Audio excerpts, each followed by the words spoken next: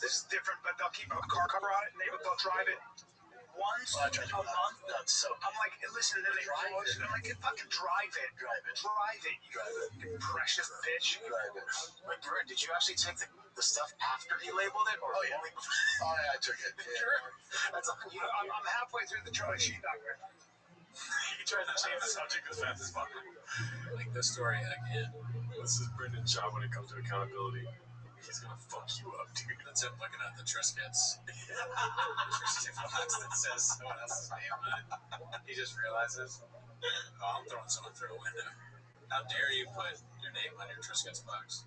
Oh man, there's not a chance you'll ever see a therapist. I feel like, you know.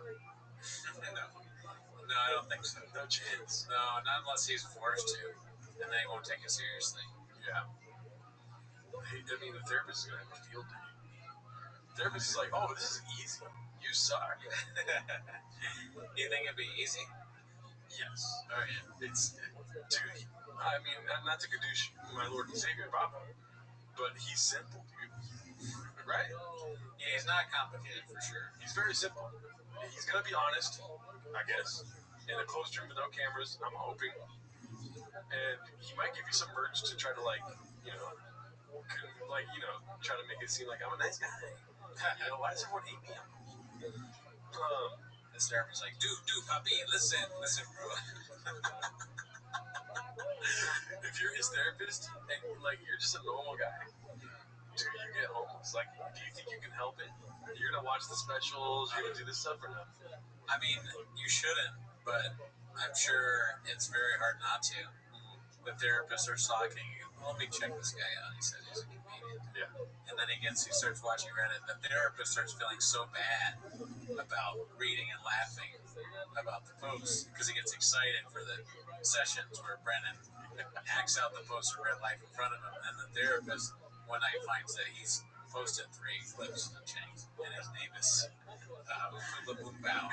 And he goes, I can't believe this is me now. I need a therapist. Yeah, then he goes to some sort of therapy for not posting about one of his clients.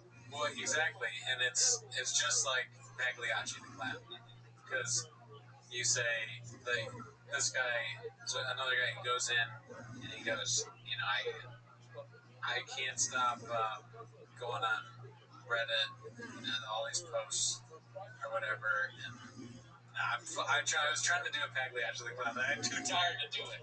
But at the end of it, he goes, Doctor, I'm Pagliacci, or Doctor, I'm Cutie, broken and shorty. Yeah. You know what it was. You know I tried, dude. You know I fucking tried, all right? I'm tired. I was going to say, in the middle of a session, Brendan Chop says something, and then the therapist goes, yeah, that makes sense. He's slowly becoming Brendan Chop. That's what he does. When he says it doesn't make sense, the therapist goes, like when Brendan says it, or when Brendan goes, it's just, it's atrocious, the therapist goes. Brendan's like, what are you doing? There's nothing. I'm not watching their Reddit.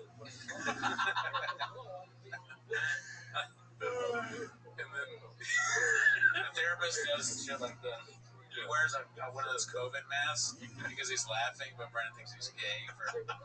And why are you wearing a mask? I'll guarantee you I won't wear a mask. the therapist is like, call her. Yeah. He says Brendan chops up by accident. Oh shit! But Brendan's too stupid to ever realize. How was your son's baseball game? He won. The therapist was like, call her. So you've been going to a lot of baseball practices, huh? He's like, oh, did I talk about that? The therapist's like, yeah, you did, yeah. You talked about it in the last session. What? That makes sense. What? Keto bitch. It's keto, bitch. That's like a real issue for Brennan in therapy, is that he's actually mad about his mother-in-law constantly making him fat. Hell yeah, dude. Well, I think that's it for this week, dude. Shout out to y'all for watching, dude. Y'all the realest, y'all the coolest, dude. You know what I mean? See you next week.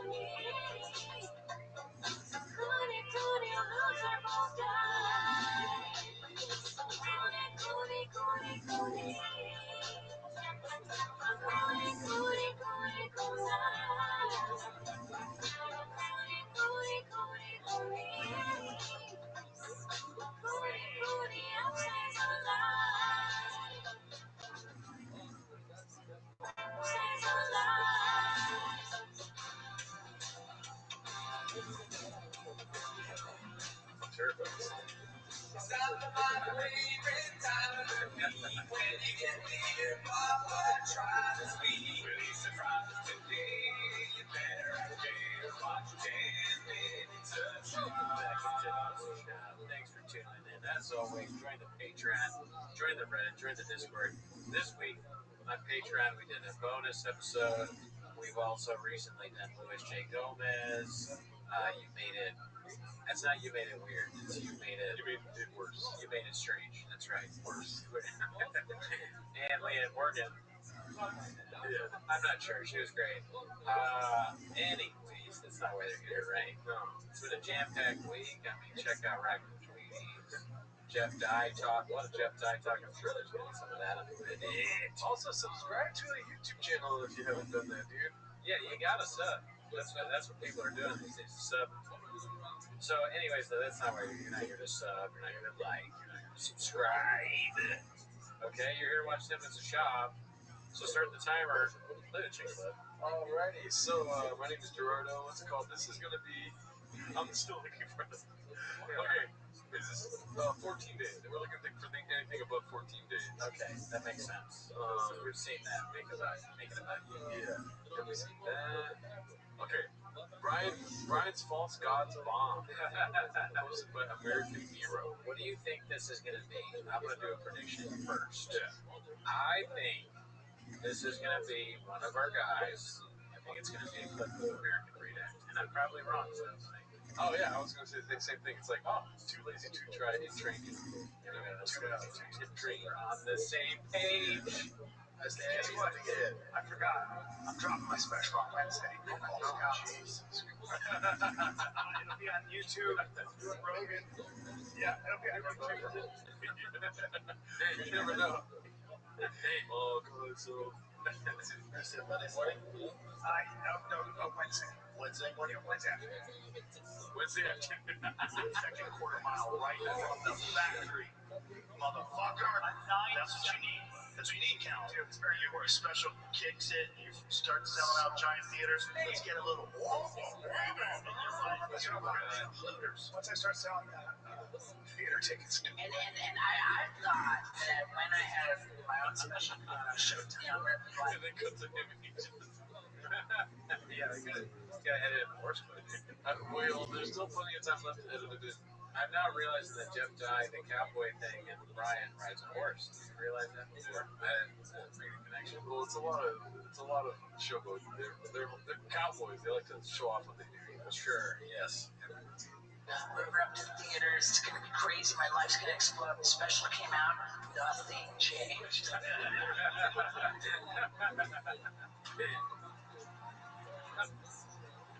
Oh, it stands. So awful. No. What's up, Boston? What's going on? Dallas! Houston! My favorite part of the whole special. That's the best part. Yeah, ride that horse. Walk like a rich guy.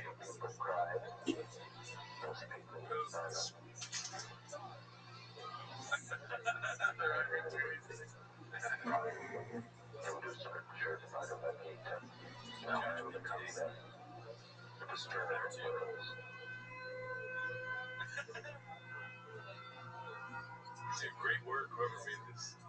That was good. Excellent stuff, dude. Yeah. Shout out to them. As the kids want to get hit. What do you think, dude? The beginning is my favorite part. Yeah. Just the way they were talking. Brian's he's talking about his special, and then Chuck goes, what is that? Right? His face where he's like, because you know Shop's a marketing genius, too. Oh, yeah. He's like, what's that? Yeah, Shop would, if he put out something, it'd be just so much more views, so much more likes. Well, yeah, 2025, dude, if Shop put something out, there's going to be lines outside of AMC, people waiting in tents to Yeah. see whatever it is. Me, that'll be the first time I learn how to make a tent.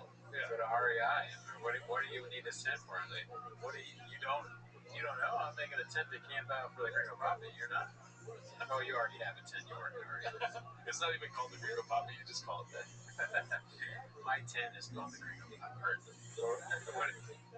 My tent's called the Gringo Poppy. I was a stomping pad. Oh, yeah, did we say that? Let's see here. If Papa went to Riyadh, we saw that one already. It's a classic. Sand on top? What's Dubai chocolate? Chocolate with sand on top? That's my time, Riyadh. 3 weeks in a row, or 3 times in a row, we played that. I want to start doing that just in conversation. Makes me laugh. Goddamn truck down here. Alright, so this one's gonna be posted by Gunslinger 4. It's Steve Will Do It Unloads on Brendan Chop Part 1. Have you seen this? No, I haven't seen it. I heard about the controversy because this is Steve Will Do It second, correct me if I'm wrong, second appearance in the Shopaverse. Apparently Shop made up something about Steve Will Do It. He got mad about it. Don't kill me. He made a video and then Shop apologized. Okay. But I don't know anything else about that. I didn't know any of that. But I will just say, to preempt you for this, it is a fucking headache in a video. So really? Just get ready to let go and let God. You know what I mean? I can see it. I don't know what exactly that means, but I can see it being redacted because he's connected with those idiots that interviewed Netanyahu. I'm not speaking in tongues.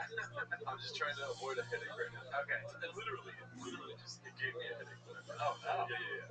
Oh fuck. So just like let go, let the graves take over right now, and then just come back when it's done.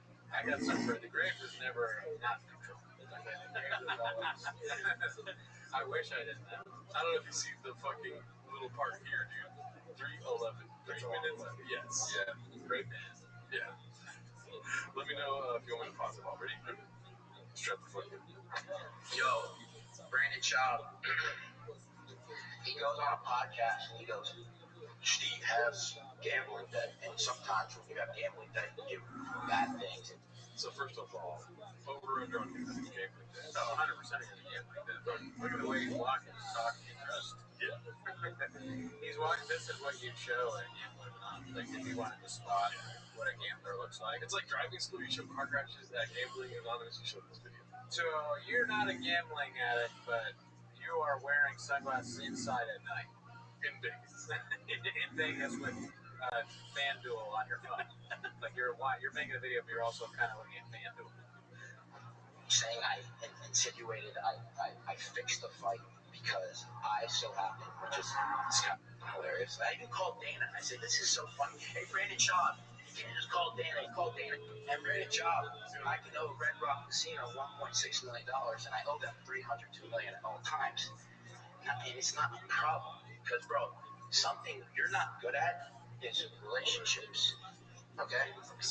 Everyone go find the YouTube video of Brandon Schaub talking about Steve Will Do It. And it's like, bro, you gotta roast him. You gotta roast him. He doesn't even know he's a bad person. Like, and I do something good for a UFC fighter. Alright? And you don't know the facts, and you turn this into I'm a bad person. Oh no. Is it just chopped together? He made a bunch of things. I have done that. I put back up. But he just talked to himself. Person that need money. Brandon Schaub. I know you're gonna be like, well, meet me here and we'll fight. Like, dude, because I have no respect for you. Okay? So I'm not like Brandon Schaub. I have no respect for you. When I make 7 figures a month. You sound like a car switching gear right there. This is making me like Shop. I'm going more and more to Shop's side in this. You know. Brandon Shop. And another thing. It's hard to watch somebody just cooked out of their mind. Maybe this is good if you're a big fan of Steve Will Do It. Brandon Schaub. He has a turbocharger in his lungs right now. He's a truck. One of Schaub's trucks has turned on. Yeah, he got a truck that came to life and drove away. Yeah. So Schaub just wants his truck back, and the truck's like, I'm a man now. That was the truck. That was your truck. Now I'm a guy. That makes 7 figures every night. I have a relationship with everyone. I do whatever I want. Okay? And I do something good for a UFC fighter. And you don't know the facts, and then you turn this into I'm a bad person and need money. Brandon Schaub. I know you're gonna be like, well, meet me here. Okay, so yeah. Like, dude, I don't need to fight you. I got a sketch. I got a sketch. I'm going up. I got a schedule, dog. I gotta watch Flagrant. It's a lot on that schedule. Makes up pride and talks about it with other people. It's not in the schedule. You don't even have the privilege to be like, for me to meet you now, every single YouTube video. Yeah, it's long. Yeah. I can do this though. Andrew Schultz. Walking around the hotel. I'll put on sunglasses and then I take it off for the next cut. I put it back on. Yeah, I gotta be in a hotel. I want to go back to Vegas. Stevel's story. That's good. Instagram video, everything. You gotta come out. Because there's nothing behind that. I have nothing. Yeah, he does have like the inside sweats, which is weird. Like he's not sick, obviously, but he's sweating inside. No, he can easily turn on the AC in the hotel room. Also, does he have pants already? I think he has shorts on. Okay. It's just not a good look. It's hot in Vegas, I'm assuming. It's raining in Los Angeles. Like, what do you mean? I helped him. It's the coolest thing ever. So until you apologize and make the video and buy me something very nice, I'm gonna keep going. All right, it's official. Until Brandon Shaw buys me something very nice for going on the internet and live and making up things about me, that seems so like I'm like you're such a low IQ individual and you're so small-minded. I feel like somebody at Chang's cut these all together. It made it look weird. It made it look weird. I wish there was like a regular video, and I'm starting to get a headache again because it's like you're trying to follow the sentence and you cut it right before you finish the sentence. That is kind of funny. That would be a funny bit just to take that part where he goes, Brandon Shaw, and put it in each one. It also kind of sounds, Brandon Shaw sounds like worst man in your life, right? Like the doctor from the UFC. It's like who are you, bro? Like I built companies, dog. Like my new YouTube videos, all I do is talk about how Brandon's live, or like Brandon's live. Like you just think you're cool, you can say whatever you want, you're cool because I can do jiu-jitsu. It's like, dude, I just hate that, man. And I keep redoing the stories, but I thought it was a good line. I don't know if I posted it, but it's like I do a lot of cool things, bro. And like I don't think I'm like better than everyone else. And it's like you go on the floor with guys and you think you're like the king. It does feel like forced content. Steve will do it, has to make a certain amount of videos every week. And this is, I think, I don't know what to do this week. Okay, I'm going to rant about Brandon Shaw. He said, I bet, well, first of all, I owe $1 million regularly to Red Rocks, or whatever he said. Yeah. You know those long tweets people put, and at the end it's like, I'm not reading all that, but sorry for your loss or good for you, bro. Yeah, well said. Yeah. That's how I feel about that video. It is funny they call him Brendan Slav. Brandon is. Yeah, he says Brandon, but on the actually Brendan Slav. You're a nerd. You know Brendan doesn't like that, but he apologized. I think. Steve? No, Brendan did. I think he was like, "Yeah, my bad, man. I was wrong." Well, let's go a little further down the pipeline here to see if that's on Chang's or not. Let's see here. I've been out of the loop for a little while here. Look at this. Post my one usual 4460. Hey Joe, I wrote you, but you still ain't calling. I left my cell and my home phone number at the bottom. Your name is Schultz. That UFC fight. Unbelievable. Annoying to see him everywhere I go to him. Yeah, but at least he has a stupid mustache. Look, that's Jeff Dye. A fat Jeff Dye is funny. Yeah. If Jeff Dye got really fat after the crash, he's like so depressed, starts eating a lot and not leaving the house. He becomes the whale. Fat Jeff Dye. The movie about Jeff Dye being really fat. The Whale 2. Jeff Rye. Let's see what else we got here. Whose wife is worse, Papa or Akash?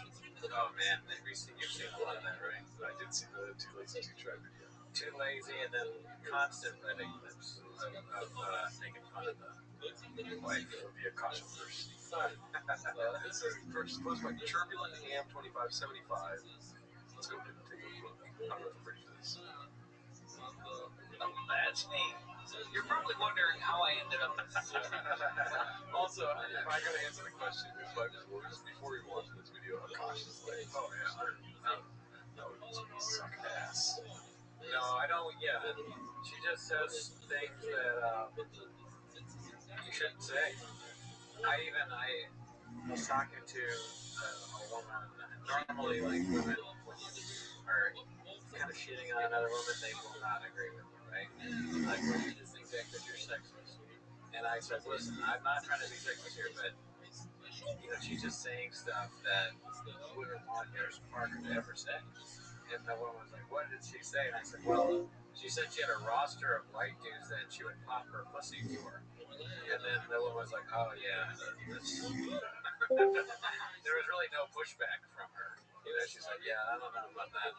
Because that's also she's doing vernacular that she doesn't like just do the people to do a little bit of shows, you know what I'm saying? She's like, scoop under the bag a bit. The only person that can pop their pussy for random white guys is Borat or something. I don't know. It could be funny if he said that. Pop their pussy. I had the roster of white guys. I popped my pussy for it. That's another argument I do with people. I'm like a cringe millennial, so I don't think I'll ever not think that my wife is fun. Say, my wife! Because Akash, when Akash can use that as like a defense strategy, when someone's going, hey bro, your wife is, man, that must suck. And he goes, my wife! And then you're like, okay, all right, let's see what you did there. That's fine. Mentos popped in here. I'm a random white guy. Where's this lady at? Oh, okay, I see. Horny in the chat. Save that for the SFW chat. Jet, go ahead and click watch anime. Let's see here. Anime. Not hentai. I find corny is my preference is not my women. Now, I thought it was I'm not dating my women, period, which is the corniest human beings outside of criminal to me, period. Akash only dates brown.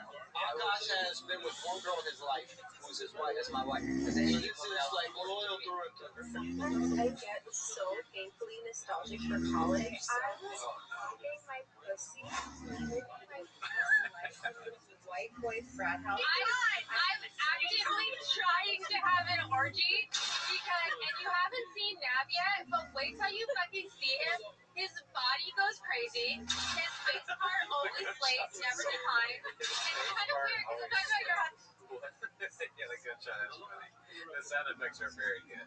They're very well done. We should be like Ebert and Roper for these clips. Like, I give this clip an A or whatever. 2 thumbs way up. Yeah, thank God you gave 2 thumbs up, and then but we never disagree. I do too. The gunshots I really like. Dude, popping her pussy or whatever it is, it sucks. Yeah. But she's talking about the past. You just wish she wouldn't say it out loud on her podcast or whatever it is. Her talking about another guy saying like that she knows. I guess the other guy is the co-host's husband. Yes. Saying he's face card, always slays, and his body is crazy. Yeah. These are just not okay. You shouldn't do that. What's worse than that, or the amount of likes? The amount of likes is much worse. I mean, are we doing the show? Is it on? Are the cameras on? Dude, I would trade my wife saying that for like 20 likes right now. Absolutely. The amount of, can we at least get like more likes than the amount of guys that Akash's wife popped their pussy for? You always push the wrong one. I'm sorry, I didn't mean to insult her. I mean, I'm sure she's great. Oh, you don't have Mr. Dolphin? No. I mean, that would be so funny to do a dolphin thing every time Akash's wife came out. Sorry, dolphin bottle next time. Oh, I see. Ron says, ha, Jelly Roll. Jelly Roll, when you said that his mom's name was Mama Roll, I was thinking his dad's name was Dinner Roll. Is that... All right, let's go back to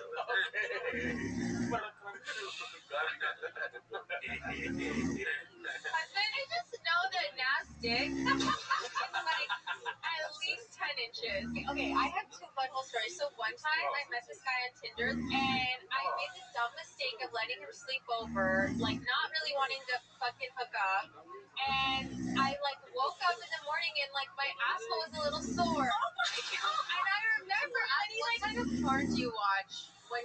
vibrator? Okay, not gonna lie, I don't watch porn while using a vibrator. What? I just think my imagination is vibration enough. Wow, I think of like my own husband while I'm like doing it. Wait, that's kind of baller, but I could never do that. Yeah. And so I'm happy with my husband's pussy. No! No!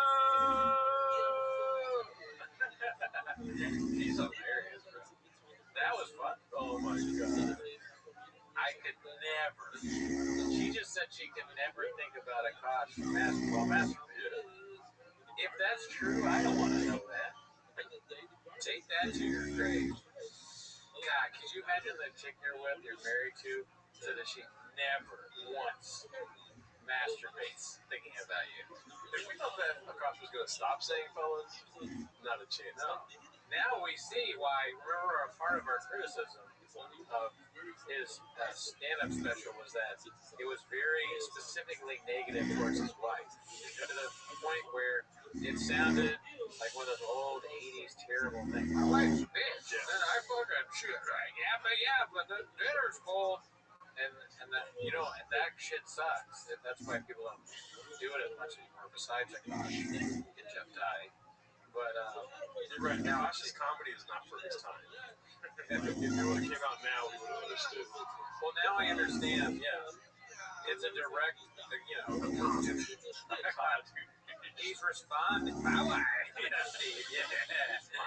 He's responding to trauma and being treated in a certain way. He's just trying to speak his piece. He's just not very good at it. That's sad. It's a sad thing. If only he could speak like this, beautiful. Finances. And I'm gonna be really fucking honest. I don't. We don't. First of all, that's a fucking red flag. I'm not like, no joke. I love you girls. If you want to work, all for that, whatever. But like any man that doesn't want to have a joint bank account or isn't being transparent with his accounts or has separate accounts, that's a fucking red flag. I feel like I got cheated on after watching that. I know, right? It feels like we're all being cheated on.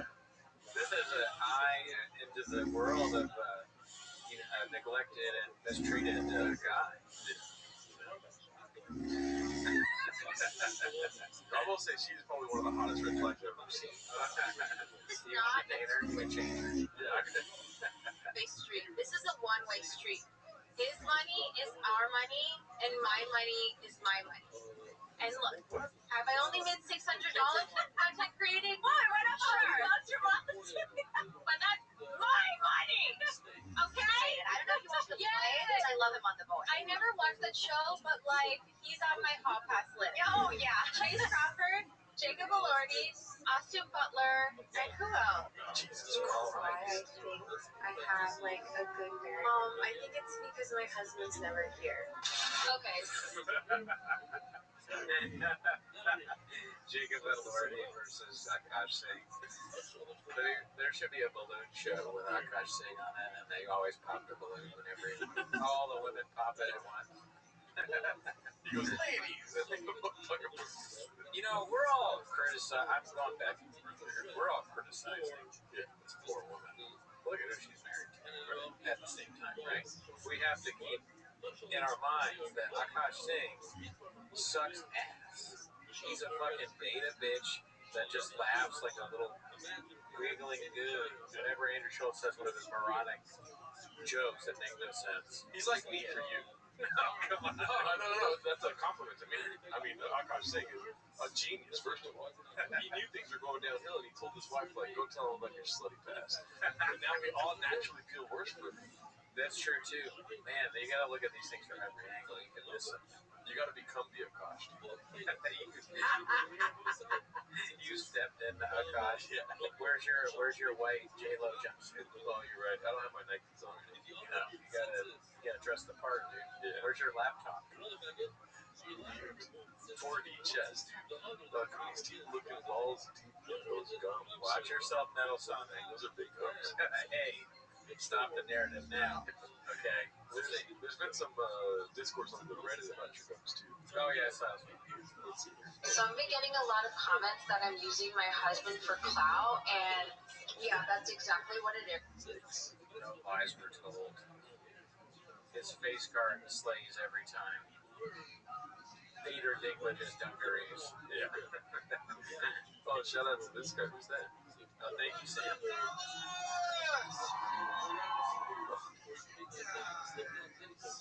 Do you guys think Whopper will ever now? What do you think? Probably. I am more offended by her black son. I am what she said. Oh, wow. About that gosh, to be honest. That's how strongly you feel about black son. When it's that cringe, yes. Yeah. It's too cringy. Yeah. Sorry, we're trying something new for this stream, so I'm trying to work out. Sam Siscoli, thank you. Let's see here. What else do we got? Like 31 was me in the hospital suffering big time, stage 4 cancer and horrible infection that sapped my body of the last bit of strength it had left. I'm terrified. Thanks for the distraction. Shout out to you, dude. Yeah, keep strong, dude. At least you're not married to a conscious wife. That could be worse. Much worse. Show is Netflix. She'd be fucking some guy while you're there. His wife Sting because she's Indian. Oh, be cool, dude. Who the fuck is this? Shout out to you. Thank you for the monkey.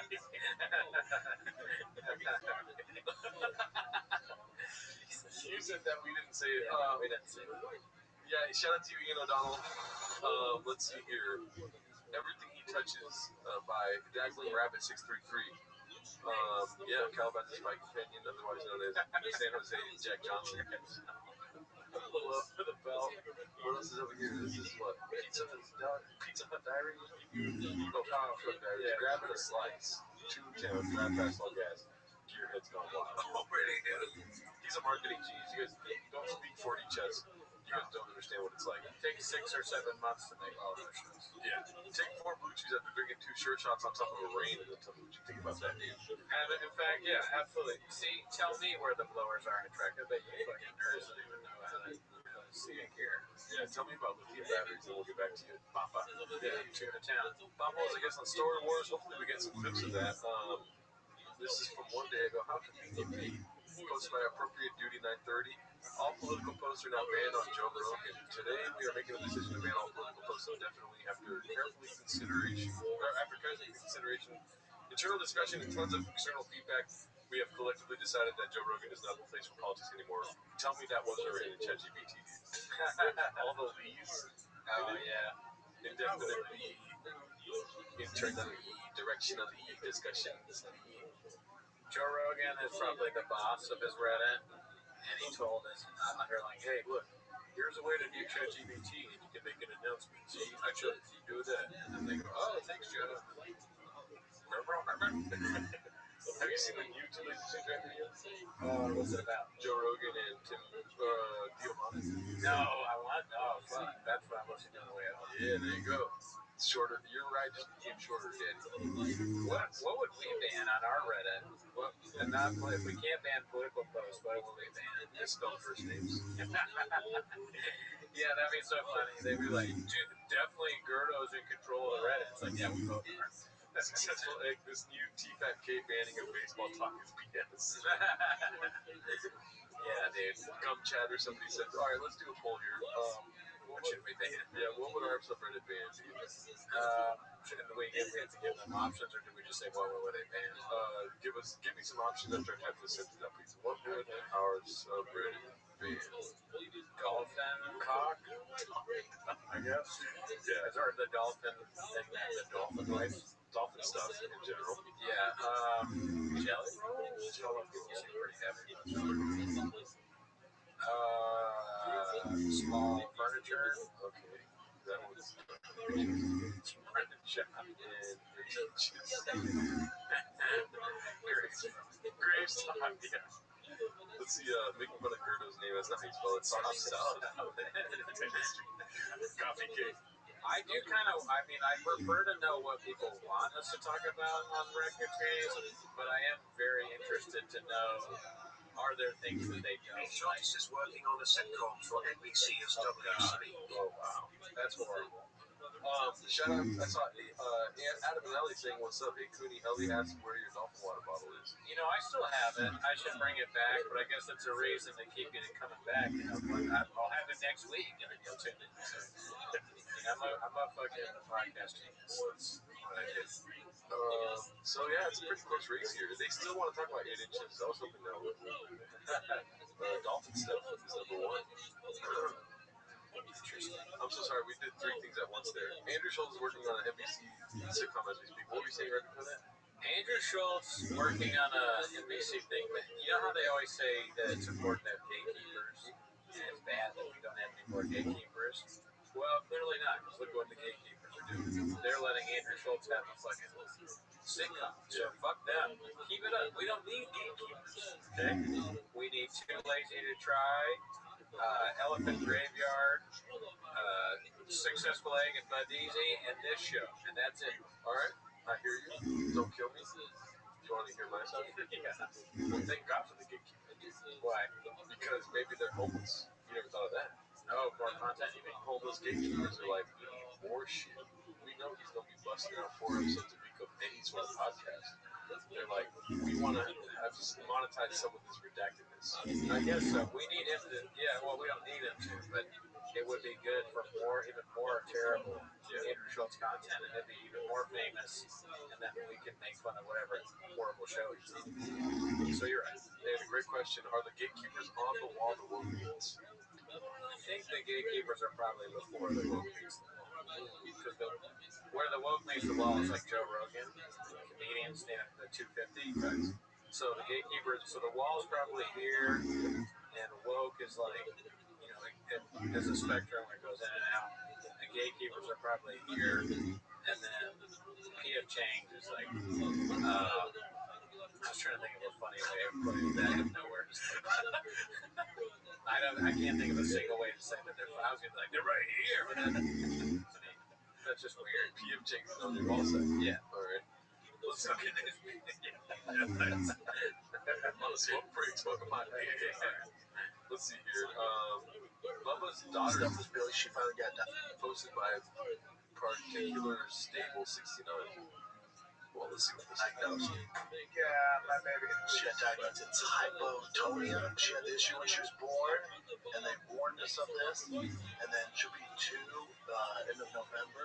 And then she was like crawling normal. You know, it took forever. And then she's not walking. She walks. It's like just sad. So then finally the doctor diagnosed her like it's hypotonia. Like what the fuck is that? The tough thing is like some kids are born with it, and then through therapy and everything, they're walking after a year, 2, 3 years. And they have to wear braces and stuff like that. I'm sorry for stopping it. It's very serious subject. That's not my ass itches. I'm just kidding. That's not what I'm let's go. They're on the Next Frontier podcast. Oh yeah. You know, we're not far behind. I'm not gonna lie. We did get the red chairs when they had them. We were 2 steps behind, but we took 4 steps forward, right? Exactly. But I'm not into numbers like that. What I'm saying is, look at his position is, dude. How is he talking right now? It's like, Yeah, have fun trying to do that in a small town. yeah, Go for it. Go for it. How is he? You mean like this? Yeah, what? Where would he ever be able to talk like that? He's sitting in this fucking chair. You probably have to get a chair like that, and then this is it's kind of like the Sebastian stance in a way. Sebastian It's sitting kind in of a like chair. he's not telling you, or he's not asking you to listen. He's forcing you to listen. It's like sitting fucking up inside of you. True. It's a more alpha stance than we're able to take right now. We might get there someday. Yeah, you get the fuck out. I'm like short. I'm going in when I do this. He's still like up here, towering over beta males like me. Yeah. So, and then also I'm like almost spilling my deck. So he's got his coffee right near the table. He's not worried about spilling it on his equipment because that's something Chen has to do. He's got an itch on his butt. How many times do you think Shabbat spilled something on the equipment? Countless times. I think you can count like on your hand how many times he's done it on purpose. You know. That's so, he's so stupid. I can see Sean being like, "Dude, check out this joke I just did," and he pours like Coke on the thing. She's like, "Whoa, no!" Let's get the episode. No. Why, shut up, you fucking. And then, you know, he says some racial stuff. Yeah, dude. We do need chairs that we can lean forward in. That's what I'm seeing a lot of shop leaning forward. We need to. Cooney does look as intimidating with regular hands. Shop has meat hooks. I appreciate you saying they're regular. I'm tired of things being small.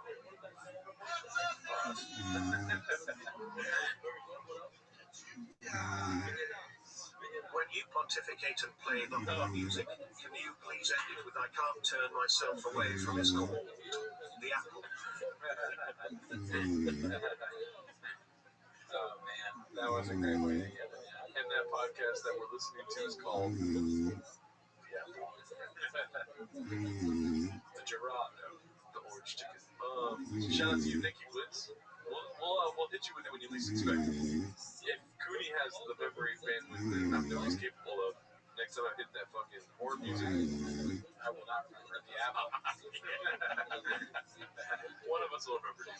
Cooney has no nice. And then it's just fun. Just in memory, and they walk, and it's all good. And someone's relaxing in their wheelchairs. Still got that pillow. Braces and stuff. Yeah, she gets fitted for braces on Tuesday. And I've been, you know me, I've been pretty good about it. And then talking with the therapist, they're like, one of the best thing you do is pool. So now in the morning, your routine is to wake up, me and Billy go in the pool. And this morning, I'll get home from this, I'll take her, go over to the pool another 20 minutes, and I'll take the boys to wrestling, baseball, and then I'll take. I've been good, and I tell Joe and, you know, mother-in-law, like, don't cry in front of Bill. Don't let her know this is a big thing. She can beat this, so I don't cry. I've been good. I've been good. No crying. I've been good. And then someone said, I'm trying not to cry. And then someone sent shoes in the mail, and she can't wear those shoes because they don't fit the braces. That got me. That got me. It's not that I think it's funny. It's just like when he cries, it's kind of silly. And I wish him the best, and it sounds like he's doing a great job. I hope everything turns out okay. But he's so comical that it's like impossible to take him serious no matter what. I agree with Gordo. He does not need to talk about this on the pod. No. But here, what I notice, if I'm just being, you know, totally cruel, Brendan, is that you know, when he says like Tutonia or whatever, somebody called that out.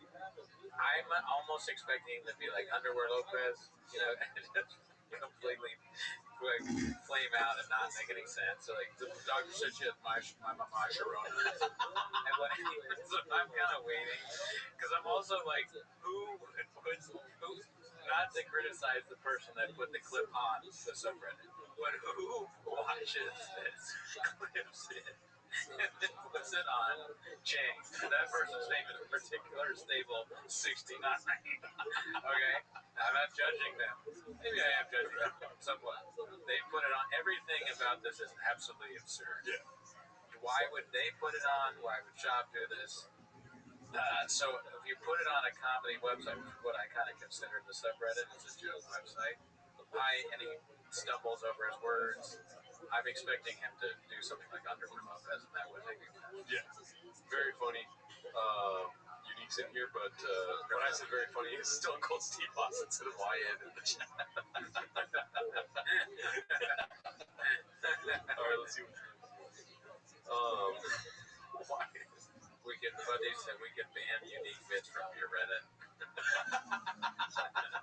I'm down with that. Let's see where 8 inches won, dude. Whoa. I mean, that makes sense. Wow. Only 53 votes. It's just like our like count, dude. Let's see here. This is the reason she is just as bad as Baba. Posted by 28 Texas 832. I mean, dude. Not bad, right? Okay. I didn't say it, dude. Praying Tiger goes to the NFL so he can buy me my 2034 Range Rover. I mean, I guess you work out a lot, you want to show it off. I don't blame her. Right. Yeah. Sorry. What were you saying? Right, yeah. Whatever you said. Or I feel sorry for you, whatever you were saying. Here we go. Finally to the one thing we wanted to talk about today, which we talked about for an hour on our other podcast, Raccoon Tweeties episode. Not a chance. Episode 270. I can't count that. The username is deleted, much like Jeff Dye from California. When you're so unfunny, the premise of the joke is people giving you 26,000. You might go find me publicly. You guys can read this. He thought it was going to be rich people that just gave him money to take this. Did he really ask for $26,000? Yeah. That's what I see. I fucked up because I made a fake GoFundMe. I should have made it the same amount. Classic me, but that's way too much money to move to Austin. You don't need $26,000 to move. Yeah. What's he moving? Does he have a lot of trucks? I don't know, but keep talking because there's a little development in the chat. Okay, so Jeff Dye, $26,000. What is he taking with him? I guess a lot of cowboy boots, cigars, and maybe there's a lot of things that you need to do with, like, okay. No, just sorry. With, I was just trying.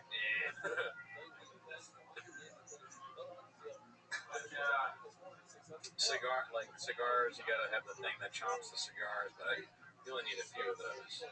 I imagine Jeff Dye, he does a lot of yoga. We learned that, and he's a plant-based diet.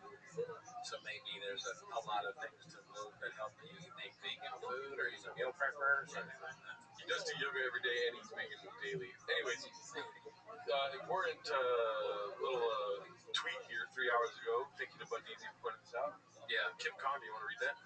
Kim Congdon, she says, let's shift the focus off Jeff Dye and onto maybe the bitch that stole 101 from me. What is 101? $10. $10? For 10,000? Maybe 10. There are worse people out there, and unfortunately, they have comedy specials. There's not much worse than Jeff Dye. No, yeah, I wonder how much money that is. I think she's talking about that Hannah Berner person, right? Because she's been talking about this woman. I forget, she accused her of something. And Hannah Berner, we watched her stand-up special on the Patreon. Yeah. It's pretty bad. And it's like, if she stole material from me, that doesn't look good for you. Let's see, I don't know if yeah, there it is. Fuck you. Okay. 10 liters, stole 10 minutes of material. What's your name? What's 10 minutes of material. Jeff Dye mentioned something I'd like to ask you about in a second. That's the creepiest tweet I've ever seen.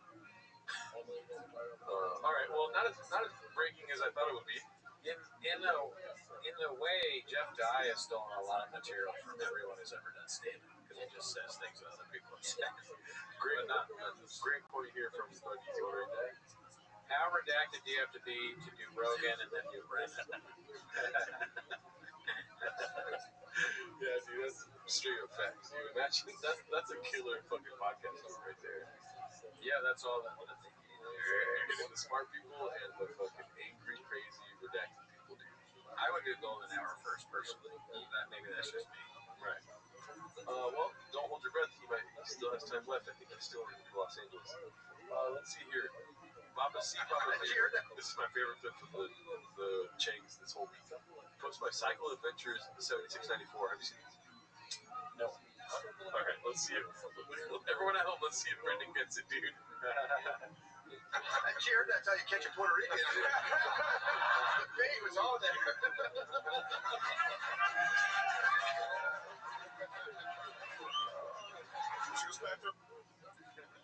Just as like weird laugh. Are they the Puerto Rican church though? You want to guess again? It says Jamar instead. Okay, ready? Jared, that's how you catch a Puerto Rican. The bait was all there.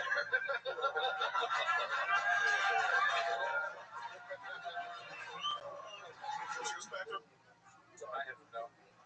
He's guessing Jamar did something. Okay, so there's not a chance you're gonna get it. Okay. But it's monkey see, monkey do, right? Papa see, papa do. Everything that Matt McCusker does, he's also doing. Oh, okay. Play it one more time. Jared, that's how you catch a Puerto Rican. The bait was all there. So lean back. Okay. Head up. Come back. Hand on the face. Just back up. He's okay. Here's what I think is happening. You're right. He mimics like always, but I think because I can relate to this somewhat. He has stopped paying attention. Right. He's getting a little nervous because he knows he hasn't heard anything that anyone said. Yeah. So now he is just gonna. Oh, that is okay. They're like, yeah, it's funny. No one knows that I'm not paying attention. I'm gonna do what Matt's done, and people think I'm normal because I'm laughing too. Do I know Baba too well? Is my question now. It's me in a meeting. Yeah. And also, if we were on a wide shot the whole show, you'd probably see me mimicking a lot of Cooney's actions too. Oh, mimicking is what people do these days, right? Just Papa does it too much. Yeah, but I stay 10 toes down. Graves nose. Classic Papa stuff. Graves heart there. That was a fun little inside game there. That was fun. Let me see. And guess what? I thought of that right when I saw it. I was like, I bet. It took me a while to get it, so I was making fun of you for something I did. Oh, no. Let's see. I thought about the naked the whole time. I was like, oh,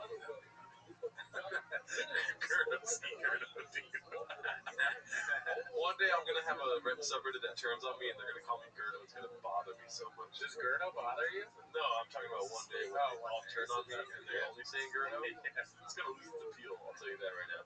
Well, before you play this one, yes. Can I just say, and I feel kind of weird about this, I kind of missed the lead. Oh, really? Yeah, dude. I mean, not stand please, right, God, okay. no, or any of the things that he's done. Yeah. But I missed him on the clips. I like when a D'Elia clip is up. Yes. Maybe it's because there's not as many, right? But whenever I see D'Elia pop up on the thing, I feel, okay, here's nice. I like this. He's kind of funny in this scenario only. Yes. As the guy whose life has been ruined and he's stuck with Eric and Shab. Yeah. And part of it is Shab is a stupid moron who's now recording live from Texas, which is almost insulting. And Eric is sort of this like angry fat slob that's sort of, and so for D'Elia to have been becoming this famous actor and then he's stuck with a guy who does a truck show in Texas and a dude that looks like one of the things that the Ghostbusters put in their machine. Yeah. It's so funny. And then D'Elia's kind of funny. I'm sorry. He is. He is kind of funny on these shows. Oh, yeah. If you want to kill me, kill me. I just, I'm saying what I think. Sorry. Don't get him starting up crap services. But, you kind of changed the subject, and I'm sorry for going back. I was pulling this up on my phone. Check this out, dude. That was good. I made the big Gerdo, dude. What do you think about Big that? Gerdo. Yeah. That should be the name of the coffee shop. I'll have a McGurdo. I like it. It's delicious. Can I have it made by someone else? What do you think, dude? That's the McGriddle, right? At McDonald's. I think it looks good. It maybe burned it. That's a McGurdo, though. It was my first time making it. It looks good, though. I'd eat the shit out of it. It's a pancake up top. Got some jam in the middle, like a pear jam, like apple jam. Bacon, egg, cheese, and maple syrup inside the bun and like on the bacon and stuff. I like it. I need a tater tot once a week, so I would like a tater tot in there. I think it looks pretty good. There is syrup all over it, Steve. Not gonna put syrup all over your Gerdo. Let's see. Let's ask the audience if they would eat a McGurdo. But yeah, so to answer your question about if I like Gerdo, then yeah, I like Gerdo. I made a McGurdo. Oh, good. Because I think Gerdo is a good one. It is sort of like a out of left field nickname, but I like it. Yeah, Gerdo. Okay, sorry. So sorry. We're back to what you were saying about Chris D'Elia. Let's see what this clip is all about. McGearhead. This one's called admitting Joe Rogan said no to performing at Mothership and yet still blames the haters. Posted by our good friend Successful Egg 8345, which we'll talk to you later about posting in other subreddits. I don't think you're allowed to do that. But let's see. There's a joke in there. Oh, okay. Because he owns the podcast. Oh, it's Successful Egg. Oh, dude, I tuned out again. I don't know how. He's a great guy. Yeah. Let's see here. There's a lot And yeah, Adam, I love Bonzi. Oh, Bonzi's great. of money in those bullshit headlines. Yeah, man. Like there was one on me. It was like, Crenshaw banned from the mothership.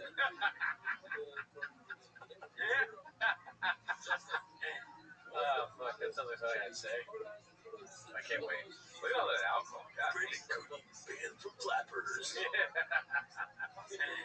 It's a lot of alcohol. Yeah. We're gonna have this conversation. I'm not there yet. Like, oh, why aren't you playing the mothership by then? Shout out to you for subscribing. And I did a show there last Thursday. Like, well, not banned, but you can only do this one. Now it's banned again. I don't want to go there and get backlash. Like, I want, when they invite me to be a headliner, I'll know it's my time. Those bullshit headlines. Yeah, man. I'm not there yet. Headlines? You mean YouTube? Yeah. YouTube. You're not in headlines, brother. Your unique videos. Hey, I wish the Oklahoma guy would talk to him again. Remember the Oklahoma show? Like, let me tell you something, Pope. You're not Longhorn. You're not selling out here, or whatever the fuck you said. Yeah. Whatever you said. Cootie's banned from the doctor for 48 hours. It's too long. I can't wait that. Shout out to Formula One. That was already a year ago at Skankfest. Shout out to everyone that went to Skankfest. I heard it was epic. Yeah, I think Rabbi was there. Oh, I was in New Orleans. This was posted by Dana White's mom. Probably not that one, but the other Dana White's mom. How did moving to Austin go? As you can see, Brian Callen's special has 243,000 views. It was posted in 3 weeks. This one is posted for 12 days. 392,000 views. Bombing. Poor guys, dude.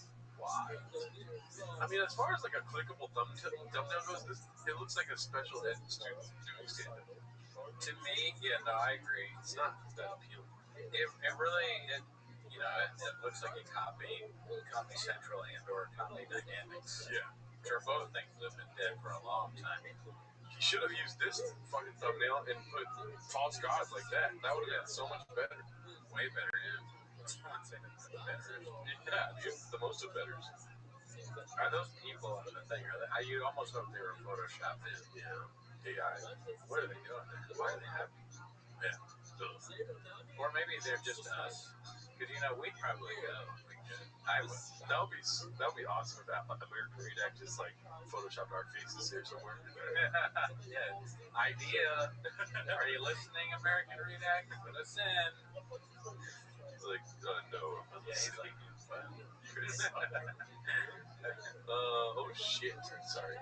This is posted by OzBoss99. I guess when your kid is diagnosed with hypotonia, it's a good time to post a picture of your ass. I saw that Subway take thing, or you know the Metro take show. So one of the people said that their take was that Brendan Schaub's wife should stop showing her ass so much. Not kidding. She said that she doesn't think people should post their kids and do the emoji face. Yeah. It's like post your kids or don't post your kids. And if I had a Metro card in my hand and I was that guy, I go, I agree. Because I don't understand why you do this. It's weird, right? Yeah. To put an emoji over your child's face. I don't know. That just, to me, that's weirder than showing your ass. Okay, But both of them are strange. Right. Yeah.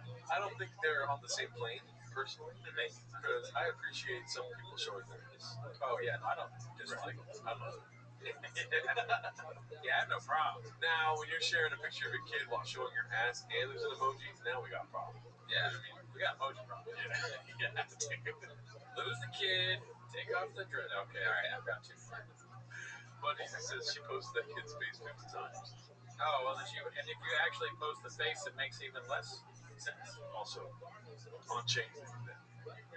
Oh, Chang's does it. You're not allowed to post kids on Chains. Well, then take it all back then. But We'll cut all that out. Yeah, cut it out in the line. But I'm still right there with you, brother. Yeah, it makes sense though. What I'm saying. I love ass. Right? That's what you're saying. Yeah. I guess with Chang's, I'm glad that they do that. I'm not at all saying that you should show the children. Right. Let me be clear. They should not. Some of the Reddit doesn't need to see family members. Right? We've all seen some of the people on Reddit. Not every chef is someone you'd want to hang out with outside of work or at work. I mean, we have people in our chat saying fart sniffers in chat, so people seeing your kids' faces. Cop at the Chompies resend. One is in a plane and one is in a helicopter. Alrighty, the caption says, I will carry you until my back gives out. Oh my god. Sorry. sorry. I was just, what was I saying?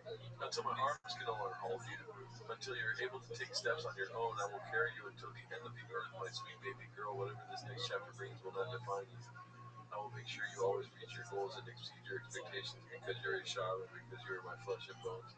We got this, Lily. Yeah. Falas! I don't like that either. I mean, you can say that to the kid, I guess. But posting it online is strange. Yeah, like, I feel more strongly about this than whatever you were saying. Like, I hate long captions, dude. Oh, yeah. Yeah. I believe in, like, 5-word captions. Put that in ChatGPT, whatever the fuck you just put, and then be like, give me this, but in 5 words. Yeah, or use ChatGPT to write about your child. Yeah. So make the presentation. Should I do that? I want to start doing a long post like this for you.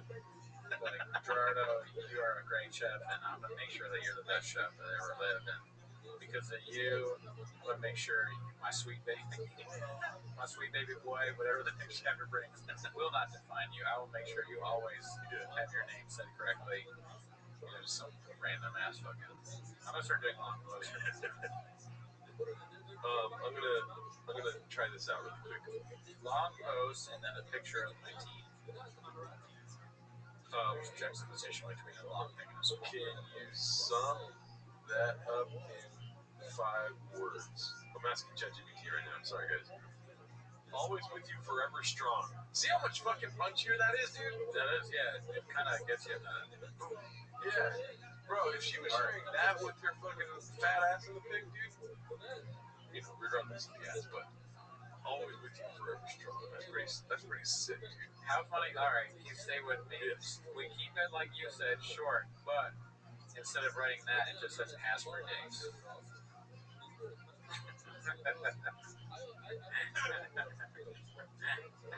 Or keep the long post. Keep the long caption at the end. You put ads for days. Okay. I like that too. Keep the long post. Right. Change the picture to her in lingerie.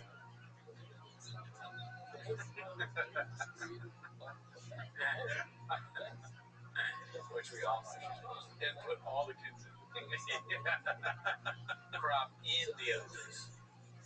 It's like, oh, why are there children there? Arrest this woman. Always with you, forever strong ass friends. Oh, that's great, dude. Oh my god. Shout out to everyone in here. Let's get out of this. Pretty wild to have a picture of your ass, though. Let's see here. Long story short, where are we at? We read this one. All baseball posts are now being paid on feedback. Oh, this is great. Posted by, what's their, that's the, He's one of the mod, right? The mod, yeah. Time to get on your knees, Bubba. Dana White's mom. Ron is wrong. Rogan is an expert. This is from 16 days ago, though. Brian was like, fuck stand up, I'll just be the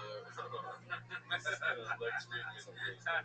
Posted by Dazzling Rabbit 693. Nate soars on me. Yeah, you made it. Wow, 50 minutes, 91 views, dude. Off Limits podcast. Did you? That's a level of cringe. That's like. Yeah. Did you use ChatGPT to find that cringe? Did you do it on your own? Was a suggestion from a friend? I wish I could come up with ideas for these guys. Yeah. And stuff. For ideas for their names of their show. Like Brian Callen and he were having coffee together, and Brian's like, "I'm starting a new podcast," and I go, "Oh, good, yes, dude." They say you can never have too many podcasts. He's like, "All right, I know you're good at this. What's a name? I need something new, something not been used before." And I go, "Say less, King. Say less, man. I got you. Are you ready? Write this down. You might not like it at first, but listen. Are you ready?" And Cal's like, I go, trigger. It's pretty cool. I was like, well, it's been said so. No. Triggered is. Who knows more about people getting triggered than you, Cal? All right. This is gonna be big. I want to be Cal's agent. I'm sending you to Idaho. It's the only place. I'm gonna do the same thing for you, and we'll be like, "This is the name of your podcast, Dolphin." Fuck you. No, that's good. Dolphin team. Yeah, shout out to Paul Hernandez for the reminder there. Do you want to see his podcast? I pulled it up. I don't know if you're Off Limits podcast. Do I want to see it? Of course. I thought you were gonna shoot me down on something. Do I want to see it? Yeah, definitely. Slice my throat. It is an age-old question. No. Why do good people do bad things? You may not necessarily be a really bad person because Telling us on it's Off Limits pod and some retired mobster. Let me tell you, Brian Callen, about my daddy. This guy, my daddy's a socialist Muslim. One dad is fucking make you proud. We got the NYPD with their jibes. And I can't even see if they're a police officer or not. How am I supposed to do crime? Back in the 80s, the corporations like they should be okay. I've written this guy up completely. I don't care anything he has to say. I like New York way. Like to welcome in the Italian, not the fucking Indians. I'm a bad person out in the back. So that tells you I got something to say. People should listen to what I committed crimes. Okay. Why would I care what you have to say? You are a self-admitted mafioso. Okay, Fundies always our backs guy here. Off Limits used to be a Steven Crowder book club exclusive. 100% he had to buy back the IP from Crowder. Wow. Now I know that you used to roll around with the Crowder boys. It's pretty sharp, guys. You know, I would get a word from you. Is he ridiculous? Subreddit, what does that mean? He's trying to leave the studio and Brian's telling him about the subreddit. What the fuck is a subreddit? Formula One said Chicago stuff. Chicago Shout style. out to Chicago stuff. and done bad things, but you take an oath. Say, hey, I got to abide by the rules. If I don't abide by the rules, I can pay for it with my life. So your justification is, hey, the life comes first. I got to do what I got to do.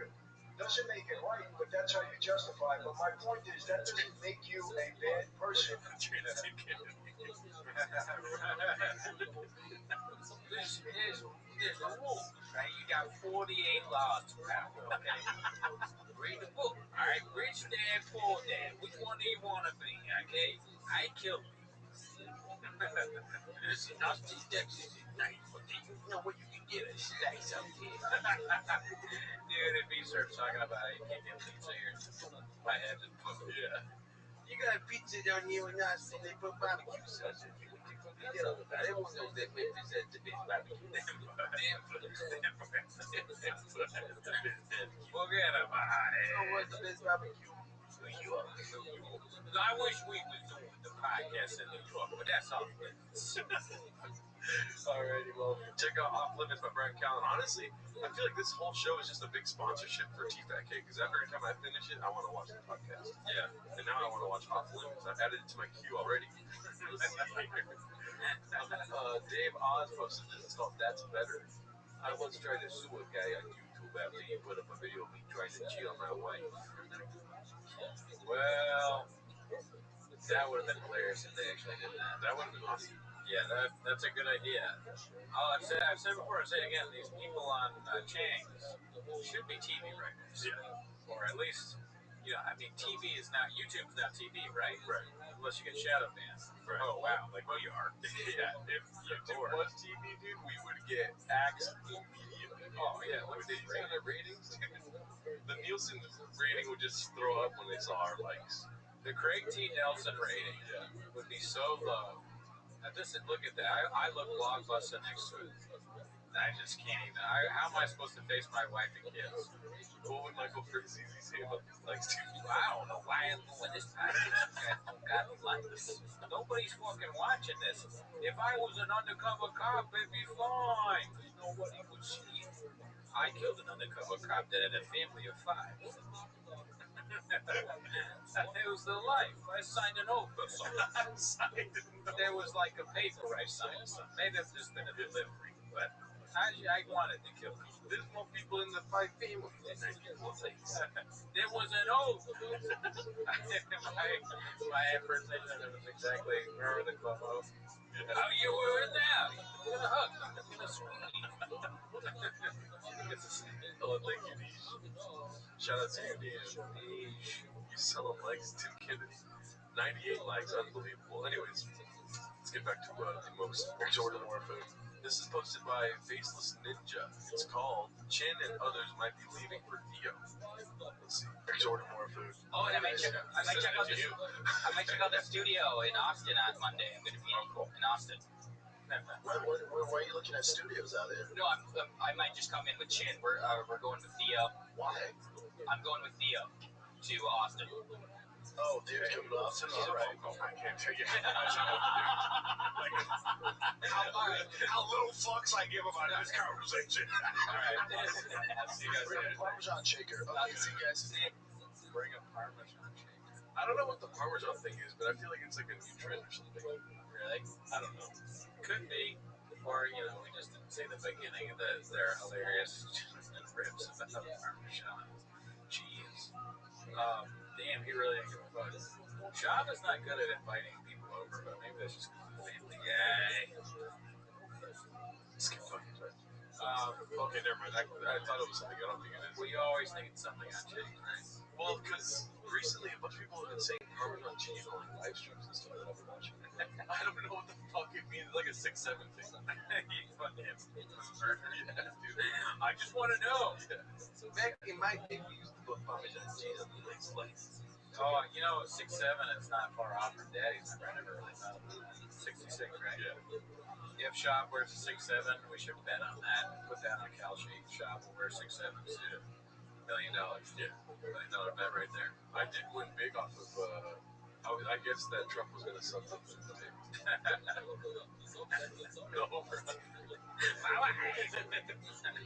No, anyways, I'll cut that part out. Let's see here. More on Bappa flipping out on El Tigre Minutes. There's a lot going on here. Posted by Busy Middle 8108. I think you watched it last time, right? Yeah. That's on Joe and Jet though. But yeah, so T's in a slump, and I kept saying, yeah, we watched this. You don't. Bappa responds to Rhonda and the Bear. We saw this one too. The fucking Nevada plate. Oh, yeah, we were like debating that. Yeah.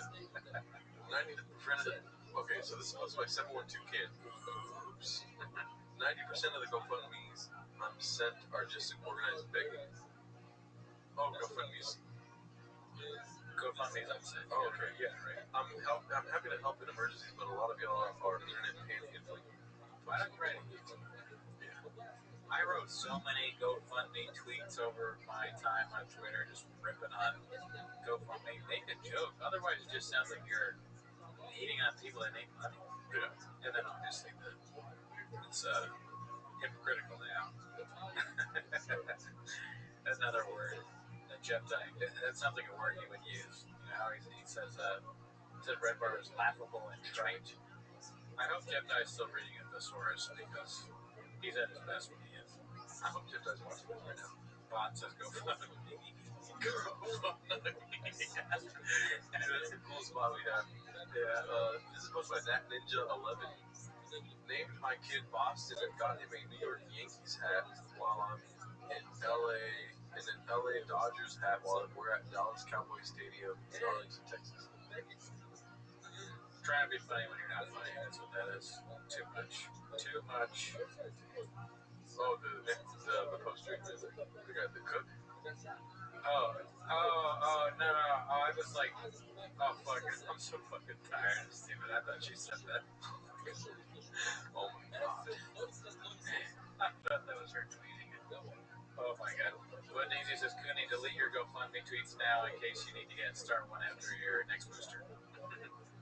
And then Deej said that story now from left field, you feel me? Yes, I do. Oh, dude, this is awesome. Another one of my favorites from this week, dude. This is pretty epic. I love this clip so much. You said you miss Chris D'Elia? Dude, this is called Chris is in Hell, posted by Clean Floor Chips. I said Holston right now. Let's see. I mean, this is the thing, man. Even when you go to Vegas and you're playing those slot machines, why do you keep going? Whatever the law is, whatever the law is. Was I right or was I right? You were right. I agreed with you when you were saying that. I know. I'm sorry. I just need. I was also validating Gerdo. When you were saying that. Okay. And then on top of that, nobody wants to fucking eat the McGurdo. Do you see this? I've been watching this the whole time. Would you eat a McGurdo? 55%. That's yes. Yeah, but 45. I want 100% people to eat my McGurdo. Oh, we're never gonna get 100%. We've talked. You get 100%. No, I don't get it. Yeah, but no, I need validation. So I mean, dude, that was funny. Wait till you see the rest of this clip. That would get fun. It's 2 minutes long. Let's see here, right? For the slot machines, and they have to pay out. Like, So, just to catch you, Brendan Schaub just went, and then pissed off Chris again. And so, nobody acknowledged how pissed Chris was, which was pretty funny to be pissed. Yeah. And so, he's just gonna, like, spiral out. Nice. like whatever the percentage is. Who knows if that's even being. Yeah, that's a racket. Yeah, that's a racket. It's all illegal shit. Some shady shit's going on. Sounds very wrong. I'm tired of this shit. My thing is, I'm really cover the other. It's so funny that they're not responding because Schaub is so stupid that I feel like there is a chance that he doesn't realize. He is also in another state. But Delia is just making fun of Schaub is great. Of these 3 people, I would want Chris to leave to come to our show. Yeah, I guess so. Just to shit on Schaub. Yeah, sure. Yeah, no, I'll. The problem is his baggage. Well, true, but we can do it on this. Yeah, he would prefer our safety. So he doesn't fuck us. Yeah, no, I mean, remove that and it would be great time. Oh, remove the package. No, because if you think it's not going down with NFL and some of these refs and that shit, you think it's just the NBA, MLB, UFC? Nah, it's not. Oh, well, they're cracking down on all of it, man. But they had to, like, they had to get their case, you know, in order. They know. That's what I say. You can't. I always say this stuff's going to come. Just won't talk to you. They're ignoring. They're like, oh yeah, go ahead and make fun of us. We don't care. You don't even exist. Schaub is the star. Schaub would be a great guest on the show too. I don't know if Billy is better than Schaub. I can't. But, like, I would have to, like, get my affairs in order if Schaub came on the show. Oh, you mean because he would kill us? Yeah. I guess. Yeah. I guess. I mean, Schaub is not a comic. no. You know what I mean? He would, if I made a joke, he would kill me. I remember the first time I made a joke about Mark and the look he gave me. Dude, I was like, holy shit, dude. I thought he was going to kill me. I sort of, I mean, I've not been around Schaub, but on a show, I lose the fear a little bit, I think, because it's just, if he's really there, we're going to do a show, maybe I will die during the show. But it'll be good. It'll be a good show. Because I'm going to say some crazy shit to this guy and see what he says back. And he says crazier shit than anyone can ever predict. He's unpredictable. Like, what is he going to call anything wrong? You're talking a lot, but I was waiting. Formula One said there's no way Shaw would fit on that mini couch. Fuck. Cooney would need a chaplain and a sure shot. Yeah, I mean, listen, any of these guys can kill me. Jeff Dye, Shaw. I'm living on borrowed time graves. You know, kill me, you got to get through my shingles first. Obviously, me saying Chris Lee being on the show, I don't co-sign everything he's done. No. It's simply to make fun of Shaw. Yeah. No, I'm not even really thinking about that. Yeah. I'm sorry you didn't bring it up. But I'm just, thinking, who do I want most of? Barb. Yeah, so from that person. No, she's not allowed near me. She needs to stay 20 feet away from me. Yeah. Or she's going to try to grab my dick. No, I have on shop. Oh, that's a great goal. Formula One's on, dude. I'm not even making a joke. Formula One's on fire right now. We will never have hot chip. No, he's nuts. Hachi, Mishima, we like you. You have great comments, but Hot Chip is not cool with this show. If you're not cool with Hot Chip, we don't like him. We don't We don't stand him. He's not tempted with that. Yeah, he sends nothing but dick pics to us. He's still in the swamp. We're trying to get people out the swamp. Yeah, he's still fumbling the bag. We're trying to scoop it. You know what I mean? Let's see the rest of this clip here. You can't hide this stuff. I'm sorry. You can't hide it. This is what I'm saying about this. If somebody's doing some shady shit, it's gonna come out. There's no way you can hide in this today. Whatever is done in the dark will turn to will be set out of the fucking You get sued if you call it the sweet nectar. By Brandon. What? Remember the sweet nectar? You hated when he said that. Oh my god. What was he saying The about whiskey. Oh, that's right. I forget this too. Good goose. Brendan said, I forget this too. You're the one that said it, dude. What? You forgot about your own whiskey and what you said? You had a whole ad. Oh, shit. Thanks for all the laughs and MMA coverage. Happy holiday, brothers. Thank you. I got you, dude. Happy Thanksgiving, bro. Shout out to you, Bill. I'm going to rewind a little bit just so we can catch that again. I don't want to see this guy's face, but you know what I mean? Yeah, I don't like it. I'd way rather have a meeting guy on. Terrifying. Yeah. But yeah, no, I would rather have meeting guy. What? Remember the sweet nectar? You hated when he said that. Oh my god. He got so happy. What was he saying The about whiskey. Oh. He's smiling slowly. He's like, he was so sad that it like had to rise his happiness level. This is watching change. This is the feeling it gives you. Oh, that's right. He's so happy. I forget this too. I forget this too. My CT. Dalia wants to be like us. Yeah. You know, not necessarily our level of success, but he wants to be in the crowd cracking jokes about Shop. He can't now. Now he's with Shop. That's the real painful part of this. Yeah. He was blind when he came to that off ramp, and he got off by accident. He could have kept going. You know, not about that stuff, but just like comedy wise. Yes. All right, I'll cut that part out. Let's see. Remember it now. I'm having flashbacks. You used to say that it's that sweet nectar about your. Oh, about fucking whiskey, dude. Oh my god, I wanted to fucking assassinate myself. I wanted to get famous, hire an assassination fucking assassinate. From far away. I wanted to get in the government. Sweet nectar. Oh god, that's horrendous. Just assassinate me. I became president so you can assassinate me. Still got that? I kept saying sweet nectar. What? You're still selling the thing? Oh yeah, what happened? Juice. No, I sold it, man. Nice. No, you did. Wow. That's what he does. Starts a business. Who bought that? So when I change. Yeah, it's not being sold. So who would buy something that's failed? Yeah, that's a good thing. There's not in any store. You can't buy it. We've tried it. It's very popular somehow in Somalia. It's a bad country. But I like Tiger Thing. I drink it all the time. Some Somalian warlord pouring Tiger Thing for his minions. My bad, sorry. His Japanese This is that he just fucking hotels and dance, dude. It's the Gotta fucking know when to get out, baby. Elon Musk, dude. I also stopped drinking, so it makes sense to keep pushing. There you go. Oh, that's good. Parmesan cheese. Yeah, you need to stop drinking. See what I mean? It's healthy. dude. So about Parmesan cheese, maybe. I don't know what the Parmesan cheese thing is. That's Parmesan cheese. They think a hot chip would beat you 41%. In a fight? Yeah, right. I don't know about that. Maybe hot chip will win if he's trying to, take advantage of you. Let's see. I have violence in my DNA. That's all I have to say about that. Yeah. Let's see what else we got here. At least someone finally said that. I think we saw that.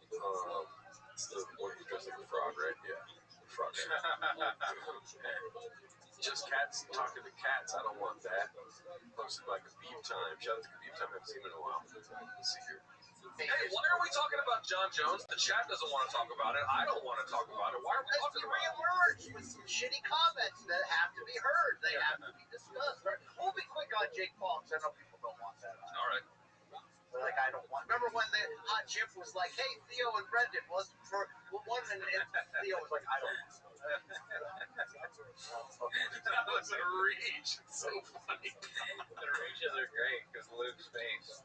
He's just thinking, like, what should I say to this? Staring at the screen like, I'm gonna let you finish, dog. But Beyonce has the best video of all time. This is the face that people that don't watch Reddit or anyone that's like, I go, what's your podcast about? And I go, Brennan Shop. They make that face. They're like, what? Who the fuck is that? Who the fuck is that guy? Cats understand. It's just cats talking to cats. Right? Oh, are you doing skits and bits? Start off the show. Start off the show. What a wild man. Just a baseball dad over here. What a wild man. Oh, this is great. Yo, BCEO just shouted out the Elmer Graveyard respects. Hell yeah. Alright, so on this video, Flagrant wiped out all the mini Akash White videos. I made orange chicken with curry. Post my success. Oh, yeah. Our guy's also in our Reddit. Pretty good stuff. What? This one? Oh, yeah. So, wait, Flagrant wiped out all the mini Akash White videos? That's crazy because when I was going through Reddit, and I'm not even on, I probably am on the Flagrant thing, I can't remember. But it pops up nonstop. There was the whole weekend was just Flagrant. Wow. Like, yeah. Oh, that's all. I thought you were. I know, like your inflection. Sometimes it sounded like you were going for that one. No, I almost fell asleep during it. We're gonna be talking about Akash saying, Alright, fuck this guy. He deserved it. so I obviously don't feel bad at all. That's fire. Nav just puts his dick out on the table. Bruh. I just know that Nav's dick is like at least 10 inches. You look at that. Where his dick is thick. I don't know. I'm a scammer. I'm not gonna lie, that was sexy, and that's why I'm actively trying to have an orgy. Fuck that bitch! I respect you. I love you, but I actually love you and want to fuck all of this. I mean, if you're gonna be doing this, at least let that poor guy watch. And I don't know if we put this out because it's so mean. This whole time I didn't care. I was like, whatever. He's tapping my pussy and making my ass wet, and he's... You don't have a hard time understanding that? I think he's funnier than this. Stupid inbred bitch.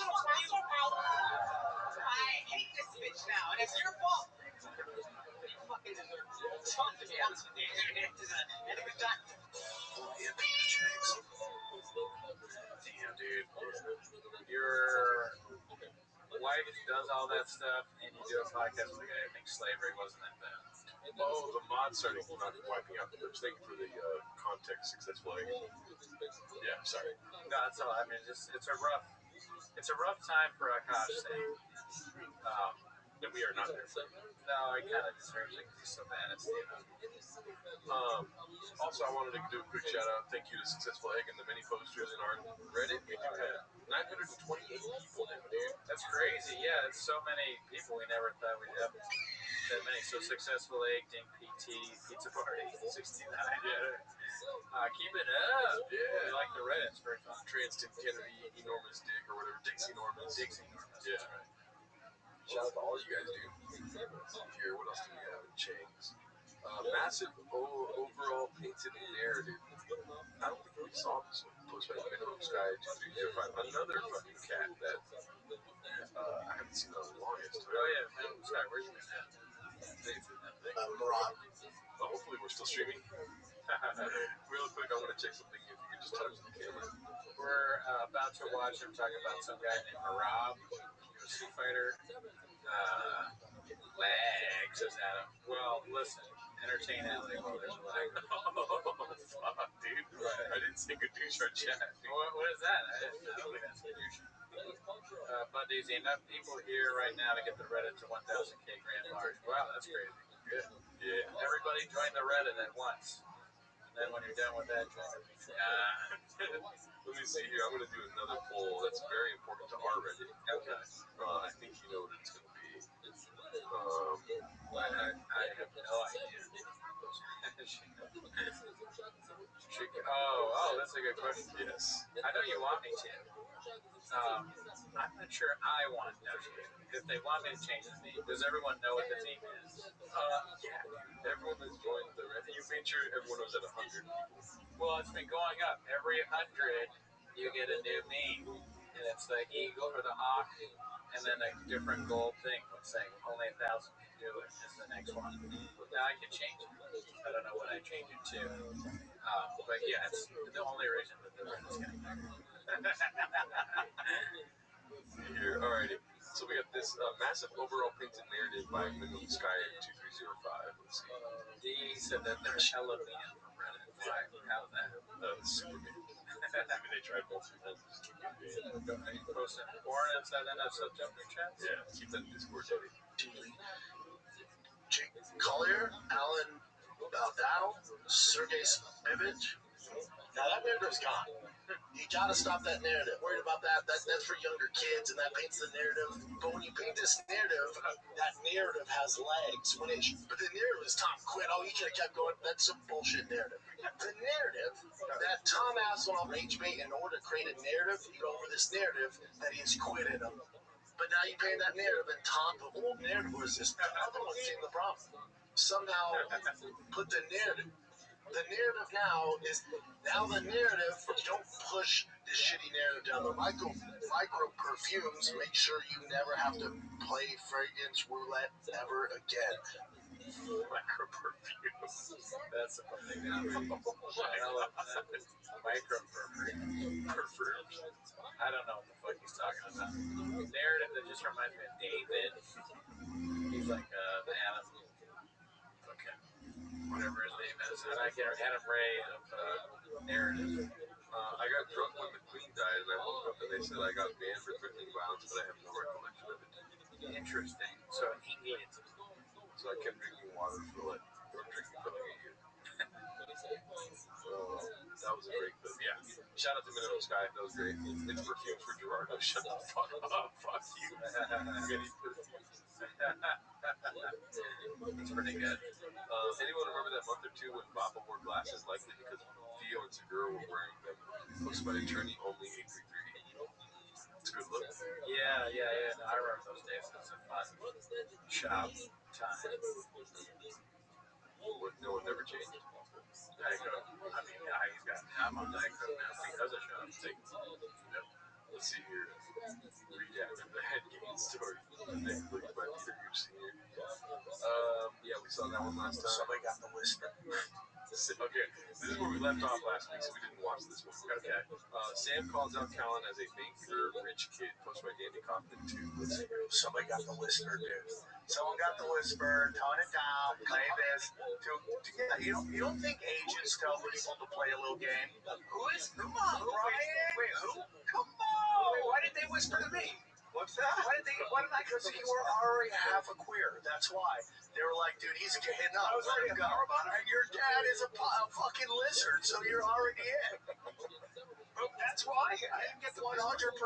Why did I get the whisper? Because, Brian, you were already in. You didn't have to whisper. You're a Baker Rich kid. I did have a very. That's okay. I did have a very famous. We love you, Brian. Person tell me why he thought it was me. Which I won't say. But that's me. Brian, you made it. Brian, shut up. I wonder why. Yeah, why did Bill Cosby go to jail? What the hell is that all about? Bill Cosby at Thanksgiving. She's like, anybody know why this happened? They're like, No clue. I don't know. Do you know why? Where is Brian Callen's special? I want to watch it. Made it. You had a sitcom. Depends what you mean, made. Yeah, you were in movies. Brian, you crushed it. Yeah. Brian, you. And it's over. The subtext is that it's over. You crushed it, man. You were on TV. You were. I don't care what they're saying about you, dude. Oh, shit. I don't even read the comments on the newspaper. On the street, if people say. And when I pretend that I don't know you and we're not really that close of friends, it's because I have to. It's because I have a career. This is sponsored by Plus Heart 100. Damn it, Chin. Learn to shoot. This is Texas. Oh, shit. Okay, so, quick question. Do you think he's going to hit all the targets? Miss all the targets. Alright. I believe before this. The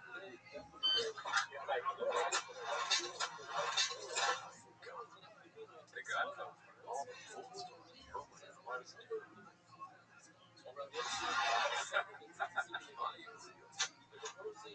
Could you imagine you're like with somebody, you miss them and all the bullets fall out of your gun, you're like, oh, no. Why did I shoot first? I'm so dead. Oh my god.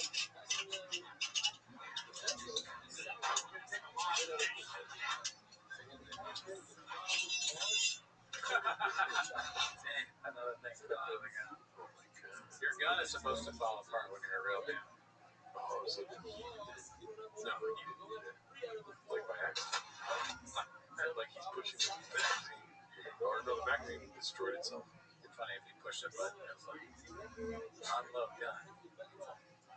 Damn, he sucks. That gun is definitely skated. Let me see here. We're at an hour 30 right now. Yeah, I think it's time to wind down. I could go all night long pods, but I wish Cooney could. The energy is being sucked from me because Cooney has a little more. None. And I have a little bit. Okay. Enough to fill his fridge, which is not very much. Fuck you. We'll end it a little bit here, but we'll let you guys catch up on comments if you want to say anything. We read it. I gotta go make sure my gun is getting my car.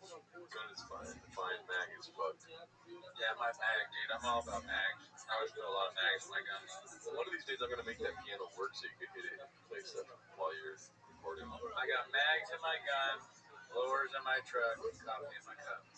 Facts. Fish in my tank. Fish cars. They're saying solo Gerardo guitar stream. They're all saying You could that. do that. You could do that. No, I leave, you play guitar. Hey, hell's no, dude. Can we get the cowboy noise? Oh, I can. That was so funny. The Jeff Dye cowboy night. I never got a chance to listen to it. I'll follow Jeff Dye around and play when he talks. Jeff Dye moving to Texas because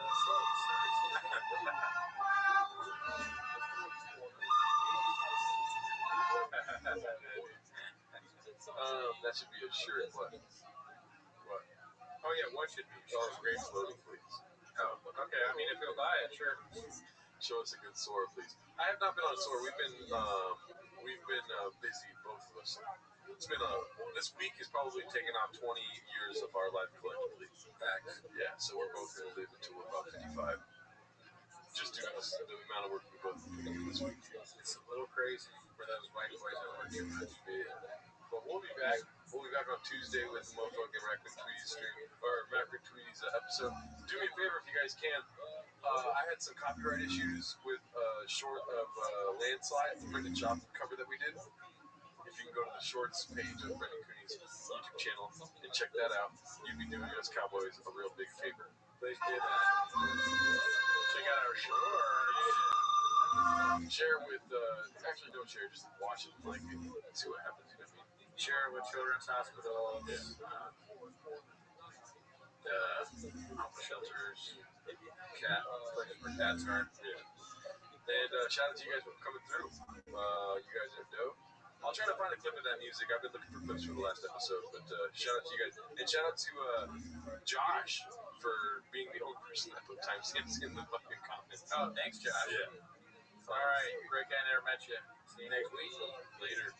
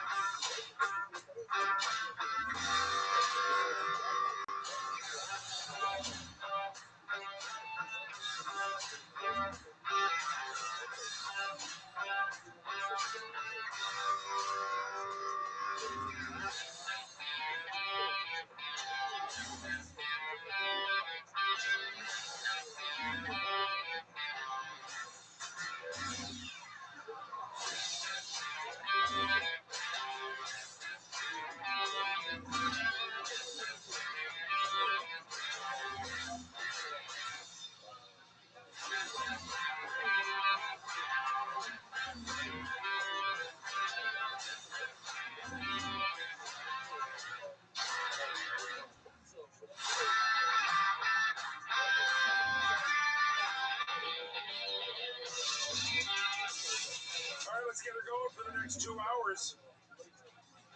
The Real Kipper and Warren Show. We're live on Sportsnet 360, Sportsnet Plus. Download us on YouTube, Spotify, Apple. Love the chats on YouTube. Are we on YouTube? I don't know. We're coming live right as we're playing the plate. We've got a baseball game. So no fan by 90 the fan, right? 590 the fan. No, we're not on the stream. No, we're on Sportsnet. Yeah, so the alternate stream. You got that right. So on Sportsnet 590 the fan on the website of the alternate stream. You got that. Alternate stream. If I asked you for $1 million to tell you what the alternate stream is, I couldn't do it. There's 2 streams. We'll put certain things on one and one on the other. Do you know what the alternate stream is? No. Back in the day, I used to know how to route them. Like, I would put things on them, and I could click. They used to trust me with stuff around it. They've since learned. Yeah. Nick Kiprios, Justin Bourne, Sammy McKee, Derek Brandeo, Jake the Snake Schultz. In about 30 minutes, Elliot Friedman, Marking 8 Canada, 32 Thoughts will join us. Plenty to get into. National Hour, we'll go to Chris Terrien, of course. Former Philadelphia Flyer, co-host of Snow the Goalie, and he'll tell us everything we need to know on how nervous the Philadelphia Flyers fans are right now. There's 3 monster hockey. The playoff series just got fun. Yeah. Last couple nights, really. In the meantime, off the ice around the Toronto Maple Leafs, it's fun too, isn't it, JB? I'm having a blast. I don't know. What is it that's I get a kick out of all this. blast worthy for you right now? Because I'm not sure if the Leaf fans are at the point where we're hearing all these names for sure, and we'll get into them momentarily with Matt Sundin and John Chaika. But Sammy, what's the feel out there? People get sick and tired of being sick and tired waiting, or they want a decision one way or the other? What's the vibe? I don't know. Oh, here's what I'll say. And I've had these thoughts kind of today, just reading the discourse online and talking to my friends. It sucks how negative everything is around this process. And listen, I'm a big part of it. I come on here. I'm not exactly a barrel of laughs every day talking about it. I've been making fun of the quality of the candidates for 2 weeks here. Not making fun. But Serving. sure, opining, sure. I wish I could have a more positive outlook on this. Like having the name Matt Sundin involved should be so cool. And ultimately, anyone you talk to is balking. Like it just doesn't. You're not worried about losing Mats as a. No, don't you feel? I mean, you guys talk these. Everybody talks these in your lives. Don't you feel that like the temperature around this right now is not great? The only thing I can say on that is that it's, and I've covered a lot longer than you, typically in these scenarios, when you're talking about the Toronto Maple Leafs, you're always talking about, like, what's the best out there, and we want them, or the link is there. This is so outside the box in terms of a typical process where very, very sought after job is out there, and the names linked to it aren't the big ones for the first time maybe in a long time, that we're not seeing the cachet names associated to this prestigious general manager's job, and people like Sammy and then others are a little uncomfortable Now, by it. is that just timing? That's just kind of bad luck that the year that they happen to make managerial changes. No, I think this is less field. I think this is strategic on Keith Pelly's part, that he's not interested in attacking the biggest, most popular name out there, and I think we could put Doug Armstrong at the top of that list For sure. He's and like the most obvious. if he really wanted him, I believe that we would have heard a lot more noise around that name, and it just, guys, it never got there. No. For me, anyways. I don't know. We're gonna have Elliot on in about 25 minutes. Maybe he, as an insider, has different people, different sources, and he can tell me, Kipper, they went down that path, or he couldn't get out. They didn't want, whatever the case is. I'm just saying, from my perspective, that there's just none of that. And I guess, there's no guarantee that one of these veteran proven names would come in and it would be so much better. But I do think that given the state of the organization right now, it would feel better to have a steady hand on the wheel. Someone who's run a franchise and knows the ins and outs of the league and has relationships with Bettman and Daly and the other GMs. Like, it would feel better if it was like, okay, Armstrong's coming in, not sure how this is going to go, but I trust that it's going to go very professionally and all that. I will say right now, I don't know that a Sundin-Chaika combo would be better or worse, whatever. Who knows the alternate reality? But it does feel a lot more perilous. It feels like there's less of a safety net than there would be with one of the establishments. Yeah, I mean, that's perfect. Just, I think there's a world where it could work out, and I think I don't think it's really hard to sort of picture that and sit here and be like, you know what, they hired Matt Sundin and it turned out he was great at it. John Chaika, after all those years off, learned from his mistakes that he made in Phoenix, and he came in here and they built a strong team next year. They were back in the playoffs. Like, they hired a new coach, whatever. All of that feels possible, but nobody wants to have that conversation.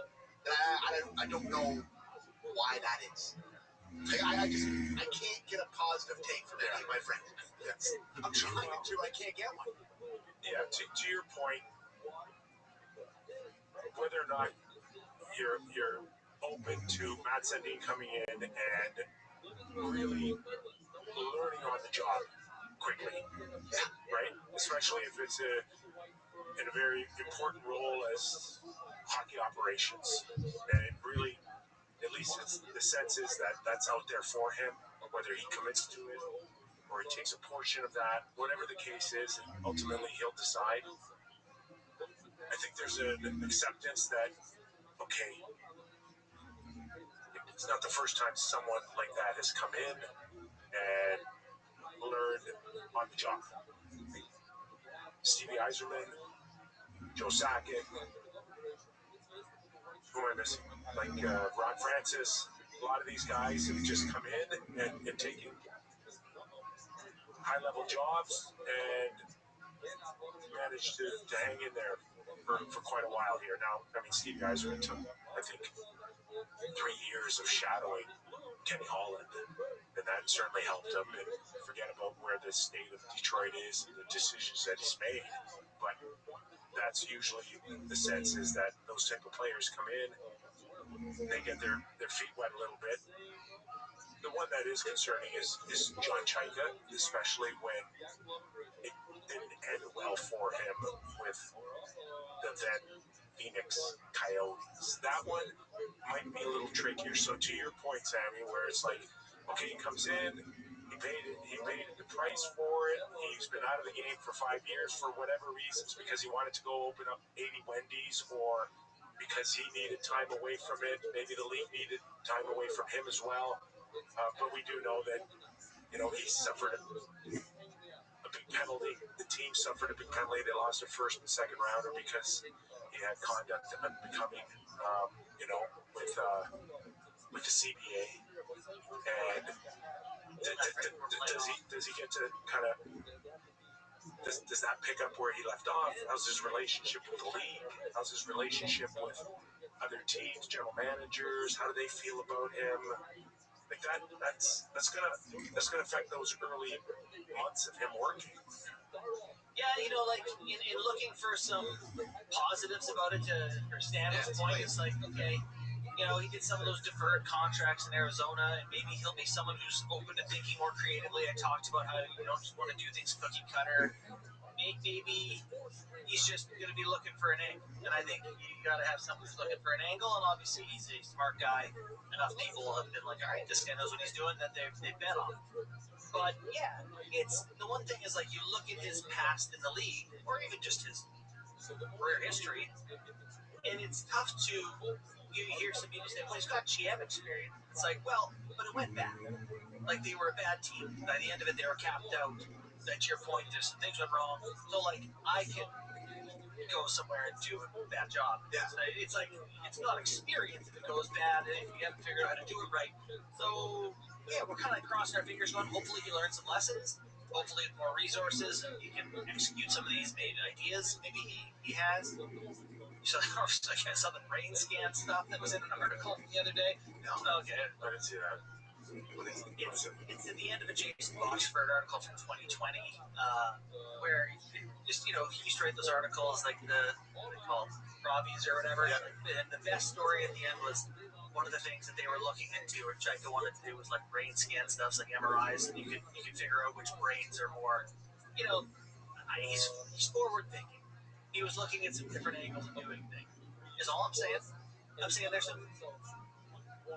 Read the article. Okay, I'll catch that one. So, what do you want me to say? If they x-rayed the three of ours, they see like a P. Smart. Smart. No.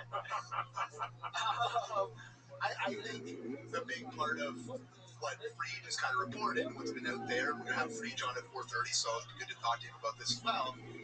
But, like, if Sundin says yes, then it's going to be a Sundin and Chaika pairing, okay? If, like, what's the if? Like, the fact that, like I said this yesterday, but it's drove home the point even more for me, boys. What's the pause? Like, I understand it's a big move and all that, but a massive role with the team that you're building, like, shouldn't that just be a snap yes decision? Doesn't that concern you? I'd rather delay to make the right decision than yes, I want to do it. To hurry and make the wrong one, right? To your point, yeah. I think that's it, Sammy. Like, if there's any indecision in his mind, he's being thoughtful. Okay. And also, one way or another, he's getting a crash course on the layers of this machine called MLSE. I wonder what he thinks of Chika. Like, is that at all relevant? Like, we talked about how we had to hire an order.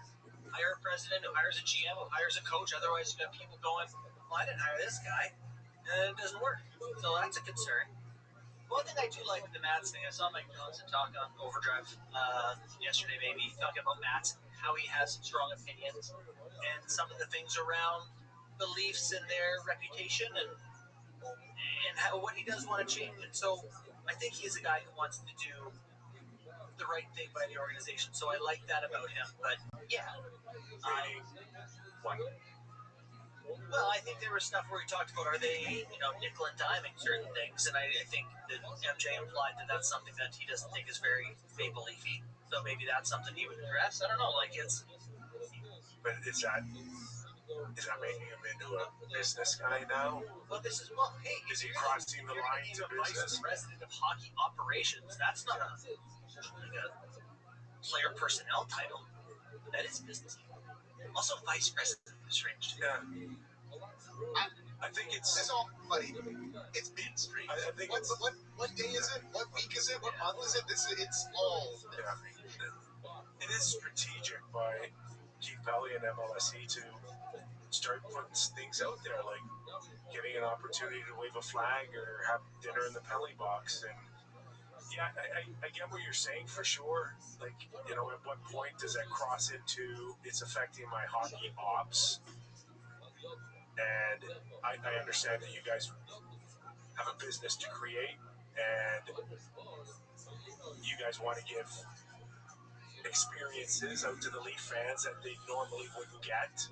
So yeah, you got to respect that as well. But part of the thing, it's interesting where that line is drawn, and how does it affect the hockey club? So I think it's tricky. I think it affects the hockey club in a meaningful way, but I think it affects the brand. I think it affects the hockey club in certain things, and I do know from a few players and a few agents of players that the social media thing is, at times it can be bothersome, right? To be a player here. To be a player here, and the demands on, we need you to talk about this, and this. You step on the ice, you got 5 questions to ask, and it gets a little tiresome for the players. What does this have to do with Matt Sundin and John Chaykin, though? Well, that's where, at times a general manager or a hockey ops guy can tell the social media to, like, you need to back off of my players a little bit. They're inundated right now, and it's getting... You mean like the ones where they walk out, they're like, what? Yes, I am talking about... Every single franchise in every single sport does it. No, but it's a lot. No, it's more here than it is typically in other organizations. There's a big demand for social media. That's what the money is for. You play for the Leafs. All right, but you know what, Sam? People care about it. Like, there's more people care, so we want more access. Like, it's about the fan. This is exactly part of the problem, where it's like, I don't really care about this stuff. You guys don't really care about this stuff. I'm not opening Instagram being like, oh, what do they think is about this? Or what?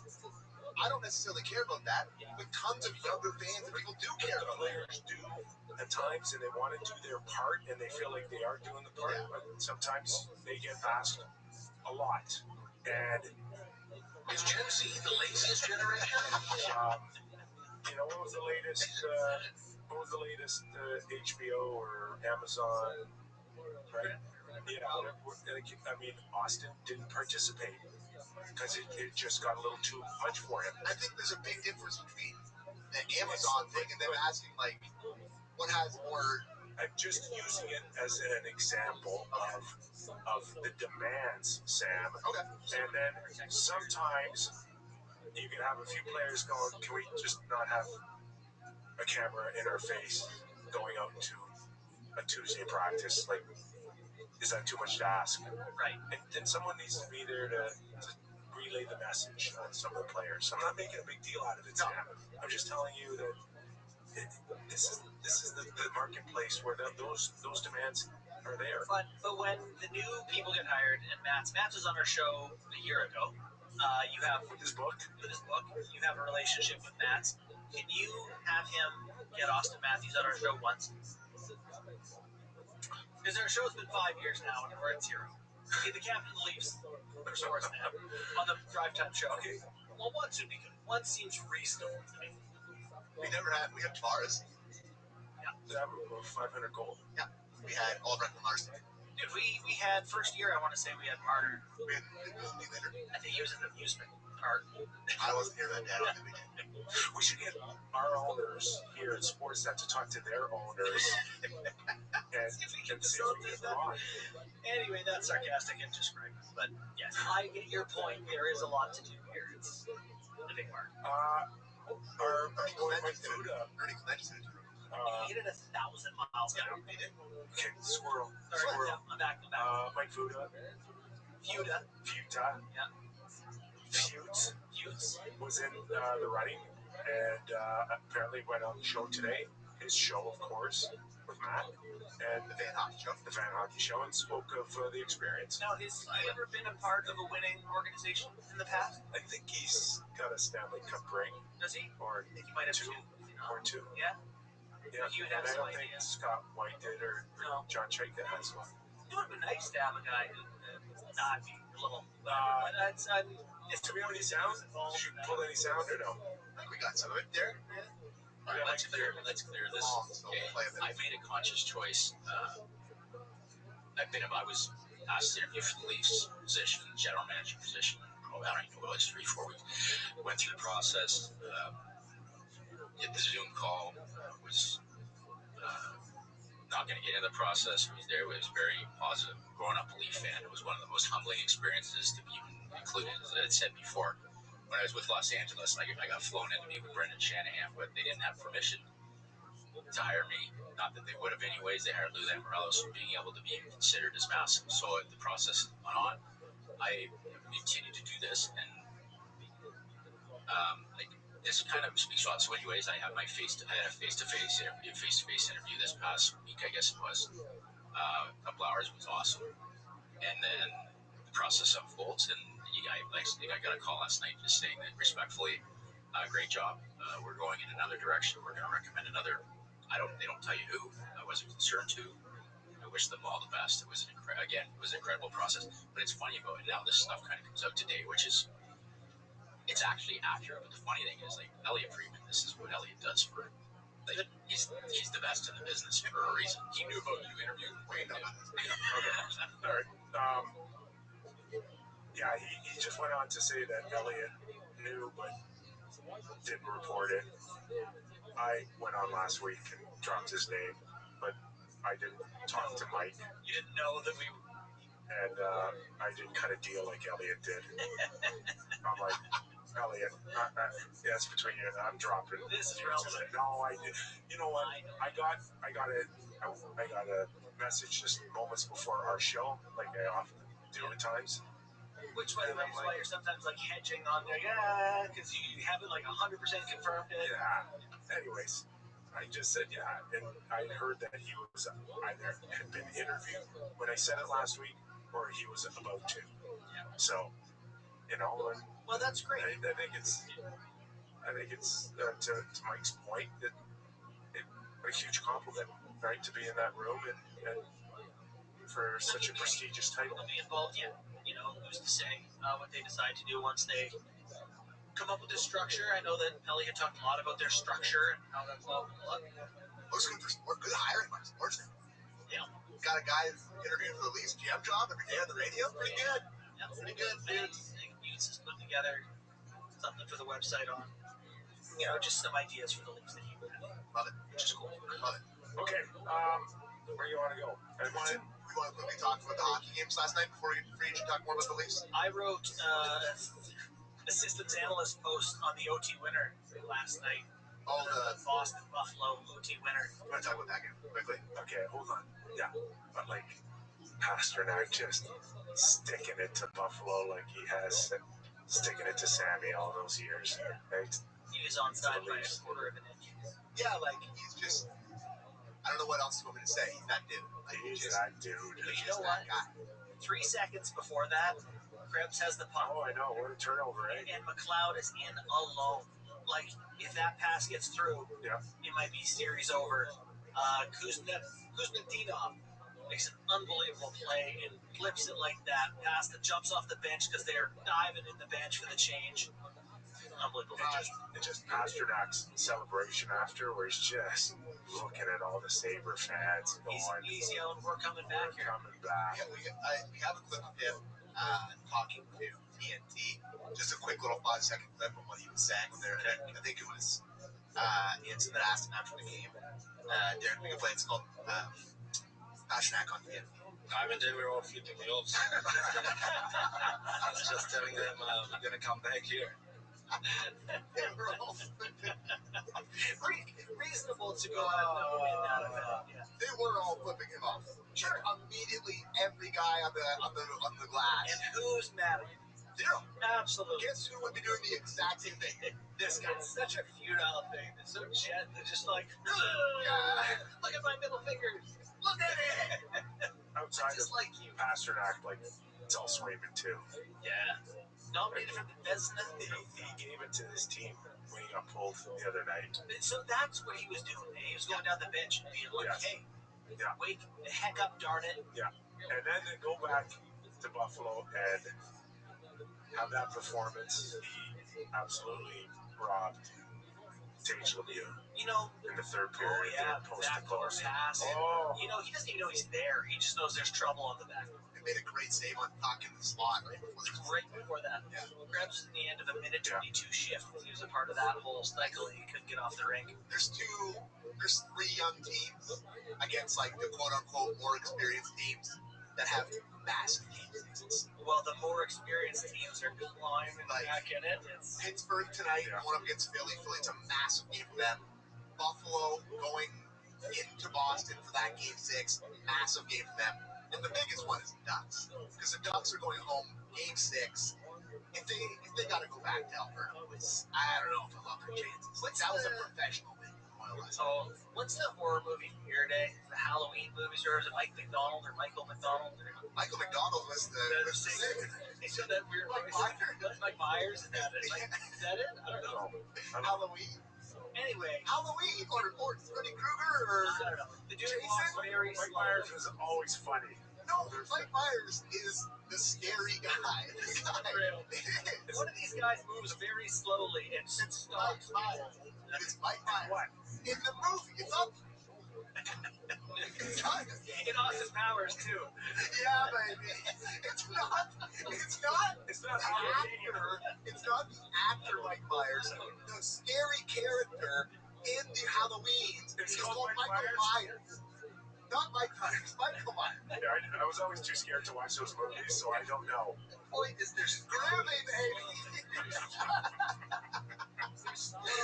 Oh, God, we're kids. We gotta get this guy here. Talk to. Yeah, we should call Freak a little bit. The dude. Yeah. Okay, I'm gonna. He's up 5-1. I'm gonna look up that movie. It's like one of the most famous horror movies of all time. I don't touch those. Same. No, same. I don't hate it. Like I went and saw the Grudge in high school, and it was like the scary like little kid one where they're like scary and I didn't sleep for 3 weeks. Yeah, dude, I was like 9. My dad had me watch Candyman, and I think that was the last horror movie I ever saw. I don't even heard of it. Oh my God, terrifying, terrifying movie. There's these involved. I don't know. All right, let's go. Elliot Friedman, you want your insider information? Stick around. You know, one of the best after the break.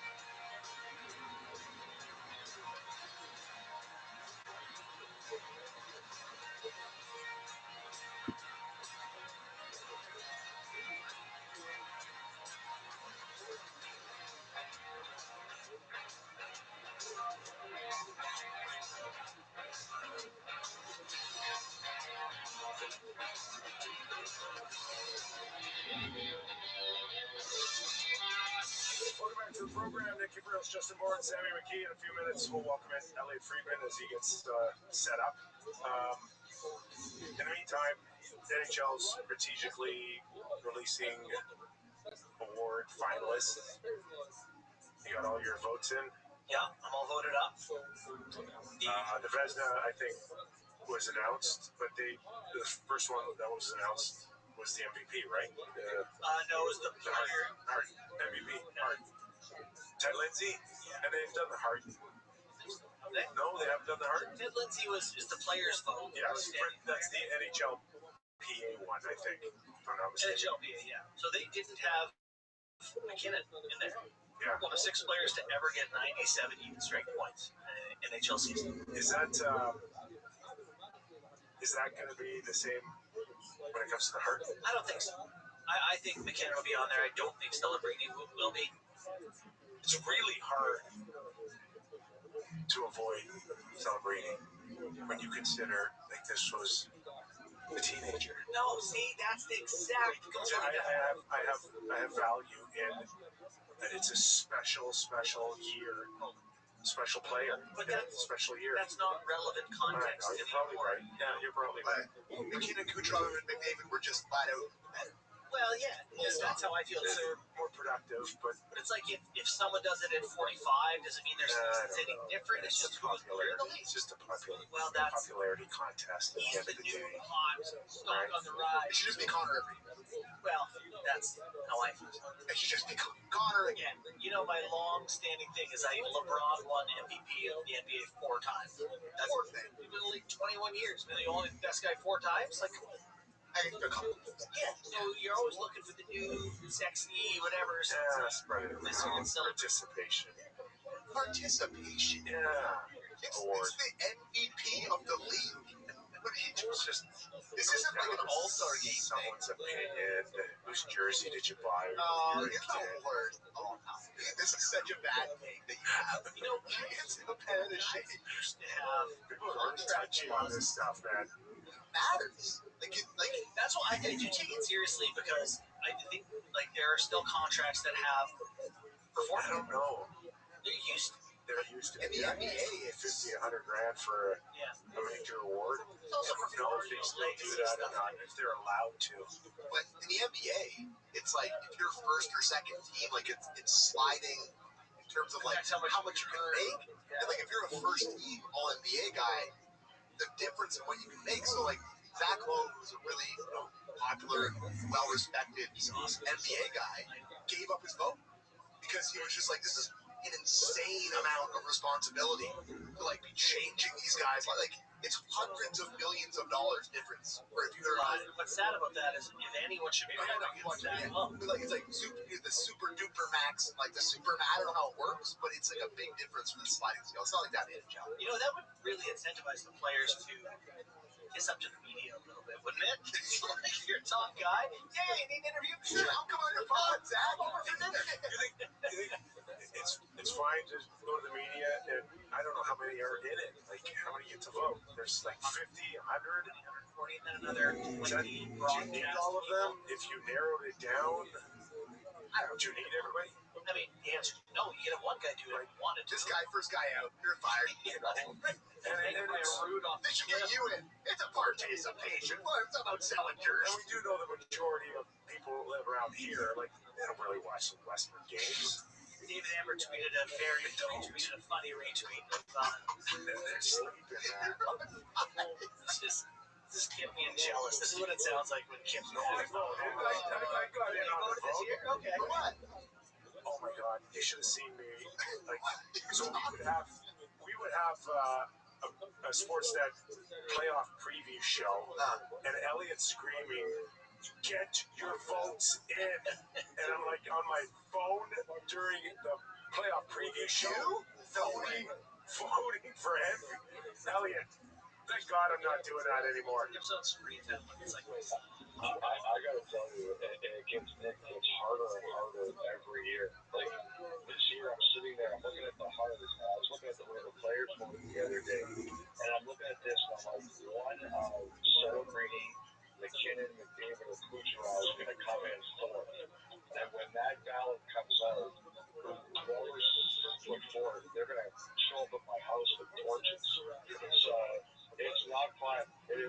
club. So you don't have McKinnon on your heart.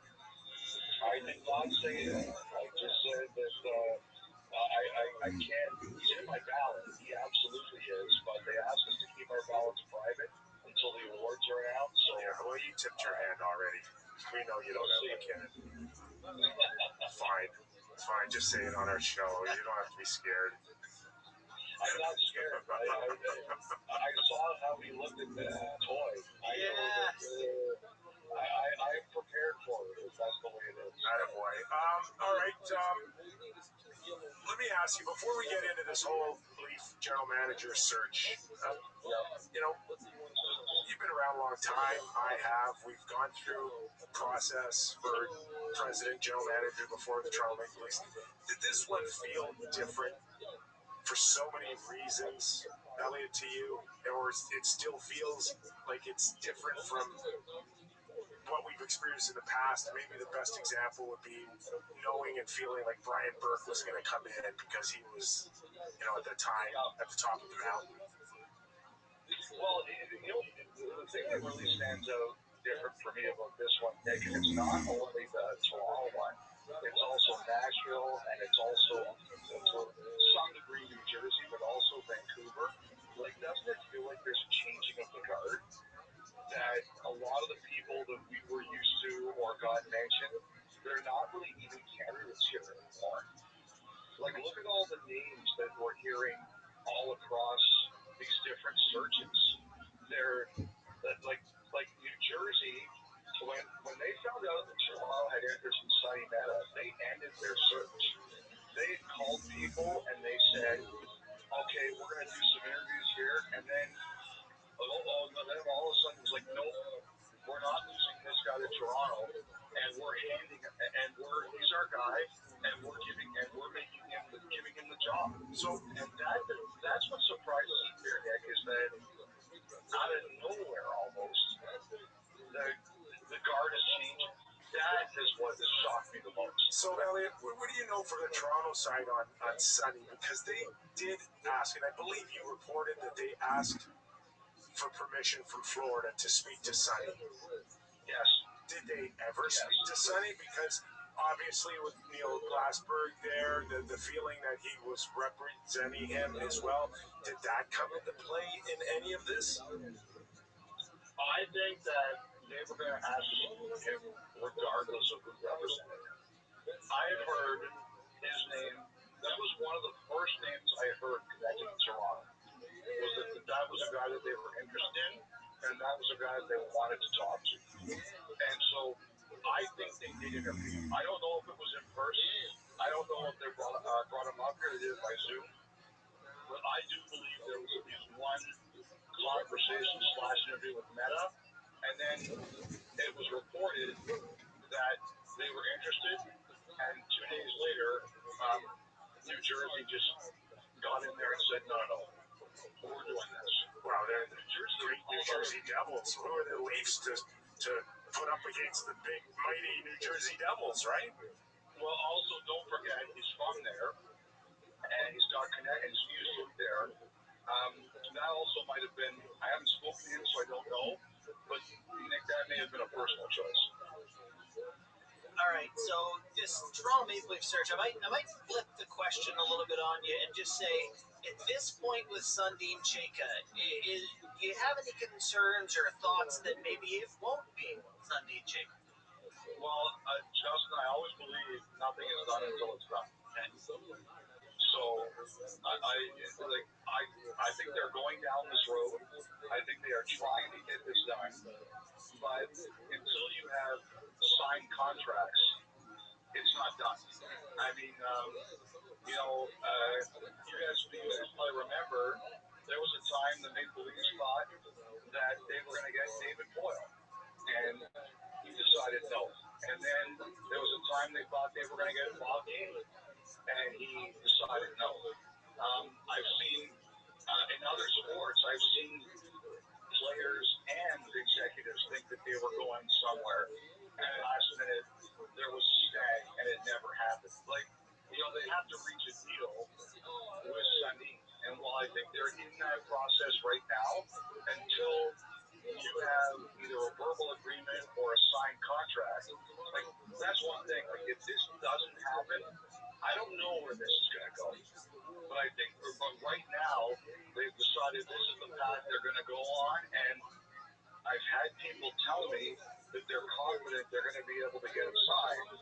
But I don't, but until it happens, Justin, it's not done. You're listening to Elliot Friedman, Hockey Night in Canada, 32 Thoughts, talking Toronto Maple Leafs, General Managing. Elliot, will it present as a bit of a 1-2 punch, a partnership? Is the sense that we are talking about hockey operations for Mats, and in theory, Jaika would report to Mats would report to Keith Pelly to the board, obviously, and ownership. Is that the feel we get? I have asked this question to anybody who will answer it, and there are a lot of people right now who will not answer it. Nick, I haven't gotten clarity on how the structure is going to work. Like, I mean, I can't imagine if Sunday agrees to this, that he's not doing it without some degree of control over the decision making, right? I mean, of anybody in this conversation, you know him the best. I'm a huge fan of Sundin's, but I would not profess to know him better than I played with him or the people who really know him. But I've got to think if he is going to relocate himself here to run the show, he's going to have a say. But nobody has told me that for sure. What I have been able to nail down a bit is, unless something has changed, I believe his title is going to be Vice President of Hockey Operations. Jake is going to be the GM. If that would seem to me, Nick, that Mats would have say over this entire over the situation and report directly to Keith. But I'd be lying to you if I told you I knew that for sure. I have like a lot of questions about this. The first is like, do those guys know each other? Like, is that, is there any sort of concern over that relationship to begin with? And then the next part of that, Reed, is just that there's a lot of changes to make. We were led to believe within the organization. Is good guy Matt Sundin going to come in and fire people? Well, I'll answer the first part of your question. I don't know what contact they have. Okay. So I can't answer that. The second part I would say is, it's not the nicest thing to, I mean, anybody who's ever run a business, Justin, knows that you can be a really nice guy, and which Sundin, I think, is, but you have to make hard decisions. Like, if you're not capable of making hard decisions, you aren't capable of being in that position. No, that's a weak one stuff. Well, to me, it's like, one of the things I kind of liked about Doug Armstrong in St. Louis this year was he was ready to clear the decks for Alex Lee. I like the idea of, if someone else is going to take over, maybe you do some heavy lifting for them, right? And I've got to think that Steen had a lot of votes in what Armstrong was going to do, but Armstrong was willing to do it. If it was me and I was in that chair, that is the way I would do it. I would say, okay, on my way out, if there's something I know my successor wants, I will do it. To this point, and I checked it again this morning, I had heard the plan was that whoever comes in will make the decisions on the people who are already there. Now, I think, obviously it's been a really hard time for some of the people who were there, and I think some of them have asked for clarity. But Justin, last I checked, early this morning, I've been told that the decisions on these individuals was going to be made by the incoming people. Okay. So you haven't reported yet that Craig Berube back next year yet, have you? No, but I will say this. I think that in talking to some of the people who were interviewed, I think it was left up to them. But like sometimes, Nick, in these meetings, you wonder, like, who gets like and heard, and are people spoken about poorly? I heard Berube was spoken about pretty well. Like nobody disrespected him, but again, I heard that it was the new person's decision. All right, do you have more on? Yeah, just Elliot, John Chaika, and we know how he left in 5 years ago with Phoenix, Arizona at the time. I think they were still called. Any chance, that still is lingering out there, whether it's his relationship with the league or other general managers, or it didn't end pretty for him there. No, it didn't. I have not spoken to him. Look, I cover all that stuff. I remember all that stuff really well. I have, I've sent him notes. I have not gotten responses. He's kept pretty quiet. I would like to speak to him. I think everybody deserves a chance to prove they've learned their lessons and that maybe they can be different the second time around. I'm pretty consistent on that belief. But I would like to talk to him first. I would like to hear, what he learned. If you're saying he's been cleared by the league, but I read everything, I listen to everything. There's obviously a lot of opinions out there. Nick, it goes back to what we kind of just talked about at the beginning of the interview here. I think the way in which this year has led to such a sea change in the candidates being looked at and the people who are getting some of these jobs or serious contenders for these jobs has blown the entire industry for a loop. And yes, there are certainly some very passionate feelings about him, but I want to talk to him first. And that's the way I would like to be treated, and that's the way I'm going to treat Henry and hear what he has to say. So what do you think it was that he brought in his interviews that pushed him past Ryan Martin, Scott White, Evan Gold, Mike Fuda, a lot of the other names that were involved? I can't say that for sure. But what I would say, Justin, you go back to Keith Kelly's media conference that started all of this about data-centric or whatever term that he used. I always seem to forget. But he would be that kind of a person. That is his approach. That's the kind of stuff that he looks at. And I think the other thing too is, if it's going to be Sundin at the top of the pyramid, you probably have to bring in somebody who says, okay, I've got the GM title. You don't really have the full talent necessarily. I don't think you're going to be picking fights internally in Toronto with Matt Sundin. I don't necessarily think that people would refuse to do it, but I would bet that some of those candidates would probably be like, you know what? I think I'd rather have a bit more say or a bit more control, or would like to have. I would be curious to know from some of these candidates, would they say, you know what? I may not have full decision-making power here. Does that appeal to me? Is that what I want? And that's kind of one of the questions I've been asking, is that, and this is, I guess, something that happens if we get to the press conference when we learn how this is all going to work. I wouldn't be surprised if Chaika was somebody who really has probably the best opportunity he's going to get here, if he gets it, to bring himself back in to say, you know what? If I'm coming in Matt Sundin's shadow, and I may not have full decision-making authority, but I'm going to help him run this show, I don't think that's a bad move for him if he wants to rehab or change his image. Any more sightings of Keith Kelly and Matt Sundin at Harbor 60, or no? That's so random. I really didn't want to tell that story, but I got called about it, and I was like, oh God, I better tell this. Yeah, you got to hide behind bigger plants. The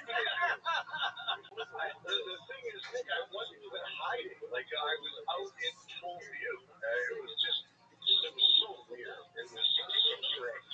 I know people who broke stories like that. I think that's the first time it's ever happened to me. Awesome stuff as always, pal. Really appreciate you coming on today. My pleasure, guys. Have a great day. Thanks, Freed. Appreciate it. Elliot Freeman, Hockey Night in Canada, 32 Thoughts. That was a great guest. Hold on. Is that? So on his podcast, he talked about how he was just out with his son. Him and his son were at Harbor 60 having a steak dinner, and they went to the washroom at the same time, and he fell in Bethany. Wow. Yeah. So that's how he knew that Match was in town, doing an interview pure in front end, no reporting, just ran it. Wow. The other part he didn't say is when he runs a little short on the bill, he does some dishes too. Yeah, cool. Random. What's the most random celebrity run-in you guys have had? Can you have one off the top of your head? Okay. Jeez, I didn't know if it was that. How about you? We saw Training 7 you sound just dad? Yeah, they booted him out of the section. Well, no, the boys behind us were not supposed to sit where they were. And the ushers came down and grabbed them because they were bending Trey's dad's ear. I'm not going to a baseball game. I went to Tracy Morgan's stand-up comedy show. Yeah, go ahead. And Tracy ended up back at our college dorm at like 3 in the morning. That's amazing. And it was weirder than you think. Wow. Good times. Yeah. Sammy's just taking pictures all game. Can you just watch the game, Sammy? Why don't you shut up? Okay? Everyone comes up to you. Everyone knows you. Kipper, remember me from here? Yeah. Remember me from here? Yeah. You remember me? I've never seen a guy get stopped more than this guy. This guy's Brad's getting in trouble. I don't really remember. No, but just pretend and remind me later. Anything from the Freeze interview regarding Matt's or try to get me what? Yeah, it's gonna be them. It's like that's what's happening. And I do think it's interesting that you may have not one guy with pure authority the way that and this is not any inside information. I do not know a thing, but Craig Berube coming back. How can you not feel like he's not coming back? Because I look at the stats. So Mats is going to come in. Yes. And in 5 minutes, he's going to. Yes. This is the problem. Fire. Has he not been paying attention or has he? We can't do this. We're not doing this again. Isn't he up from a coma? Yo, what's been happening in Toronto? What? No way. Brutal way to start this conversation. Yeah, 4:54. The bumper's playing these breaking news. All right. You do a bit of that. Chris Terrian. We go Flyers. Yeah, big one. Big one. Plenty more still on the bone. The Real Kipper and Born Show. Take a break. We'll get something to eat. I don't know, bathroom break. Then come back.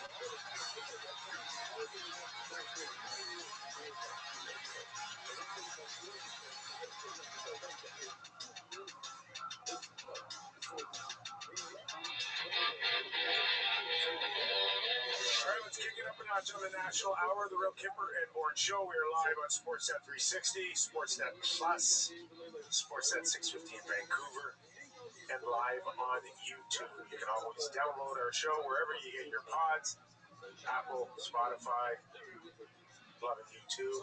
Big thumbs up. In a few minutes, we'll welcome in Chris Terrian, former Philadelphia Flyer, co-host of Snow the Goalie, Flyers podcast. Yes, of course. As all our guests are Sammy. All of them. So many friends. Nick Kiprios, Justin Bourne, Sammy McKee. This hour of Real Kipper and Bourne brought to you by Bet365. So, the Flyers completely in control. We'll get into this with Chris soon, but, what do you think? Game 7? This thing has Game 7 written all over it, or? One of those things where, these Game 6s feel like Game 7. You lose at home in Philly, and then you go into Pittsburgh. It's a tall task. Let me ask you this. Let me ask it to you this way. There's 3 games. Montreal, Tampa Bay, Philadelphia, Pittsburgh, and Mammoth, Vegas later on. Which team has the most stakes? Which is the biggest game for them? What team? It's funny because, Utah, if they lose, I think they're cooked. Yeah. But the stakes are low because they're Utah. Right. And it's the first year in. Yeah. Vegas has the most at stake. Yeah. Right. So you lose and you back. Oh, are you kidding me? No, Vegas, you're right. Oh, this team, when you make significant trades year after year, it's just to win the Stanley Cup. Fire your coach. Not to sneak into the second round. Fire the coach as well. Yeah, 8 games to go. Montreal-Tampa is probably the best played series. Both teams tight defensively, not a lot of room, very similar. Stats are even all the way through. That one just can go either way. It's a great.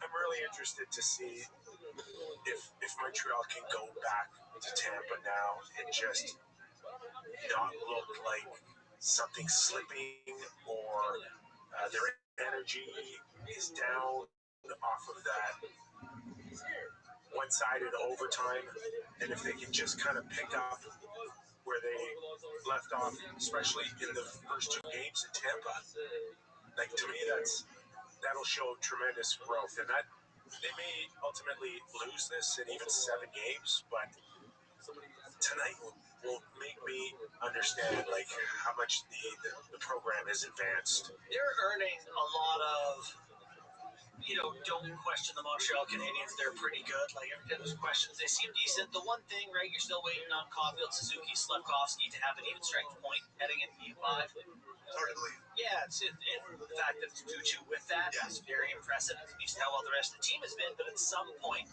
they're going to have to do the work, and yeah, should be an electric one there tonight. You watch Caulfield score 50-plus goals, and Suzuki had 100 points, and then you watch him kind of struggle, production-wise, of course, especially 5-on-5, like you said. Is it starting to feel, and we went through this through the whole Toronto Maple Leaf era, where it's like, everybody's screaming, no shows. But as you kind of see other guys make that transition from regular season to playoffs, does it speak a little bit more of how the game changes, swings, and how much tighter it is, and how much harder it is for stars to go from regular season to playoffs? And I don't know how it is in the NBA. I don't follow it enough, but Best players, though, except for your James Harden. They're usually the best players. It doesn't tighten up for their stars like it does our stars. So much in the NBA, they get the ball. Like you can get the ball in the hands of your best guy. In the NHL, you make sure guys aren't even touching. Like you're hitting Big David behind the plays, lowering him down, and making sure he just doesn't get a touch. Okay, as promised, Chris Terry now joins us, Philadelphia Flyer alumnus, co-host of Snow the Goalie Flyer podcast. Chris, how are you, my friend? Doing good, guys. Hope everything's well up north. Oh, yeah. Are you kidding me? Peachy, buddy. Peachy. How peachy is it down there with a couple of losses after a terrific start out of the gate in this series for Philadelphia Flyer fans? Yeah, well, I can tell you there's an awful lot of confidence in the air about them getting a home win tonight to close out this series. And, it hasn't been easy. It's a young group. There's a lot of young players on the team. They're getting their first experience, some of them with playoff hockey. And I don't think hockey's made to be as easy as the first 3 games of this series went for them. And now they're up against it a little bit. It'll be up to Pittsburgh to come in here and try to find a way to win a big road game. But I really feel like it's all about the Flyers tonight, guys. It's going to be an electric building. It's going to be wild in there tonight, and I really think they're going to try to use that energy to get one over on the Pens and certainly have a good start, which is something the Flyers have not done a lot of in this series thus far. So one of the big stories in Game 5 was that Matvei Michkov was a healthy scratch. Sounds like he is going to be back in tonight. Oh, go ahead. Not to cut you off, but Chris, can you just give us a background on the situation with Michkov, especially with this thought that, missed the bus, late for the bus? Like, what is the background before we ask you if he's playing tonight? I don't know anything about any team infractions, guys. I have not heard that. I saw whispers of it the other day on X or Twitter, but that's not been confirmed. I mean, from what I've heard and what I know, he wasn't playing with pace. He wasn't playing with speed.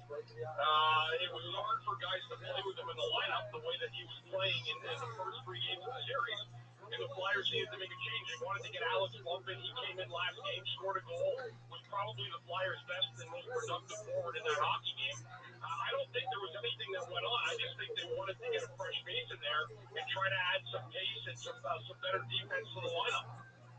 Yeah, it's a fascinating sort of subplot of the story.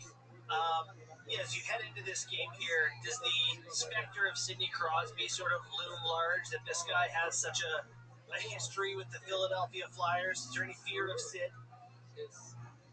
You always have to be aware of Sidney Crosby. He's one of the all-time great players in the history of our game, and he's proven it many, many times over. But yeah, I mean, obviously, if there's going to be a catalyst in Pittsburgh tonight, if they're going to come in here and do something special special on the road, it's probably going to come off the stick of Sidney Crosby. That's just kind of how the Penguins are built. That's the kind of player he is. So I think the Flyers are going to have to be aware of him. They're going to have to do a really good job defensively on him, and more importantly, stay out of the penalty box. That's where Pittsburgh gets a lot of their energy from their power play. They clipped at 24% on the season, and that seems to have given them a little bit of life in the series when they were down was their power play. So I think combining those two things, being able to check him and also keep him off the power play are going to be two keys to this hockey game tonight for the Flyers. And just the last couple of games, just not getting to the middle of the ice for the Flyers here. What has struggled the most in your eyes these past few games? Missed opportunities, Skipper. The Flyers have had plenty of odd man rushes. They've had chances in tight. They've missed the net. They've missed opportunities on breakaways, on 2-on-1s. And to be honest with you, that's been the difference for me in the last two games in this series. Even the third one where they won, the third game the Flyers won in the series, game 3, they still were missing opportunities to finish. And I think they have to be a little bit better with that. That's really put them behind the 8-ball, I think, in these games. So the chances have been there. They just need to finish them, and they have not done a good job of that, especially the last two games. Yeah, it's been one thing that when we talk about the Flyers here, a lot of it seems to center around like Rick Tocchet and the changes he's made, the culture and everything there. And Campbell, this is still his first year. It feels like he's been there for 5 years. Tell us about the roller coaster year from start to now for Toc. Yeah, I mean, it was a growth year, I think. You know, where he came in, and there was some people here at the beginning of the year that they were trying to sort out. He came in with 2 new goaltenders, you know, in terms of his eyes, you know, where Vladar and Emerson were both, you know, splitting games early in the year, trying to figure that out, trying to figure out the puzzle that is Matvei Michkov, trying to get him to be a more responsible player all around. Working in some of the guys that have been here before, building confidence with some of the veterans, and then incorporating a lot of those young guys that came up later in the season. Markey, keeping Andre, Emil Andre on defense, moving him forward. There's been a lot of things, and then the team, hitting a wall in January into February up to the Olympic break. They were 9 points out of the standings, and then they had to have an absolute run for the ages to make the playoffs and get back in this thing, and they did that. So I think it's been a wave of emotions, a wave of up and downs this year, but I think Toc has been a huge part of what this team has done this year with his coaching and keeping the team together, keeping them unified together and believing in what their abilities are. So, it's a great taste of first-time playoff experience for a lot of guys, and they're presented with a great opportunity to win a first-round playoff series and move on. And what about the phenom there, Porter, and what he's been able to do, come in and really be so impactful so quickly here? What is it the most? You know what, Kip, I've seen some of the, fair share of young kids come in, teenagers. He's really seasoned, but he really gets it. He goes to the front of the net. He can be disruptive, when he's on his shifts. He gets under guys' skin a little bit. But his shot, his wherewithal on the ice, and his ability and knack to get to the front of the net has been uncanny. I mean, he's really, really been good. He needs to get back to that tonight. It hasn't been the best 2 games for him in games 4 and 5, and I expect to see him play at his best tonight in game 6 for sure. But he's been a revelation for this team and for the fan base of this town. They're itching to have someone like come in that comes in at a young age and really shows a flair for the dramatic, and he's done that. He's been an exceptional hockey player for this team. As the games get bigger, any concerns over Dan Vladar, who hasn't really been in the big spots before, but has been a wonderful goalie this year? Yeah, he's got a really calming presence about him. He doesn't seem to get too high and too low with the way he performs on the ice. He always talks about his breathing during games, letting things go when they don't go his way in the course of a hockey game. If a bad goal goes in, he bounces back. But this is the most games he's played in the season ever, guys. At a high level, and I think he's been great. I think he's a couple fluke goals in each of the last 2 games. Probably didn't help his case when the Penguins scored the one where he turned it over in game 4, then the goal last game that went off the stanchion behind the net and fell in behind him. But he's a guy who's been a leader on this team. He's a vocal guy in the locker room, and the players have really loved playing in front of him. And just for everybody, the growth of Trevor Zegras, there was a level of frustration out of Pat Verbeek in Anaheim for a few years, and just how important is he tonight being counted on as one of the faces here. Yeah, I mean, you need that big playmaker, right? That's the guy that can dish the puck. That's the guy that can score a big power play goal. So, I mean, it's important that's one thing tonight, guys, I'll say. There's some guys that have to step up. Travis Konecny's another guy, but I think when you talk about those veteran guys, this is their game tonight. This is the kind of game where your veterans, guys that have made an impact through the course of the year and early in the series, need to really rear their head tonight and show themselves because they're not going to get it done without some really good veteran presence. I include Christian Dvorak in that group, Owen Tippett, guys that have shined through the year need to find a way to shine tonight in Game 6. Last one for me, Bundy, and that's just if we were to go back to the Philadelphia Flyers fans in September and say, would you take a Game 7 loss in the first round to Pittsburgh? I think they'd be okay with it, but how would they be blowing a 3-game lead and losing in the first round? Yeah, big difference, Cooper, in that question, right? Like, you can lose in a 7-game series if it goes 2-2, 1-1-1, and it's going back and forth. But nobody, and I mean nobody, wants to lose a series you had full command of at 0-3, and that's why tonight, for me, this game is monumental for this franchise, for this group of players. It's an opportunity for them to put an exclamation point on the series, playing in front of an incredibly loud, energized building. They'll have themselves an opportunity tonight. But if you ask me with the fans, if you said go back, if they would not be happy with having a 3-0 lead and losing in 7, nobody would. If they lost in a traditional manner in Game 7, I think they'd be proud of this hockey team for the most part, hoping for big things down the road. But in no way, shape, or form will anybody be satisfied if the Flyers lose this way in 7 games. I enjoy the big one tonight, buddy. Really appreciate your time for stopping by. Thanks, guys. Good to talk to you. Keep in touch. I'll be on again soon. Thanks, man. Appreciate it. Chris Terrian, former Flyer, co-host of Snow the Goalie. So, 4 teams to come back from 0-3. The Flyers were in one recently, weren't they? Flyers did it. Yeah. Boston Bruins. What year? 2010. 2010. Okay. Florida just did it Not recently. No, if you remember in that game, in Game 7, they were down 0-3 in the series, and they were down 3-0 in Game 7. Yeah. Yeah. The most recent one to do it is the LA Kings against the 2014. 2014. The Islanders, 75 Islanders, and the 1942 Toronto Maple Leafs won 4 straight with the Stanley Cup. Wow. Yeah. So Florida over Boston must have been 3-1. Yeah, it was in the first round. The year they ended up playing Toronto in the second round, they were down 3-1, and they came all the way back. I can't help but think about the Oilers when they were down 3-0 to the Florida Panthers. They come all the way back. Right. They lose Game 7. I'm sure. Now, yeah, they still could win. So you get Game 7. You still got to get it across the line when you bring it all the way back. Yeah.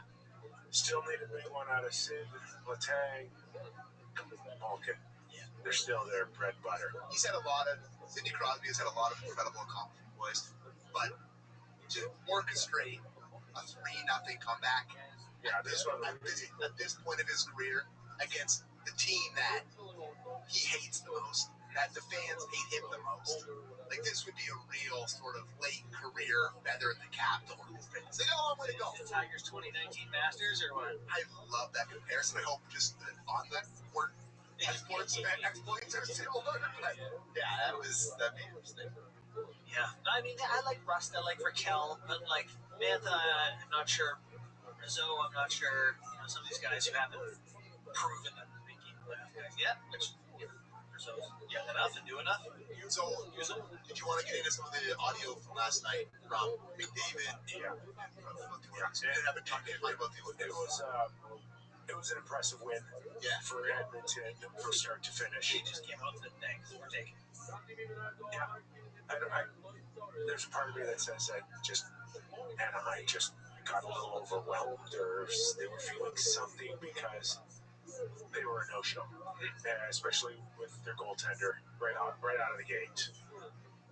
Just need to remind you guys that yesterday on the show I said McDavid only going to get 2 points. Yeah. You did say that. Yeah. And it was noted, I think, in social media. Was it? Oh, yeah. Yeah, one guy tweeted. Or one user. Really? Yeah, there's one dude who tweeted us, and So, the guy that everybody's like, we've talked about him on the show, but everybody's praising him, including McDavid, including the coaches, is Pop Colson. I know we're on in Vancouver on the radio, so sorry to you guys, but they're all praising him. I actually saw people mad at talking retroactively about Bud Colson. Oh, because they got rid of a bunch of Russians when he was there, and talked like the Russian guys. They got rid of Pods. Their old Pods ends up being unbelievable. Now, is there any parallels? I just talking Russian. Is there any parallels that you would care to draw? To be honest, that was not my intent at all. But yes, Bud Colson has been more than found money. He's been a found lottery ticket for Edmonton. Yeah, that was a hell of a shot, too. Let's play Novlot clip 3 from last night on Bud Colson. Novlot clip 3. Cruz, every line he goes to, whether it's the first, second, third, or fourth line, he has always improved it. And a lot of it is just being able to play simple. Like he's a good player. He has good skills. You saw it on his goal. He catches a knuckler pass, catches it, releases it right away, and puts it in a really small area. Obviously, you see the physicality. He's responsible defensively. He brings everything. I think there's a lot of guys that fight to play with Puck Colson because of everything he brings. And tonight he was good tonight also. I mean, can the coach be more complimentary of a player? I know that's love that dude. What is it? What's his name? Is he up for a new deal? That's always a fun game. I did that with Kapanen the other day. This guy's a player. Ooh, UFA. No, I don't know. No, he's locked in. They should hope so. He has. What's he make? He's not locked. Oh, yeah, he's totally locked in. What's he make? He makes $1 million, but next year he'll make $3 million in the next 3 years. Oh, what a deal. 2.95, actually. Open market. How old is he? 25? 24. Yeah, he's a $5 million guy. He's coming into 6'1", 190, 720 right whole now. season, almost 40 points, playing over 59. And that's Draisaitl. I know we don't have the Draisaitl clip, but he was like, Give him a McDavid clip. Draisaitl was like, he does everything right. He makes it easy for me. There's more offense to come. He's gonna unlock that yet. It's just like, whoa. Let's play McDavid clip on the best player on the Oilers, apparently. Bud Colson. McDavid Puck's his favorite. One of our best players all playoffs long. Plays really, really hard. It's a big hole. There you go. Yeah. One of our best players. Yeah, absolutely fair. it's still, and the setup on Puck Colson's goal. Bouchard, his patience with the puck is unbelievable. I know sometimes it can mean turning the puck over on occasion. There was a good interview with Luke on a Hockey Night with Paul Coffey and Bush.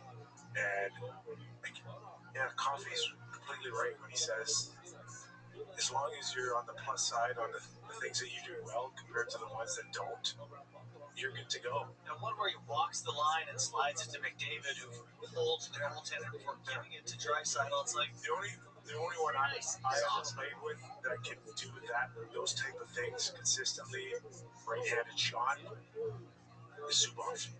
Really? Yes, Sergei Zubov. Yeah. I think one of the most Now, can he do it with a dart in his left hand? Yes, many times. Okay. Many times. Impressive. God, it's very easy. And he's the only one where their pulse doesn't race when it's on and it the can be blue line. problem at times. Like people said that about Caberlet, right? For years. Yeah, it was but like Caberlet was not into Bouchard and Zubov territory.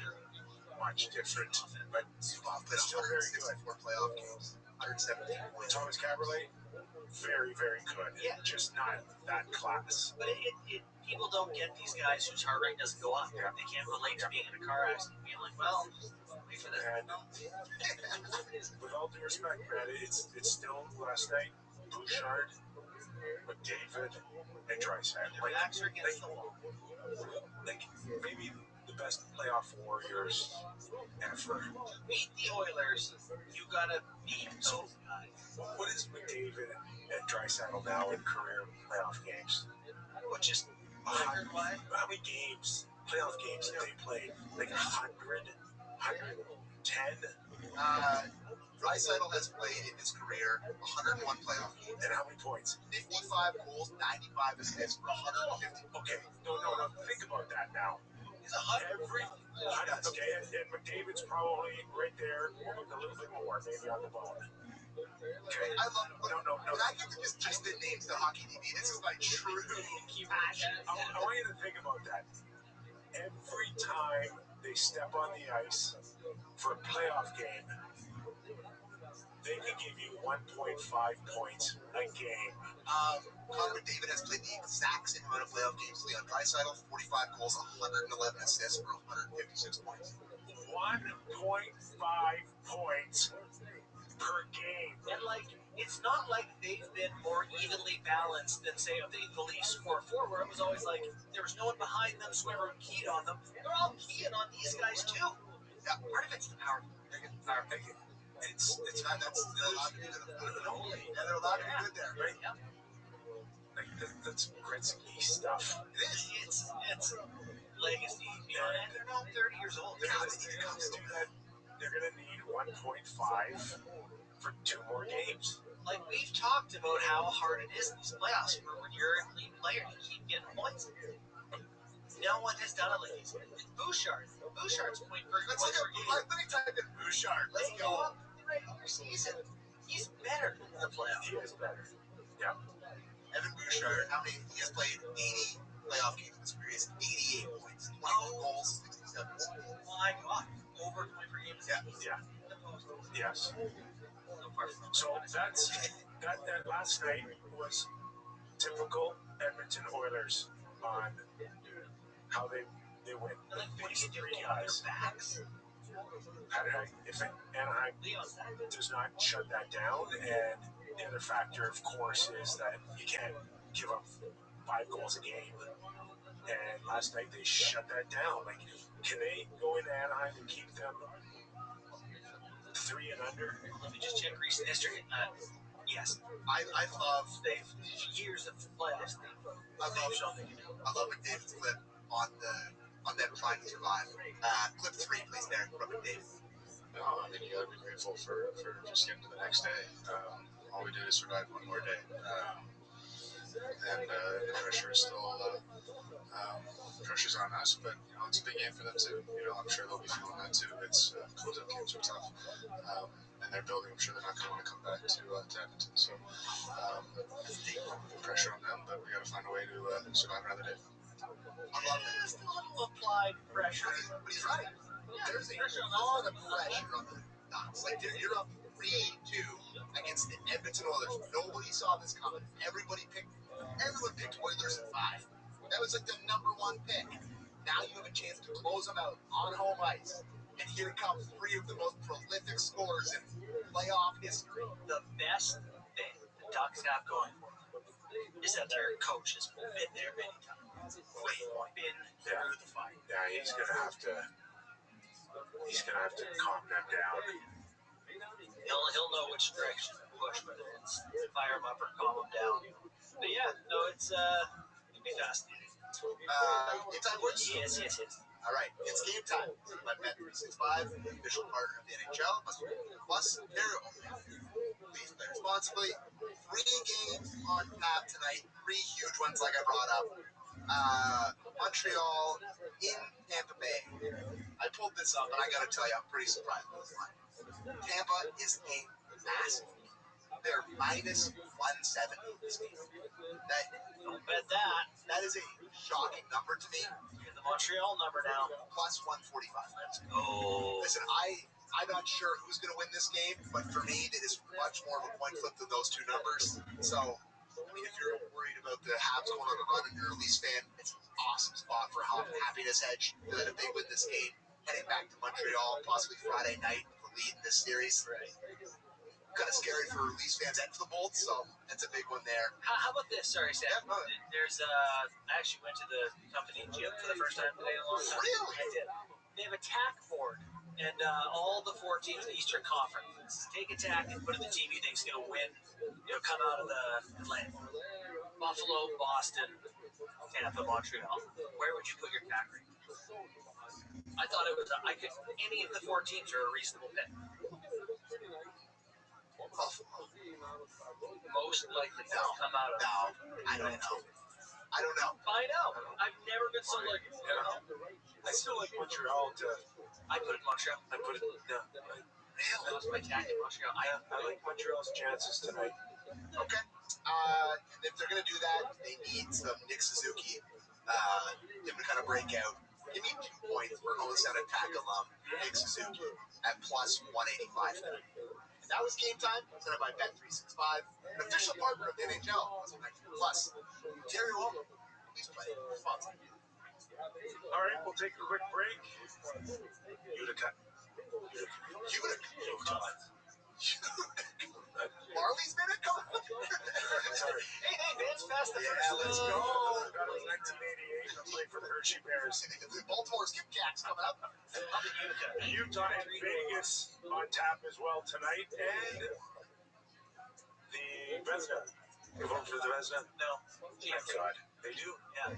Only Valley. It's a Valley. It's just called Valley. We'll mention the 3 finalists for that, plus more, when we return to Real Kipper and more. Hi there, it's Justin.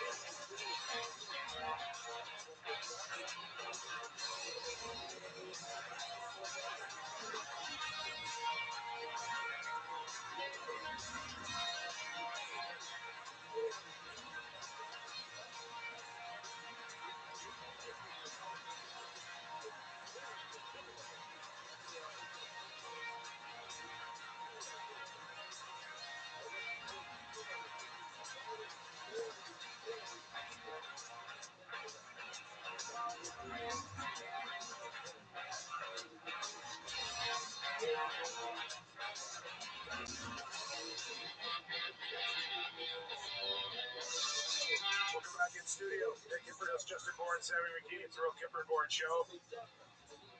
Sammy, your Jays are just the bats. I've awoke. Yeah, this will be 3 straight series wins now. They're heading into mini, I believe, this weekend. It's kind of scuffling. I think they've 2-8 or less. And so, be a great chance for them to kind of get back on track. Back. Things are coming back. George Springer, RBI, base knock coming off the bench. Yeah. My boy Brendan Bell is wet. My boy, he's a backup. Just call him here. Not like I talk on the radio segments. Time now for the Acura Performance matchup for 2026 Acura MDX Precise Premium. Mammoth versus Golden Knights, Game 5 tonight. Couple things. Jack Eichel, who has 49 points, 44 playoff games, so he can become the 4th fastest American player in Stanley Cup playoff history to hit 50 career points. The 5 players who hit the mark in your games are Kipper, your former teammate that you say is one of the best players ever, Brad Leach. Kevin Stevens, I feel like has a very underrated career. Yes, agreed. Brett Hall, Patrick Kane, and Craig Janney. There's a 4th. There you go. Golden Knights won a 4-2 record in Game 5 with a best-of-7 series. It's tied 2-2. So they haven't had a ton of these, but I mean, they've just been in the playoffs so much to start. So Eichel just seems like that dude. I don't know what to make of Vegas. They sometimes are like, yeah, that team can win, and then there's other times when their stats are good, right? They don't shoot out chance. They do all this, and they find themselves down 3-1. Yeah, I mean, they're a bit of an enigma. They definitely have lots of talent, and I guess Torts is trying to put that together for them right now. Utah's like the opposite of Vegas. Right? They're no real superstars, kind of a core group of guys who are scrappy. Vegas seems like the guys who pressure the talent, the money. You know who's disappointed is that Hurdle. I thought he was he should be a playoff type of. They don't even use him. He's played 14 minutes a game. I think 12 the other night. Yeah. It's like, what is wrong with this picture here? That this guy is big and strong. He can skate. He can look like he deserves to make $8-9 million a year, and can't find him 13 minutes. The biggest difference between this Vegas team and years past is just the decor. You know, one guy. It's Pietrangelo. For sure. But it's just, in addition to Marner and Anderson. Yeah, but it's offset that. It's on. Yeah. No, it just hasn't done it. Great big now. I don't know. It's just not the same as it used to be. For Leafs fans, Marner's still trying to find his point of even strength. But he's playing a ton. They almost 22 minutes a night. Center. Never was able to do it here. Never was allowed. Never given a chance? No. Willie or him never allowed to play center.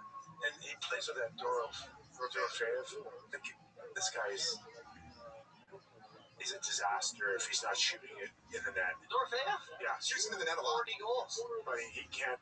He's a turnover machine, and I watch him enough. He looks like a liability to me sometimes out there. Yeah, but he can shoot it in the net. Sure can do that. That's it. But they got some issues. That was the Acura Performance matchup, the 2026 Acura MDX Precise So Brady Kachuk spoke. Oh, we've now entered the news and notes, sponsored by Brady Kachuk. Funny, our show is like a guaranteed 20 on what the Leafs are doing to their GM, followed by a guaranteed 10 So on. he left. He got a flight really early. He didn't stick around for locker room cleanup or whatever you want to call it. With good reason. Wife had a baby. Congratulations to the family. So he felt compelled to still talk to them. They hunted him down. Like he sat up there for 7 minutes at the podium. 27 minutes. That's a podcast. Should have made it an episode. Wingman. Next. You know what it's called? Wednesday Wingman or whatever. That's a long time. That's in a really long time. And they just peppered him.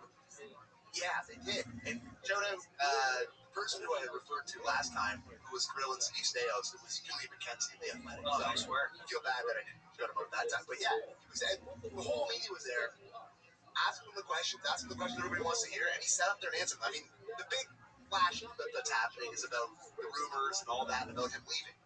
If we want to play that, Derek, it's clip one that we can kind of react on.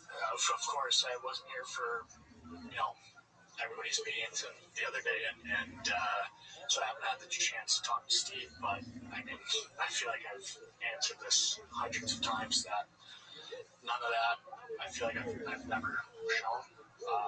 I've never said none of those things ever came out of my mouth, and quite honestly, it's just getting frustrating. It's becoming a distraction, and I have been fully committed to this team, to the city, and it's just becoming a distraction, frustrating to deal with. You have been or you are? It's the first thing I heard too. We're so cynical. That's what I heard too, boys. God. All right, it's the first time I've heard those things. Yeah. Well, you're looking for a guy to just go, I want to be in the and I know he mostly did. So I think Senators fans, from what I understand, are very happy with the way he went out there, right? Listen, I have to say, there's a really comparable situation here in Toronto, where Austin Matthews went out at the end of his locker, whatever it was, locker room, out here. And I'll tell you what it was. It wasn't 27 minutes. And it wasn't 27 minutes of, I want to be in Toronto. It was, who knows, what was it? I can't predict the future. No, but you can help dictate it. I would never, these are words that I never thought I was going to say, but I respect the way Brady Kachuk did it. Like, for him to go up there and eat it for 27 minutes is crazy. That's crazy. I think we're in this world where we want one-stop shopping, man. We want to go in, we want to fill the tank with gas, we want to do grocery shopping, we want a hamburger. And it's like, we want it now. And these guys with 2 years on their deal don't have to give you one-stop shopping. They don't. And they don't owe it to anybody. And they don't owe telling you, I really, really want to be here, or otherwise. No, they just don't owe anything to anybody. No, they don't. But we can observe, like, if you ask me, how happy are you with your wife? Are you just, yes. I'm staying married. I love her. She's awesome. Yeah. I'm not going to predict the future. We'll see, Yeah, she's a nag. She's telling me that I'm a mess. She's telling me they don't take the garbage out.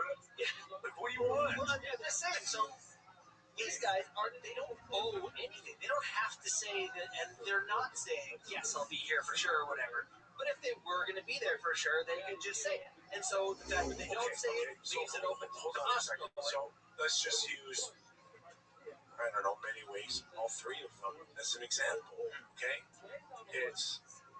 Let's go to Austin, okay? I'm looking around. I don't know who my GM is. I don't know. We missed the playoffs. We have no first-round picks after this year, potentially for 2 more years.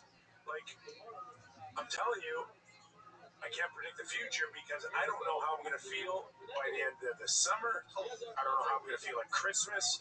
I don't know how I'm going to feel at trade deadline day. Right, but that opens us up to go, well, he's not staying, not definitely staying, which is all people are saying. You're fine to give your opinion or speculate, but whoever says it without any facts, any credibility, any, like, you know, and I know Biz went off on it. And on this today? No, the other day on Brady not going back. There's no effing chance he's going back. Like, if I'm Brady, I may give Biz a call and just say, hey, Biz, you know, you're causing me a lot of headaches right now, and if it's not true, then deal with it. But, like, or Biz could be on something and he doesn't want to deal with it or is not ready to admit anything. But there's ways of cleaning this up too behind the scenes a little bit. Yeah, I don't know. He signed an 8-year contract there. Yeah, and he's got 2 more years. He's got 2 more years on. He's giving him and Austin just signed, or he has 2 more years, and Connor just signed for 2 more years. That gives you lots of time to still make a decision down the road. I don't think Brady just had a kid in Ottawa, right? Like, these are factors. I'm not sure. What's that? No, Brady Kachuk just had a kid. In Jersey. No, with the kid in Jersey, not Ottawa. I didn't know that. Sorry. But anyway, they had a kid. They're not likely to be like, hey, let's move to Texas. What's the kid's name? Sonny?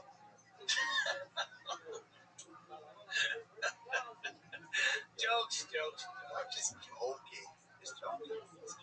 I'm just saying, I doubt he wants to pick up and move this summer. A lot going on in his life. And it's really, maybe they'll it's not up to him. No, it's not up to him unless he forces the issue. No, it's only up. They said they're not trading. Yes. So it doesn't appear like he's gonna. It's really hard to sit up there for 27 minutes and then turn around in a month or two and go, get me out of here. That one's a tough one. And his brother didn't do that in Calgary, so there's no real. I think his brother wasn't the captain. I think next year, like late November, early December, there's going to be much stronger conversations depending on how Edmonton, Toronto, and Ottawa come out of the gate. That's really good. There's another one too on his next steps in Ottawa. Clip 2, please, Derek. For me, it's I just want to talk to Steve, and I know we're going to talk. He just left to go to U18s and just to talk about our normal conversations usually at the end of the year about our team and what he thinks and what he thinks of my own game, and talk to Claire this morning, and I know we're going to talk in a couple weeks when we all decompress a little bit more, and for me, it's just having those conversations about our team, where we can improve, where I can improve, and all that other stuff. And it is just a distraction too on what we're trying to do. I like the talking about where I can improve. Like there's room for everyone to get better. That's great. I like the distraction part. I honestly, I listened to a lot of this. Came across well. Yeah, came across well. So. Kudos to Brady Kachuk. Plug my nose, I said how. Every time you plug your nose, guys leave, right? Yeah, I know. Anyways, we're going to do a couple clips about the Montreal game. We also have Boston Buffalo stuff. Whatever Montreal. Any word on Dobson skating? Yeah, there was something. Did they say anything at all on him? No, but I have a great clip about Marty St. Louis. Reporter was asking him about the Slavkovsky hit. Sorry, just let me interrupt you. As early as Game 6 on Friday or possible Game 7. Okay. Let's play the clip about Slavkovsky hit. The one where I believe there's always a defining moment in every playoff series. It seems like maybe that moment occurred Sunday when Crozier hit Slavkovsky. I know you're going to disagree with that, but it just seems like the team was not the same after that. It seems like it galvanized Tampa, and it took some. If you let that moment define the series, you put yourself into that spot. Don't let moments like that define it. Rewrite it. Yeah, so he's saying basically you're right until we change the narrative. Which is a great way to look at it. You embrace that it happened and it mattered. Oh, no, it turned it. Can I just turn the energy years right around. of watching the Leafs, you had a lot of the coaches in playoffs going, nah, that didn't bother us, or a lot of scrums where, guys, nah, that was a non-thing. That was their number one. And it was so frustrating because it was like, no, that mattered. We know that mattered. That's a big spot. For St. Louis to be like, you just can't let it define it is, I think, a great way to look at it. It mattered, but it doesn't have to define it. He's saying all the right things for me. I think he takes the temperature pretty well of his team. There's a few moments there where I wasn't sure that this was going to fully work out with him. But so when he was running the stairs with Sean McKenzie. Oh, yeah, all the guys. Everybody.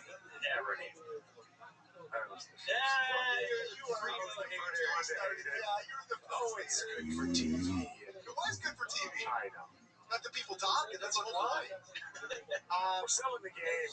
So I was listening to Cooper this morning. There wasn't a ton of I wouldn't say really interesting stuff, but I thought this was interesting on the officiating in the series, and it kind of was a commentary on the whole playoff stuff. Play the clip one on the officiating in this. It's hard to say. I would say, I always believe the first round that's when all penalties are called. I feel in my time that it gets less and less.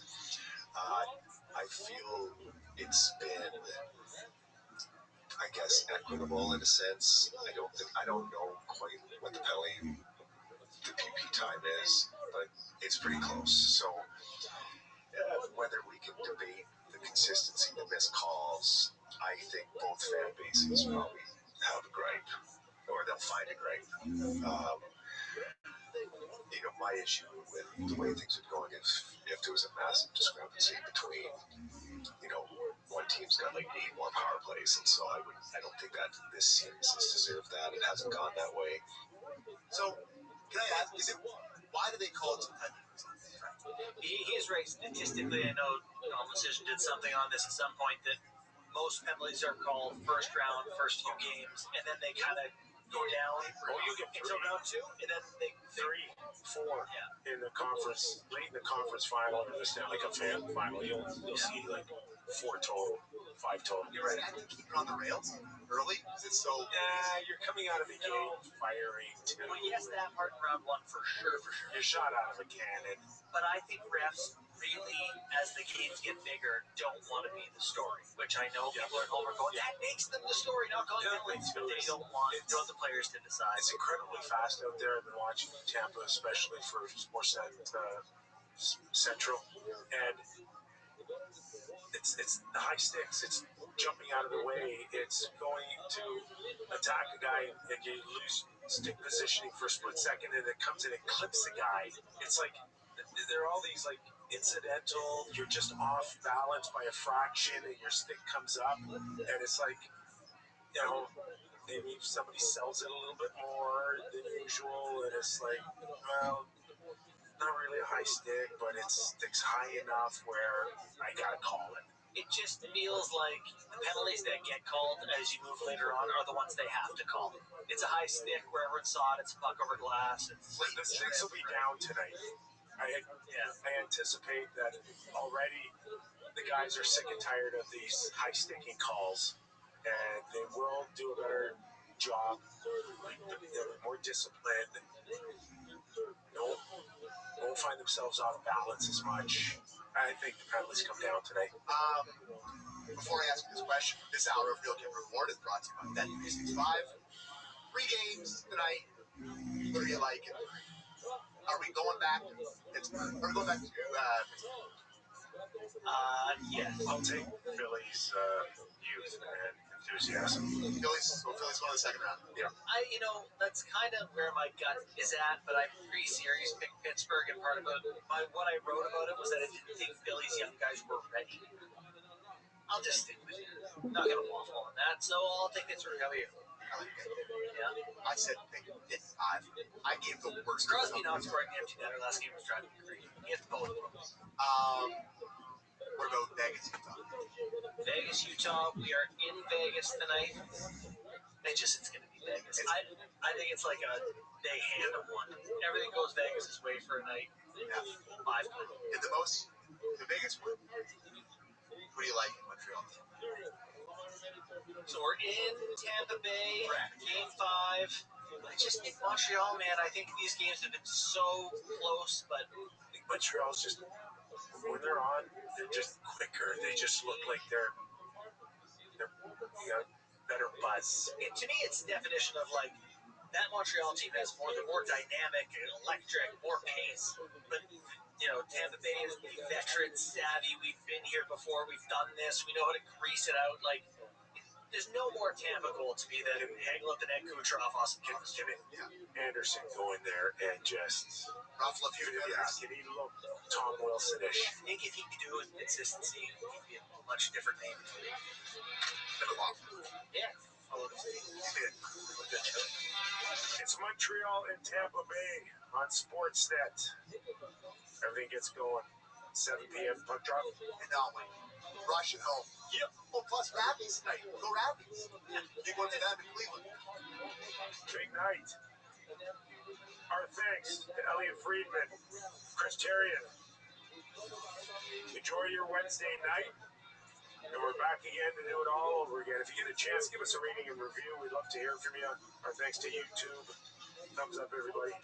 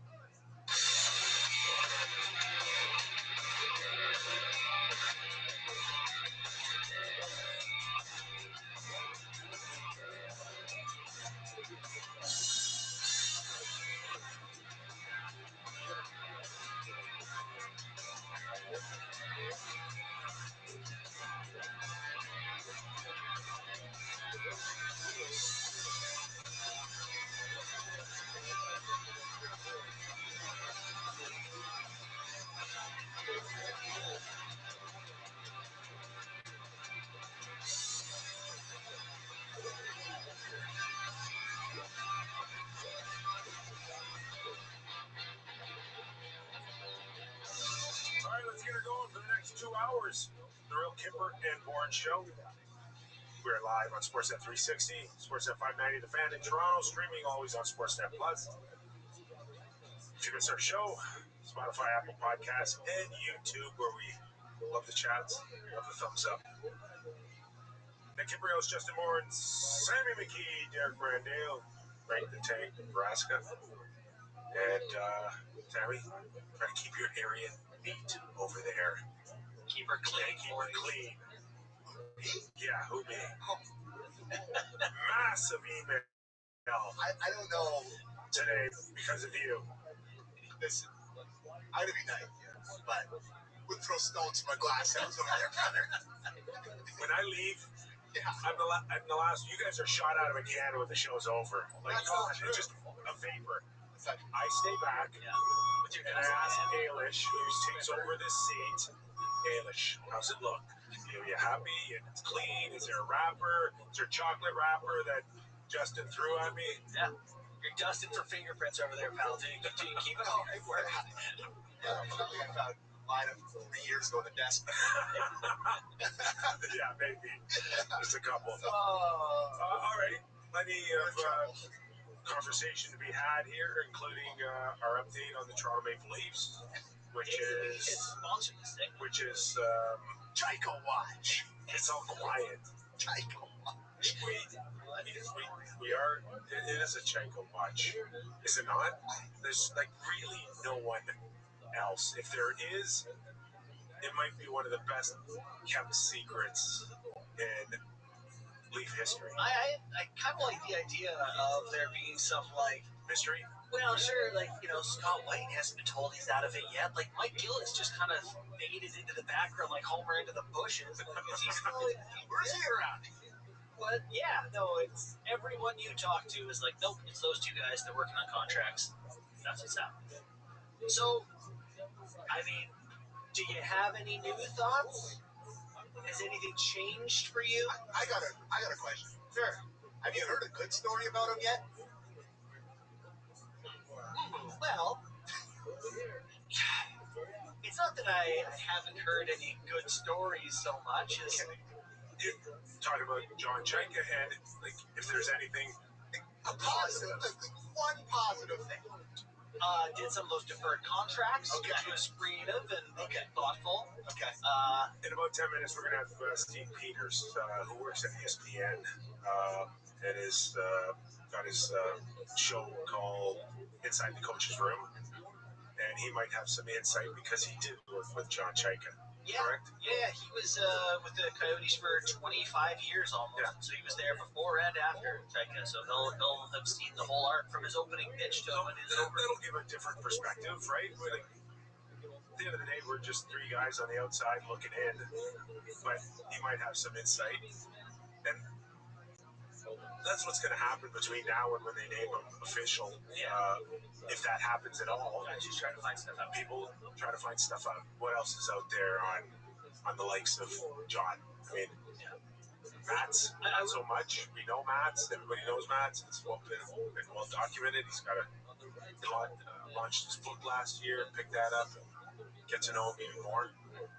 I guess Chaika's still a bit of a mystery, though. Yeah, the thing that's changed the most maybe is a better understanding of Ty Domi's involvement, which, and I can't even pin down how much that is, but it does sound like he has been a part of the selection process. We know he has strong ties to Sundin and Chaika. So, And it popped up yesterday. Yeah, and Keith Pelly, too. Keith Pelly, too. Yeah, it popped up yesterday in another athletic story with the connections between Max and Chaika and all that different stuff that came out. So it's you start there's some dots that you start to connect. So Chaika worked with Max in junior?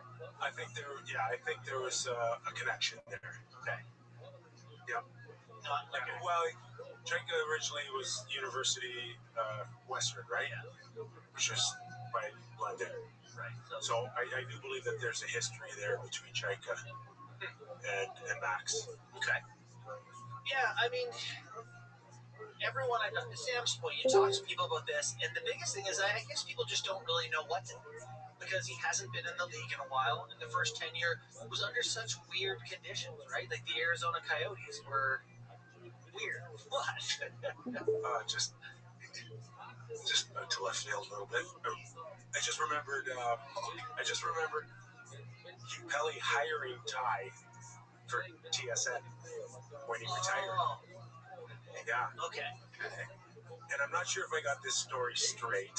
Okay. And I'm sure if I see Ty next time, or maybe even Keith, they'll straighten me out. But I think the story goes that Max or Ty, on his first night of being an analyst for TSN, did the opening game. And then after the game was over, around 10 o'clock, 10:30, he's leaving. They're like, where you going? It's a doubleheader. We got another game. He goes, not for me. Bye-bye. Yeah, it's funny. Oh my God, that's funny. Those super coveted gigs that, that I would love to have myself one day. Those guys grind, man. You see those guys, like, They're late. it's late. It's 2 months straight. The double overtime last night in Vegas. Yeah, I saw our boy Tim McCallum uploading an Instagram story. It was like 3:50 a.m. I ran into Ken Reed yesterday, and I was like, "Yeah, what you watching tonight? What you into?" And he was like, "Rooting for regulation, pal." And then woke up and saw that one went to 2 Then I had Hockey Central at noon. Oh, yeah. Coming off double headers. Oh, yeah. So you were right. Double headers and double overtimes. Fun stuff. Anyways, so we'll talk to Steve Peters. Also, Keith Jones will join us later on. Another former player turned president. So maybe he's got some insight on what potentially Matt Sundin could be looking at. Well, and same with our guest in the 5 o'clock hour, Kevin Lowe. So, can I ask you just on the Sundin thing? Because I don't know if it's true or not, but we've seen a lot of connections between, people. I think Eric brought up Mike Johnson as a possibility. Guy works for TSN, clearly does all the regionals on there. And somebody DM'd me and said that him and Matt's are very tight. Is that true? They were line mates. Okay. Well, I just think that they might be friends. Yeah, we were all together. Yeah. I mean, for me, very short period of time. Mike Johnson spent a lot more time with Matt's. Okay. I was just wondering if that's a name that, if that was the Mike Johnson? Yeah. Because it's popped up here and there. And I know Merrick brought it up, and I know it's kind of been battered around here and there. In the millions of names that have been brought up, but just there's a connection to Matt's there. I found that honest to God, you'd almost feel better if it were him as GM, because you'd be like, whose fault does he watches these things? He's a nice level for years and years and years. This guy knows it ins and out. I do believe that if Matt comes in, he'll be able to grow out his team. So whether or not it's Mike Johnson or anyone else, I think he'd have full control over those type of names. Okay. I was just interested. Because I just had somebody told me that. I didn't know if it was one of the appeals, I think, is that Matt's and Chayka come from such different worlds, right? Matt's. Well, yeah. And, Matt's knows all those people and that hockey side and the history of it and the culture side of it, all that. Obviously, Chayka is from the business world and from the data side. And, you hope between the two of them, you kind of cover all your bases. You hope. All I got. I got a text from our boy Mike Gentili, producer of the Fan Hockey Show, just posting on Sports Info the Fan, that the segment was called Win, Lose, or Tie with Ty Dolan. Oh, really? All right. So there you go. All right. The guys that would go to overtime.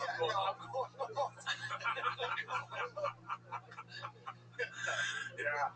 I think once Ty found out that he really had to put some time and effort into that type of job, and at times, whether it's Mike Johnson or myself, at times you got to jump on a plane and go work. It probably just wasn't his thing. Yeah, fair enough. What would you say? You do. Were he to be involved in the front office, does that affect Max in any way? I don't know how that would work, to be honest with you.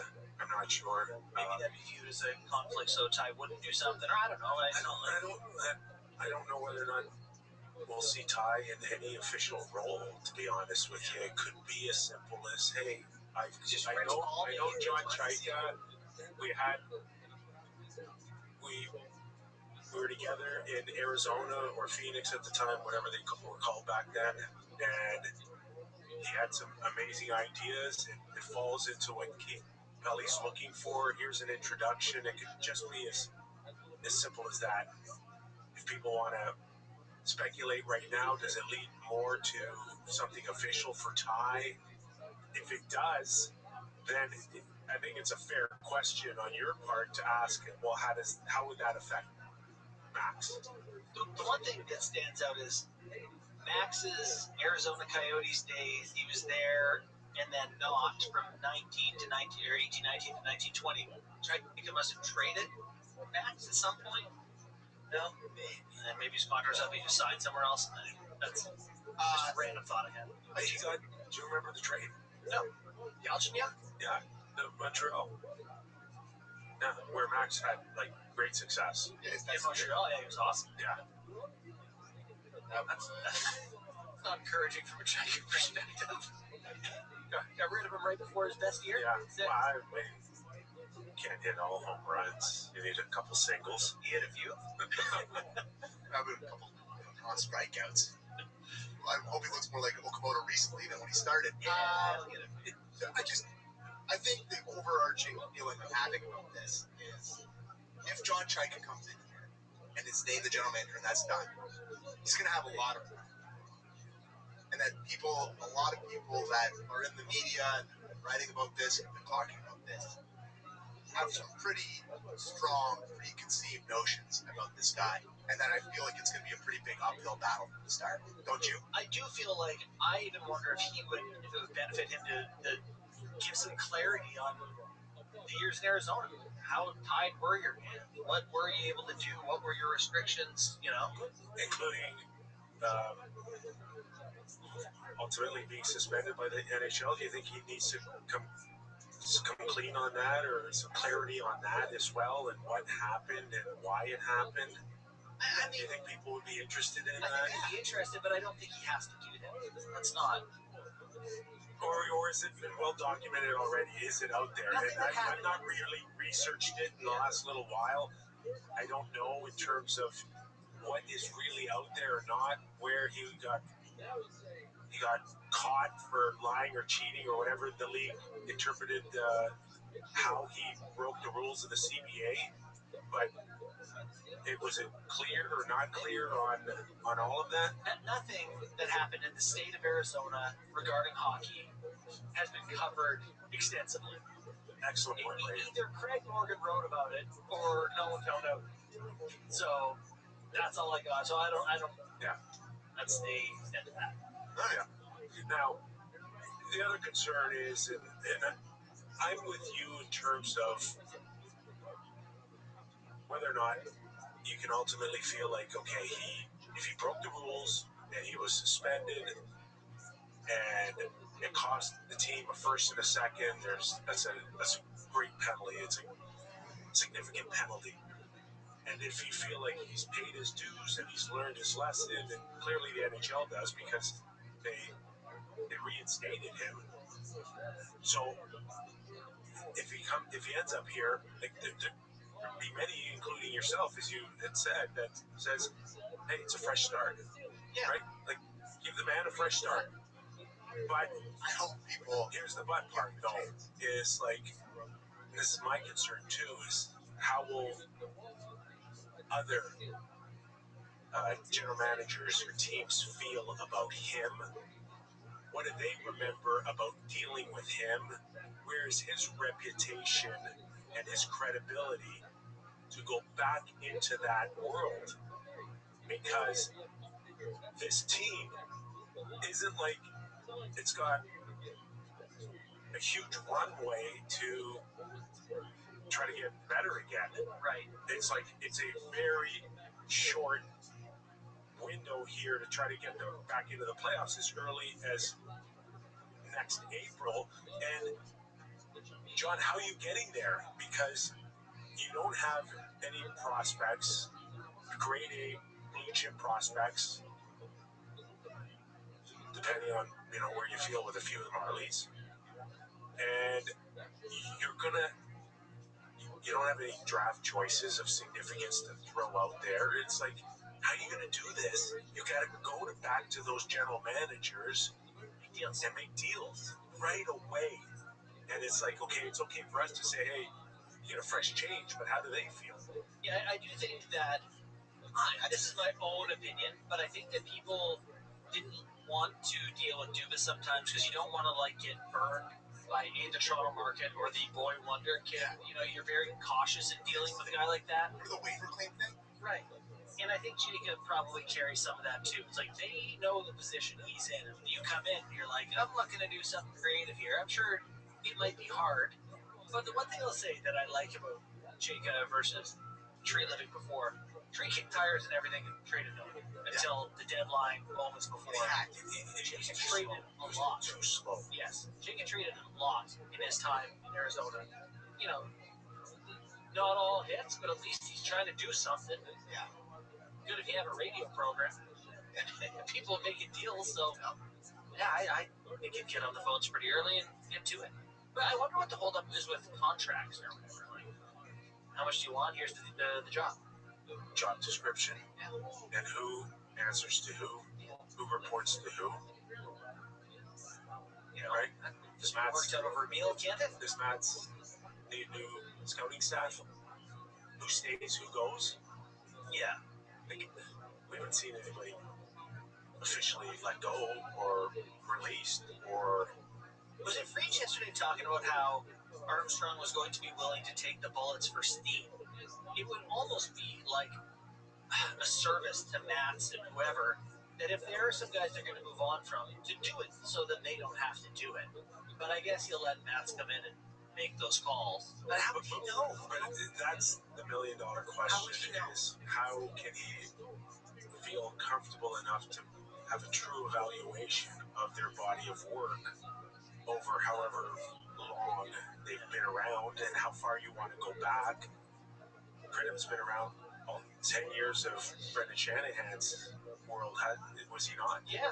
So how far would Mats go back to say, hey, what happened here, right?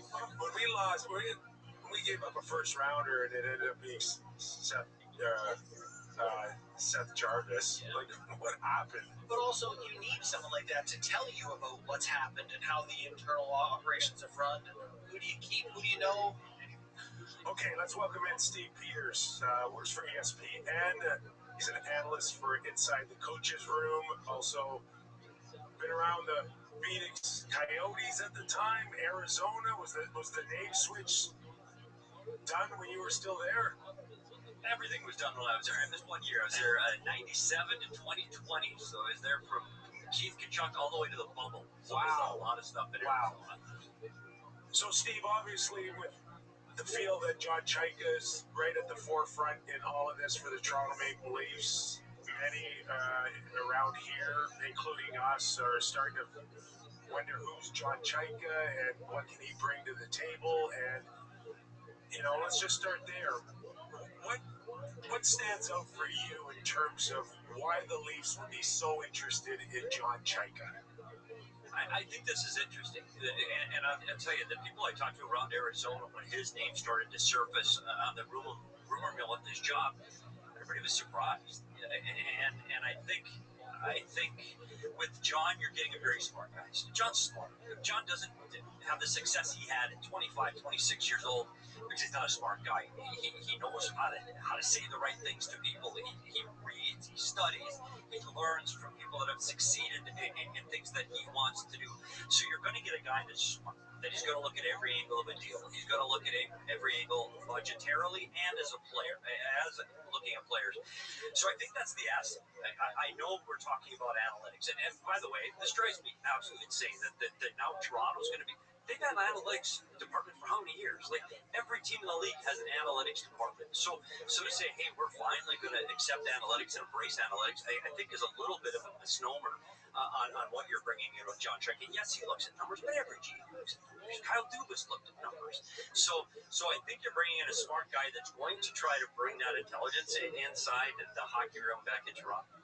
So maybe tell us a little bit about, that's a crazy thing to me that at 26 years old, they handed the keys of the organization over to him. So how did it look like? How did he end up in that role? I know you were around at that time.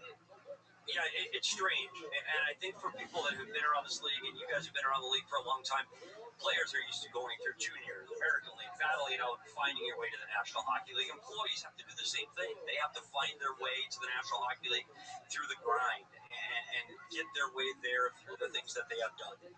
With John, he was a kid out of university that really had no hockey, NHL hockey experience on his resume. He had started Staffleton University, and you guys have already mentioned it. His close relationship with Max Domi started while he was still at university. He was Max Domi's personal trainer. He was Max Domi's nutritionist.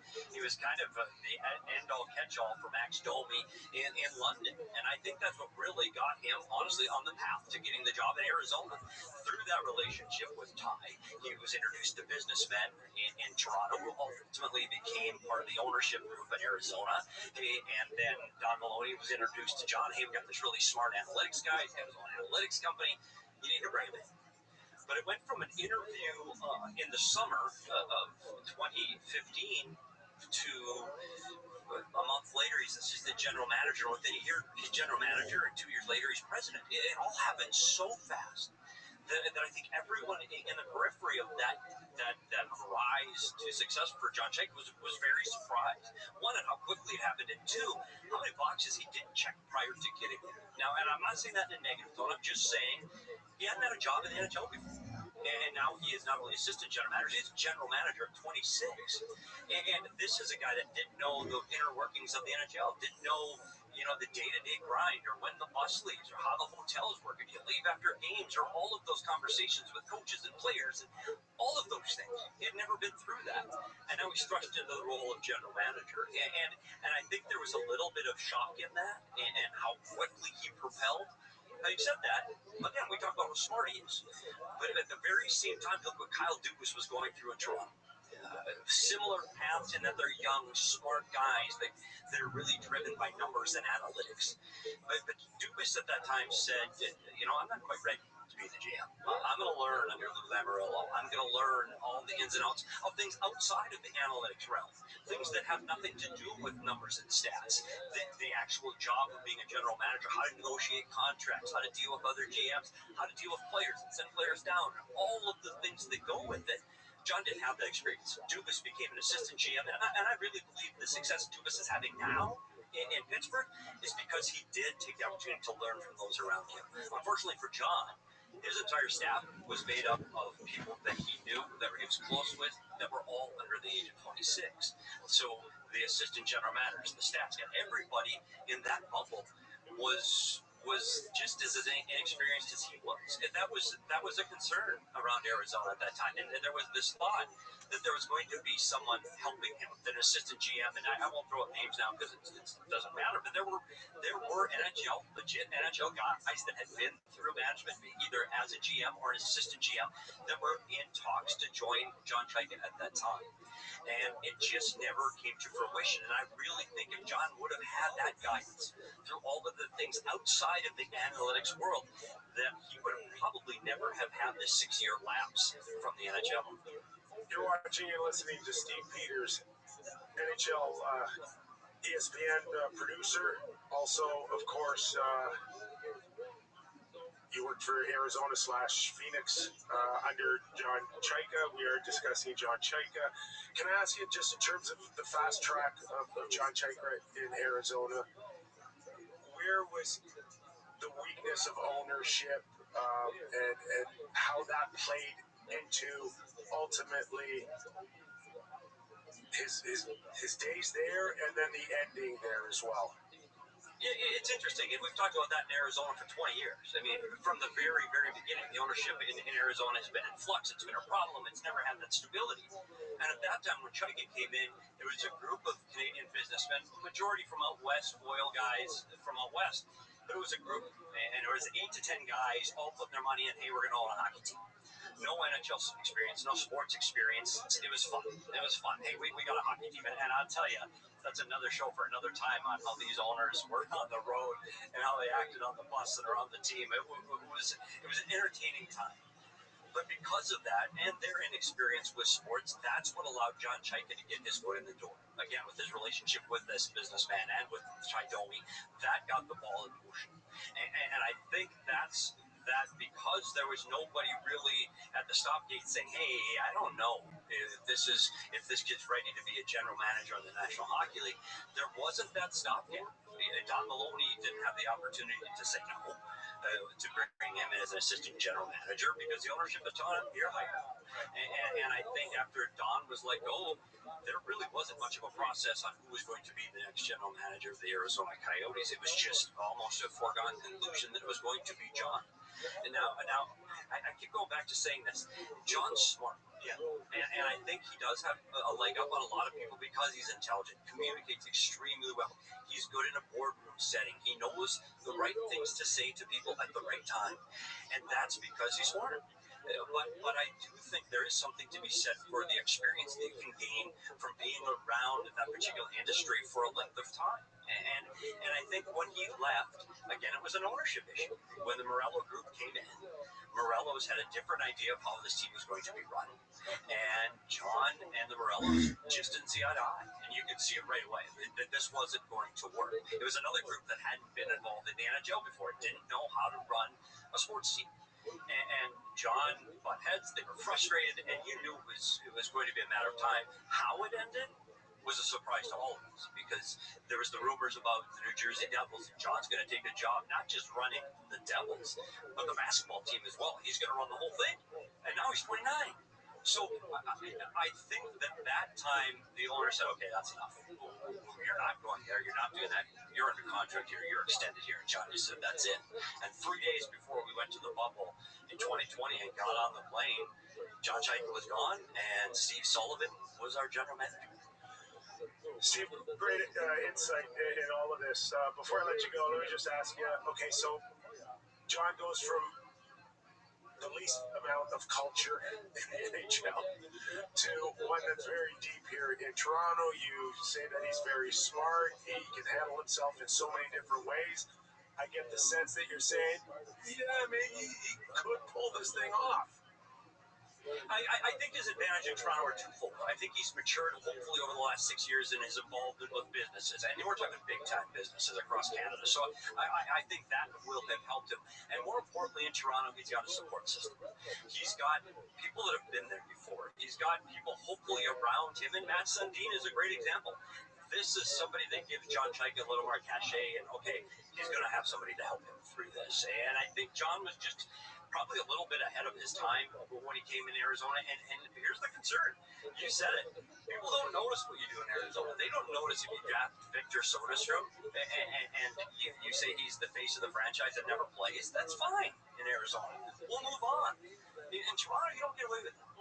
And the little decisions that you make day to day, I'm pulling players up and down and how those trades move, he's not going to be able to hide it. And that's what's going to be interesting to me is see how much he has matured and how much he is willing to take outside counsel and advice. And can he take on literally the center of the hockey universe in Toronto? And that's going to be a big task.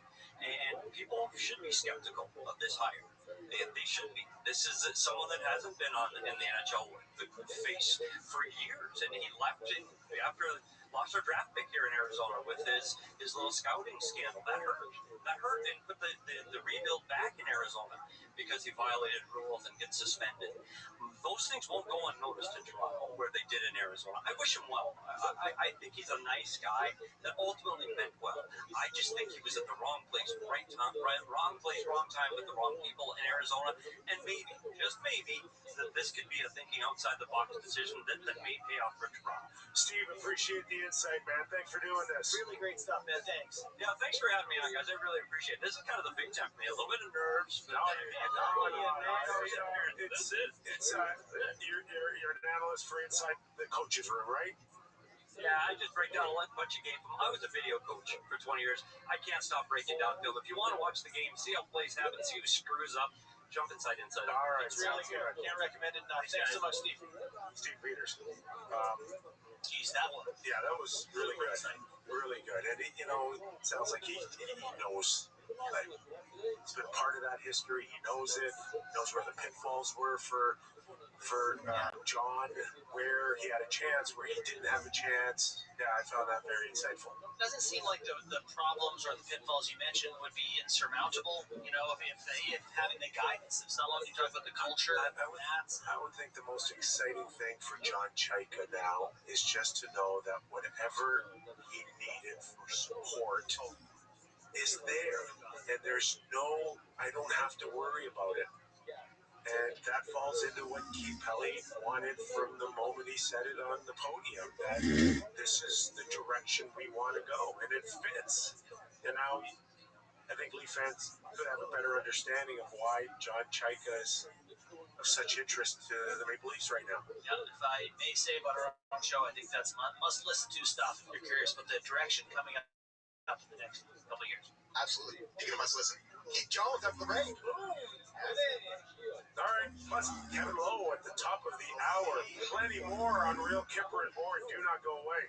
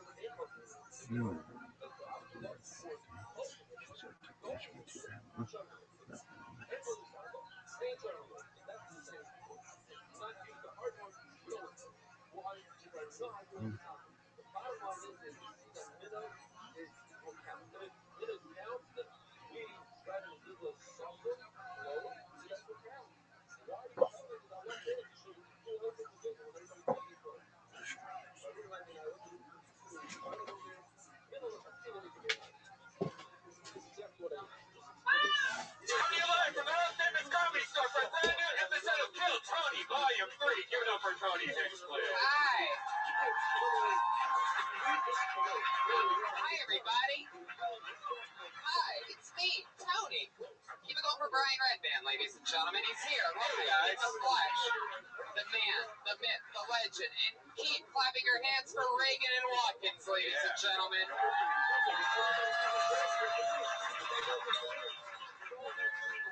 That sweet saxophone is here tonight. Jeremiah Watkins was featured on Kimmel last week. Pat Reagan, our favorite little goofball to bash during this show. And how about we make noise one more time for the house artist, Ryan G.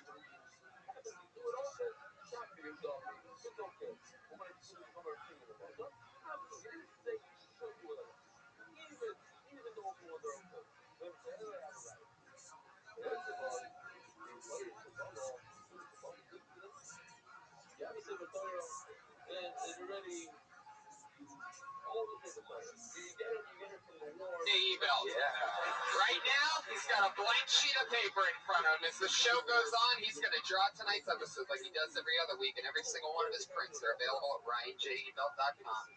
And finally, one last round of applause for the man behind the HD camera, the one and only Jamie Vernon, ladies and gentlemen. young Jamie. One of the great rising producers in all of the game. Just revamped my website, TonyHinchcliffe.com.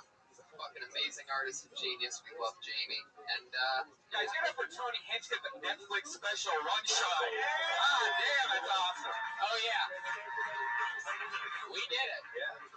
I have been wanting to announce that on this show for so fucking long, and this is how the universe works out. It's already been out for 4 days.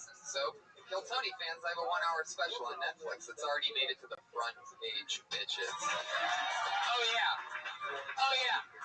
My agents wanted me to spend $4,000 on a PR guy. I said, I got this shit. It'll market itself. Anyway, more important than that is that we've been doing Kill Tony for 2.5 years. And comedians, I always have some of the best comedians come here, and they sit right here, and we watch newer or new to LA comedians do 60 seconds of stage time, and we talk to them. And over this 2.5 years, we've had so many of the great comedians in the world. We've been so lucky to make friends with a lot of these people, and we've had all the best. And tonight, we literally have on this triple panel the guest who has been the most in demand. And he's here tonight, and I'm going to bring all 3 of them up at once. This is a special episode of what we're going to call Overkill Tony, because this is completely just thunder and lightning the entire way through. Throw your hands together for these guys. It's Joey Diaz, Steve Ryanasuzi, and Jeff Garland, ladies and gentlemen. Oh, shit. Oh, my God.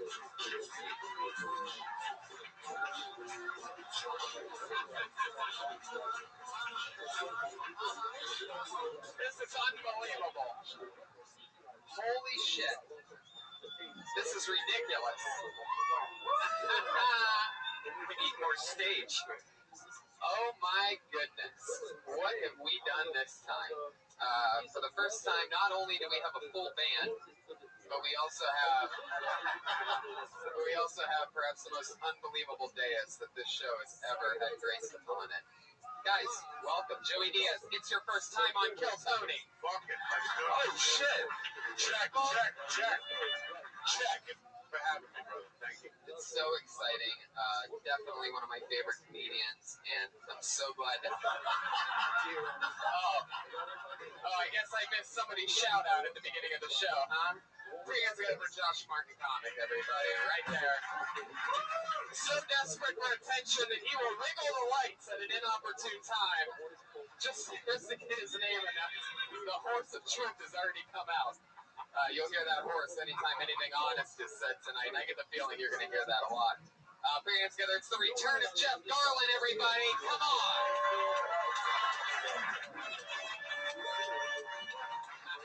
Thank you. Yes. He is back. Thunder and lightning. And welcome back. The one, the only, one of my favorites. Steve Ranazizi. Thank you. Thank you. It's been a long time. So good to have you guys. So much fun. We're going to watch stand-up comedians do 60 seconds, and we're going to talk to them about anything in the world. Maybe we give them a little bit of advice. Maybe we try to find something else they can talk about. Maybe we make fun of them a little bit. Anything can happen. Yeah. Jeff, you know, you were on the show just a few weeks ago. Yeah. Hey, when I was on the show, I was terrible. I was, I figured it out. I kind of figure it out because it was just like it missed. And here's what it was. The night before, in the original room, I was completely dressed as Santa Claus. Not specifically for that, but nonetheless, I did Santa Claus being really mean to everyone. And I enjoyed it. The audience enjoyed it. Never taking into account that it was Santa Claus. So the next night I'm here, and I was mean to everyone. Except for most of the comics that came up, because that's hard. But everybody else I told to go fuck off. I'm sorry. The horse of truth. By the way, I don't know what that means. That means that you were being honest in saying that you were mean to everyone.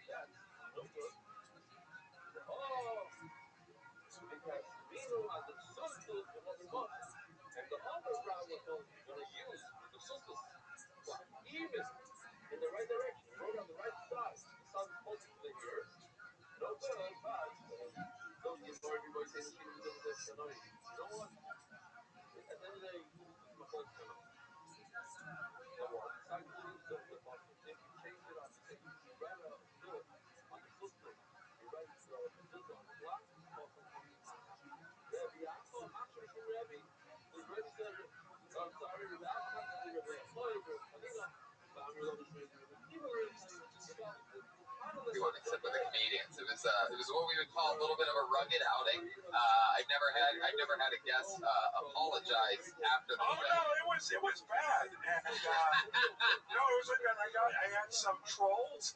I'm not on what's the one where people say shit? Twitter. Yeah, I'm on it. Yeah, I'm an old man. So, but I'm on Instagram, and some guys told me I should die. And then, of course, that feels great, right? Yeah. And their accounts were locked, of course. But some people were very, you were disappointing. I didn't dig it. And I wrote them and told them I agreed with them and said I was sorry. And well, redemption is yours tonight. Are you guys ready to start Kill Tony or what? Absolutely. The bigger the man, the bigger the mistake. The bigger the man, the bigger whatever you say. The bigger the man, I'm just a large man.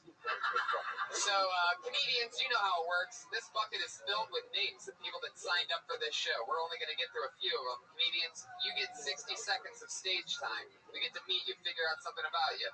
Comedians, you know your 60 seconds is up when you hear the sound of a kitty. Oh, you can barely hear it. Let's hear it one more time, Brian. That means your time's up. Wrap it up then, or else you're going to bring out the angry West Hollywood bear.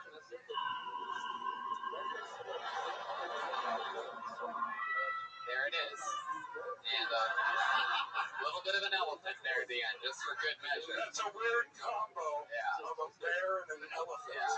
I don't want to acknowledge. What area of the world are they located together? San Diego Zoo. So here we go. Ready for Kill Tony? Woo! Come on, Monday. Let's fucking do this shit. The thousands on U Street just made more noise than you fuckers did. I'm pulling a name out of the bucket. We're going to watch 60 seconds and get it kicked off with, oh, I love this. You know, one of the things from hosting this show is you get to figure out when you pull a name out.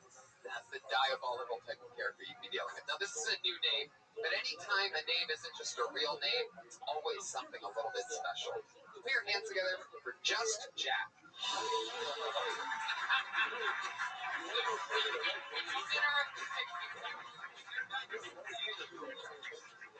Just Jack. You gotta be fucking kidding me. Is he back there? Oh, is there anyone coming through? Jack? Just Jack? Listen to all the comedians bombing up there, guys. Oh, he's there jacking her. Silence. Hopefully you don't get picked, whoever made that shitty joke. By the way, ironically, Just Jack's favorite song was Africa. People don't know that. Comes full circle. Yes, there you go. We acknowledge the elephant in the room. I pulled another name out of the bucket. Put your hands together for Ramsey Botaway.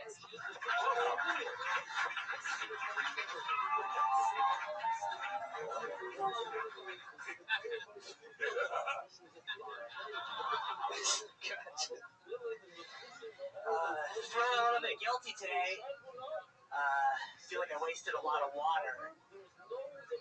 You guys know, everybody knows California's in a pretty big drought, but what a lot of people don't know, one of the greatest causes of the drought, almond farming.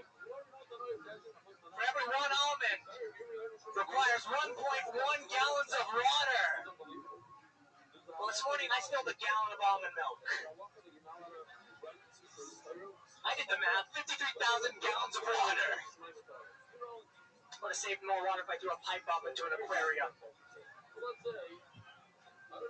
It's not been a good year for me. I don't know if you guys heard, but McDonald's recently decided to stop feeding their chickens antibiotics, which is great news for the chickens. Terrible news for me because I don't have health insurance. You guys, McDonald's chicken meat was my only access to antibiotics. True story, I once cured strep throat with 2 McChicken sandwiches. Whoa, there it is. Sorry. Just like that. Sorry. I didn't hear the cat either. I'm so sorry, man. There's the French. I didn't hear a kid. I didn't hear Me you neither, either. yeah. Sorry, guys. I love that fucking kid, man. You scared me with the bear. It's good, yeah. And if that came off as mean, fuck me. Ramsey, is this your first time on the show? I did it one other time a while back. Very memorable performance. Well, welcome back. That's fun. How's it going? How long have you lived in LA? I've been here for like 2 months now. 2 months. You already got an almond milk joke. Congratulations. Yeah, absolutely. You're fitting in well. I love that. Where are you from? Long Beach. I mean, from. Yeah. And you've been doing stand-up for how long? Like a year and a half, 2 years. You started in Long Beach? Yeah. You still live in Long Beach? No. Where do you? Echo Park. Oh, yeah. You look like it. They give you that. They give you those glasses when you And the jean jacket on the way in. Yeah. Josh Martin starter kit. I actually, somebody uploaded a picture of him recently and then it tagged me. Is that true about the almonds, by the way? It is true, right? Yeah, it's true. 1.1 gallons of water, yeah, for one almond. It's an interesting little fun fact you got there. Yeah, absolutely. I love that. Guys, what do you think about Ramsey? What are your initial impressions? What nationality are you? Palestinian. Oh. Yeah. Interesting. Straight up 100% Palestinian. Yeah, 100%. Love that. Do you work that angle at all or no? I do. I try to. Yeah, I do. Yeah. Do you have any history with Palestinians at all? Any Just you. Yeah. I'll never be on the Goldbergs.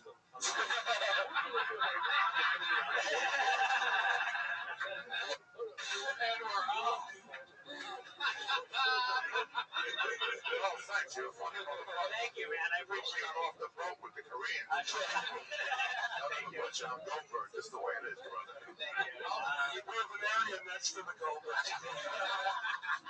A subsect area, fenced off. I wonder how long it is until we'll have a good Middle Eastern family sitcom on one of the big three stations. You haven't seen Harry Kane lately, have you? No, I haven't. He's at home smoking cigarettes, writing a pilot right now for ABC. Really? Yeah. Oh, wow. That's cool. He's so likable.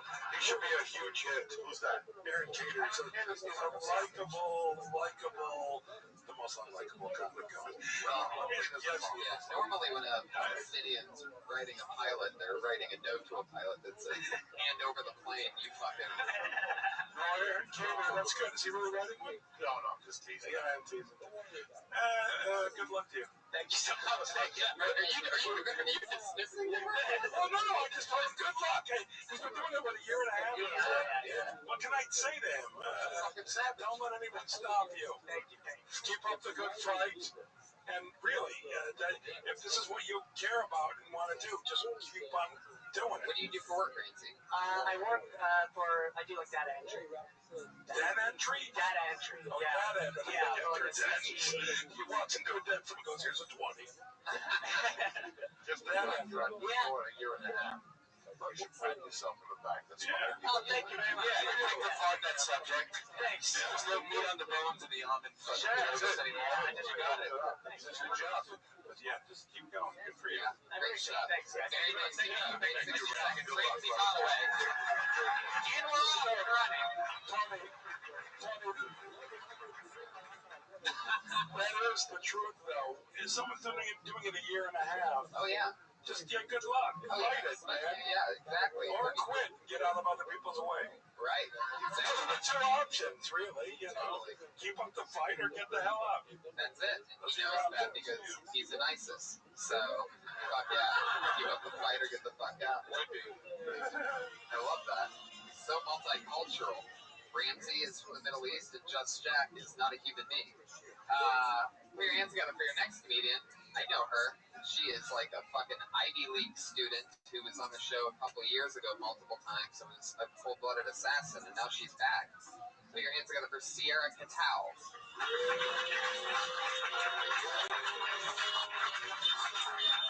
Oh, shit. Hey everybody, how's it going? I have some good news to share with you guys. Sorry to brag, I've just been inducted into the Society of Flat-Chested Women.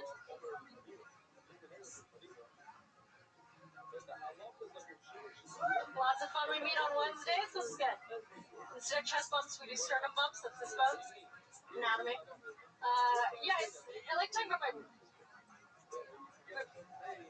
boobs on stage in quotations. Because, you know, they showed up, right? They're doing their best. Generally standing in the right spot.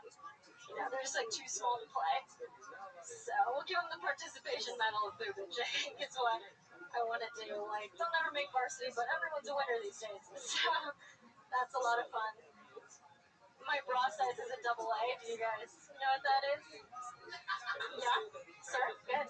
It means that it's flatter than an A. Yeah, that's right. I made it happen, folks. Just feels like I'm buying batteries every time I want to get a new bra. So, unlike the batteries, there's not much of a positive side to my AAs. So, I want to... Yeah, Sierra Catal.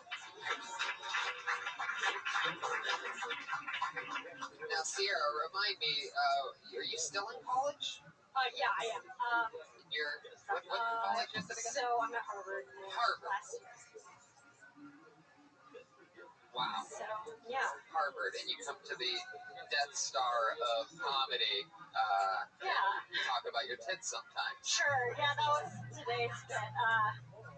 I have other material. It's not. I love it. But, no, I mean,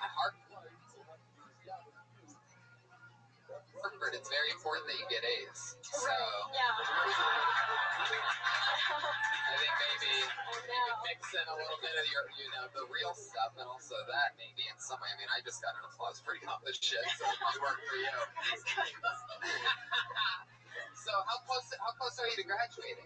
I have one more semester. This is my last break back here before I graduate. Yeah. Very cool. That's amazing. Don't use my degree. And what's your degree in? Computer science. Right. Can you take off the coat so we can see what we're working? Whoa, Brian, no. I just said.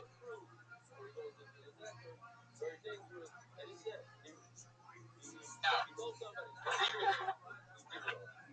Do not do that, Brian. Bad Brian.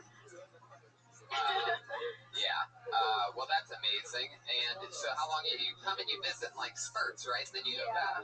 Yeah. So winter, that's now. For the holidays, I come back. Summers, I come back. Work during the day, do comedy at night. Try to do it in Boston. Not very good about it because I start here, start out here, and when I'm out there, I'm just doing a lot of school. Unfortunately, school. You have a job? After I graduate, is that? Or like in school? Right now, you just... Right now, I do. Right, those parents paying for that Harvard. Oh, I know. They pay my college tuition. Dad's a doctor? Dentist. Yeah. Yeah. Very good. Guys, Sierra Catao is here. She's going to Harvard. She's doing stand-up. What do you guys think about this? Well, first thing I want to say is there has never been a situation where a comedian's walked up on stage and an audience just thought to themselves, fuck, she's flat-chested. So really, and you're wearing a jacket, so nobody gives a shit. And that's not me. I'm talking about, because clearly you at home, you're really kind and you have a nice way about you on stage.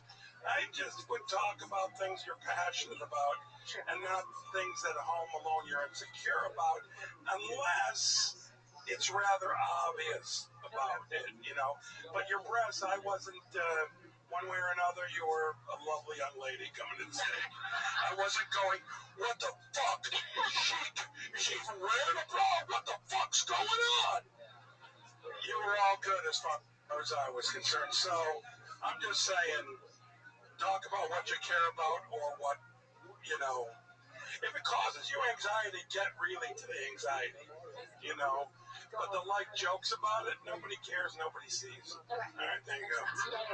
I thought that was pretty good. Oh, yeah, totally. No, it's true. I mean, somewhere right in between you and Brian, in that I think that, if it has to be acknowledged, if you're going to acknowledge it, then it should be sort of semi-blatant. Topless, come up topless. Yeah. No, wait, hold on a second here.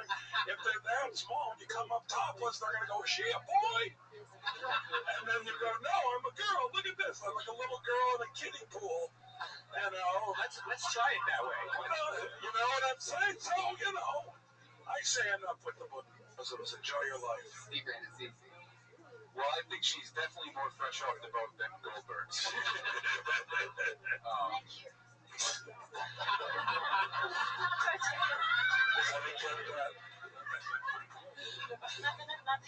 That might be the greatest thank you in the history of the show, by the way, without a doubt. I don't know what it means. You should just, how much longer you at Harvard? A couple more months? Go swing by the Lampoon and just, see if you could submit jokes or do something. Have you tried that already? Or? Yeah, I just finished up being VP. Oh, great. Of the Lampoon? Yeah. Oh, you're going to fuck you. Yeah, I know. You're going to all of you. Yeah. You come out here and get a writing job. Yeah. Good luck. You're going to be great. They're like Bobby Shea. I think what my man has said is perfect. Don't worry about your little breasts, whatever. Who gives a fuck? You got a nice smile, you got a nice delivery, and besides that, you're going to Harvard. Things get bad. Fuck this comedy shit. Wait till the old man kicks the bucket. You get the will, and that's it. You know what I'm saying? That's right. If he's a fucking dentist, there's something. You know what I'm saying? Some of that. Yeah, wait for your dad to die. That's always interesting. I like to see young Clemens. Well, Mr. Garland, they call me Mr. Garland. Mr. Garland, what should I do about my career? How old's your father, son? He's in his 60s, not too much longer. You can make it in your film. What city,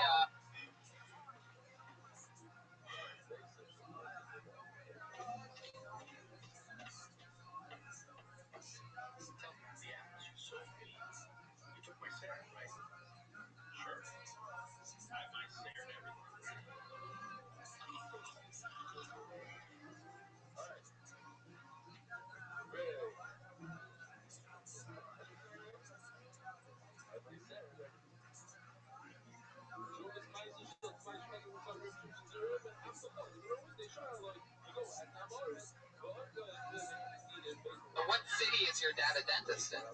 South Pasadena. Pasadena.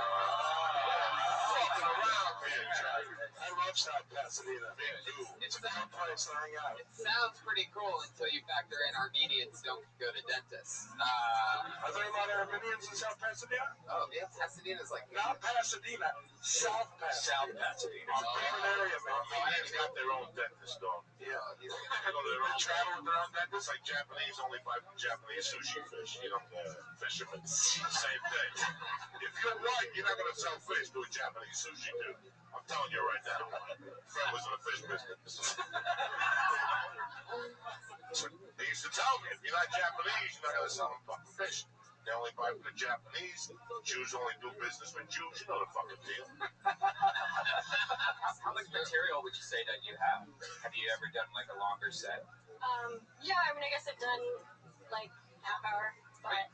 Which is your favorite parts of the Caribbean? First one? Yeah, first one. I would think so. Good answer. Right? It started off with the first one. Yeah. You want to know. You do. Love that. Would you like to do the Ice House next Friday? I would. I'm gone. I leave on Thursday. Back to Harvard. Sorry, I would. Like, literally, I've been wanting to do that ever since you guys started that. I'm sorry. Let's see if you can change Well, you do the shows at I'll do my best. Yeah. Sometimes we invite people to go to the... Well, next time you're back in town, let me know. Okay. I'd like to see more of you. No, good luck to you. Good luck to you. All right. Good luck. Sierra Catal, everybody. There she goes. She's on Twitter at Sierra Catal.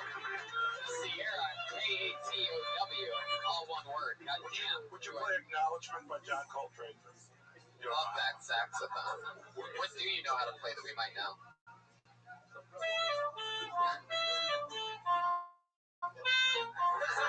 That one song, yep. I had a feeling.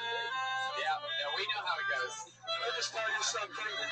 Yeah. A young guy doing Careless Whisper. I just feel like, can I just say something? It's like smoking pot. Yeah. I feel good, centered. Thank you. Keep the riff going. It's better this way. Give it a what they want to say. We should have been so good together. Should have been to last forever. There you go. Chill like a rocket. I love it. That was so good. Sierra just grew tits, guys. It's a miracle. She's in a C cup right now. Put your hands together for your next comedian. I pulled the name out of the bucket. It's Don McNeely. Oh, shit. How's it going? Holy shit. I think Gucci should start a clothing line for babies and call it Gucci Goo.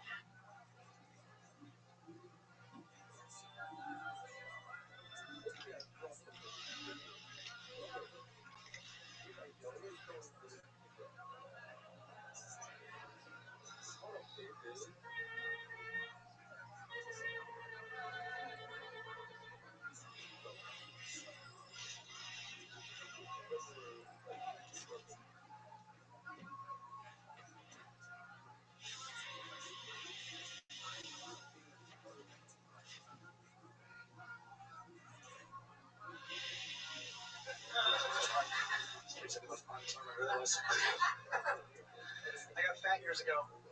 Sort of weird. It was 240 pounds. It was pretty big. It was weird because I didn't know that I was getting fat. You know, if anybody's ever experienced that, but it was too gradual when it was happening. I didn't know what was happening. I just one day realized that I was fat. I remember that day too. I was going to meet some friends for drinks. I was leaving my apartment. I stopped to check myself in the mirror. I saw I was wearing like a.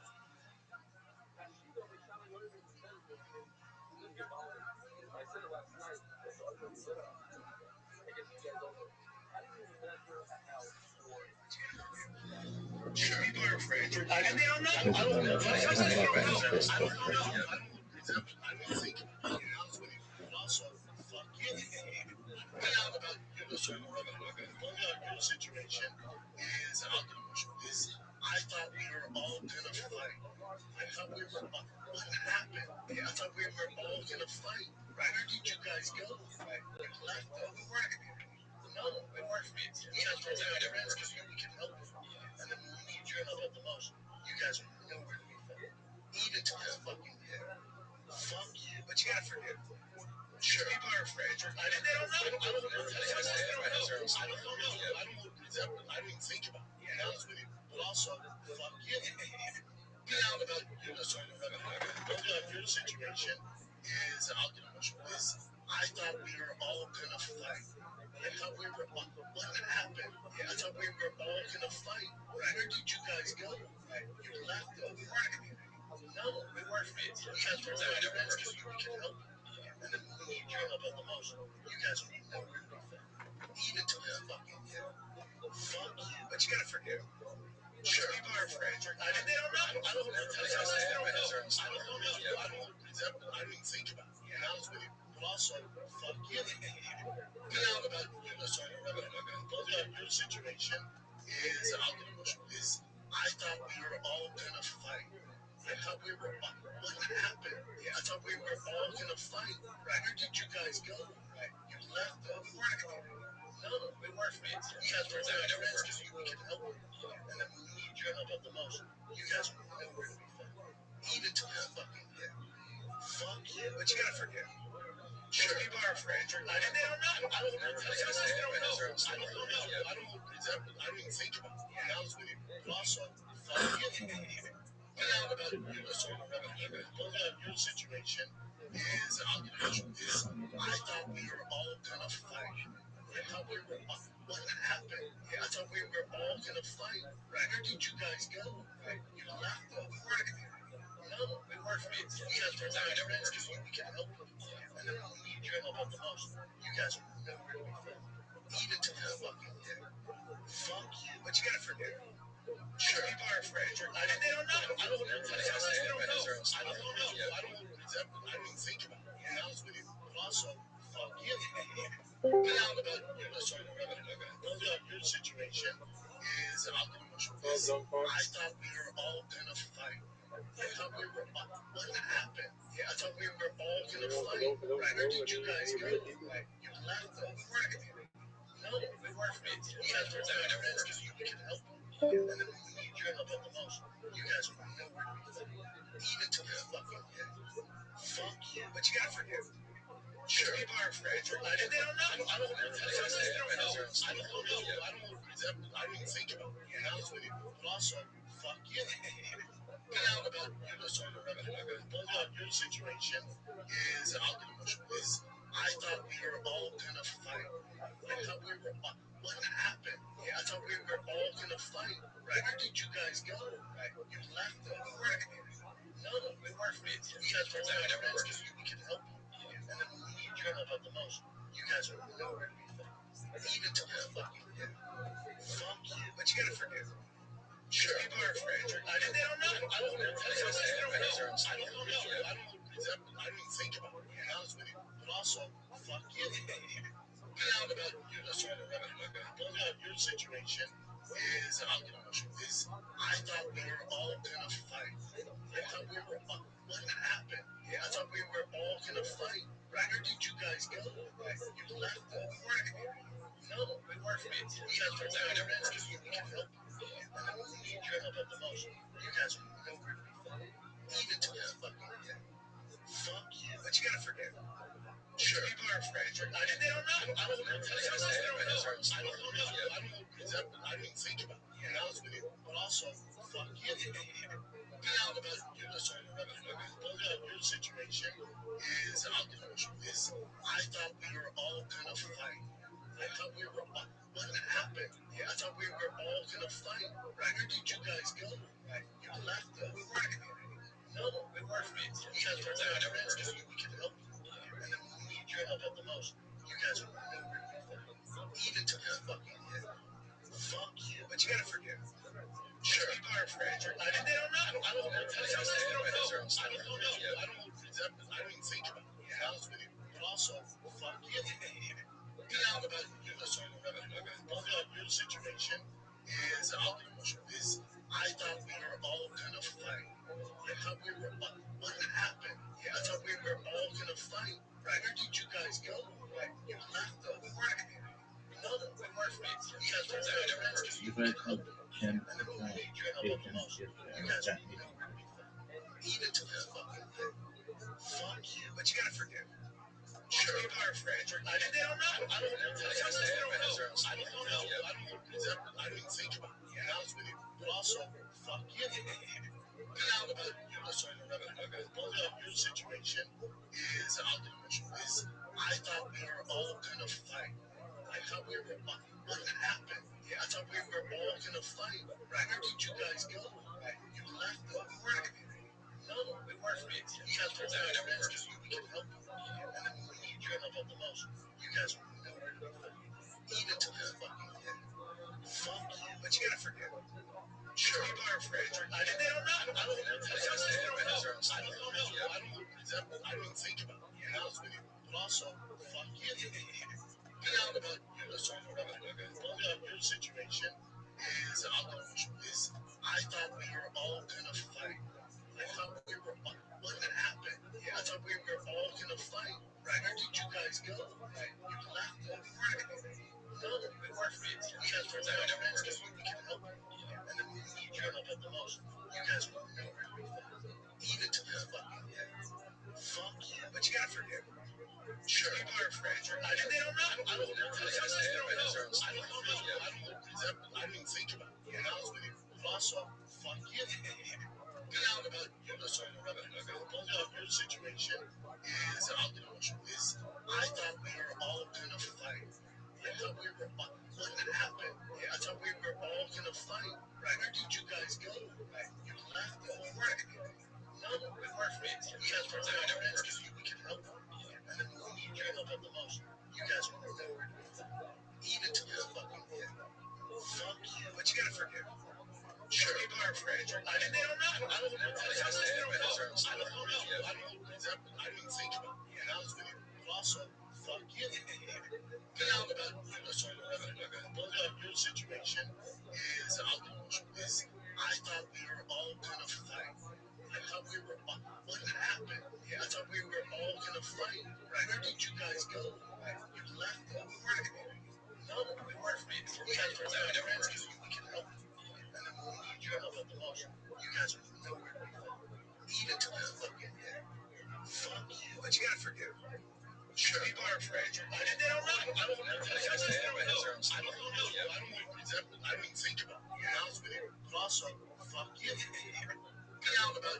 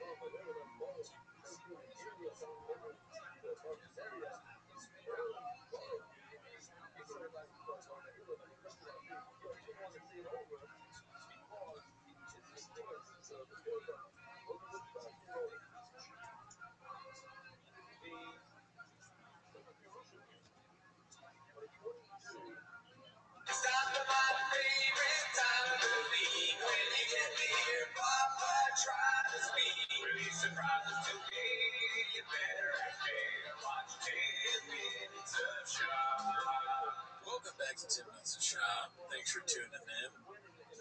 Ooh, dude, Gallo 24, Gallo 12, that's what we're all talking about. That's what everyone is talking about. We'll probably get to that, but that's not why you're here. You're here to watch them as a shop. Start the timer, lay the gin cape. And for the record, we're a Gallo 12 family over here. We don't believe in Gallo 24. My favorite kind of pizza place, my favorite tire. My Tire brain. Let's, we're going to play this all the way through and then we'll talk. Spicy. Could you tell me right quick what would be a better motor for my Mustang, a Gallo 12 or a Gallo 24? Here's my other thing, but what year is your Mustang? I could use some more info. Why the Gallo? Yeah, why the Gallo? If you can, I like the anything with a 5.0 swap when it comes to Ford. I can't get enough of 5.0s. It's the best engine Ford has ever made, and there's so many parts for it. You get so much power out of it. Get the 5.0 one. Down and I are supposed to be street racers? That's right.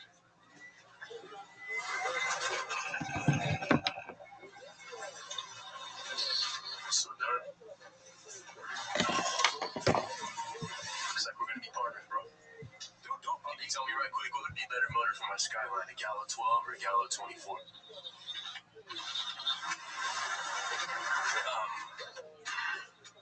It's 24.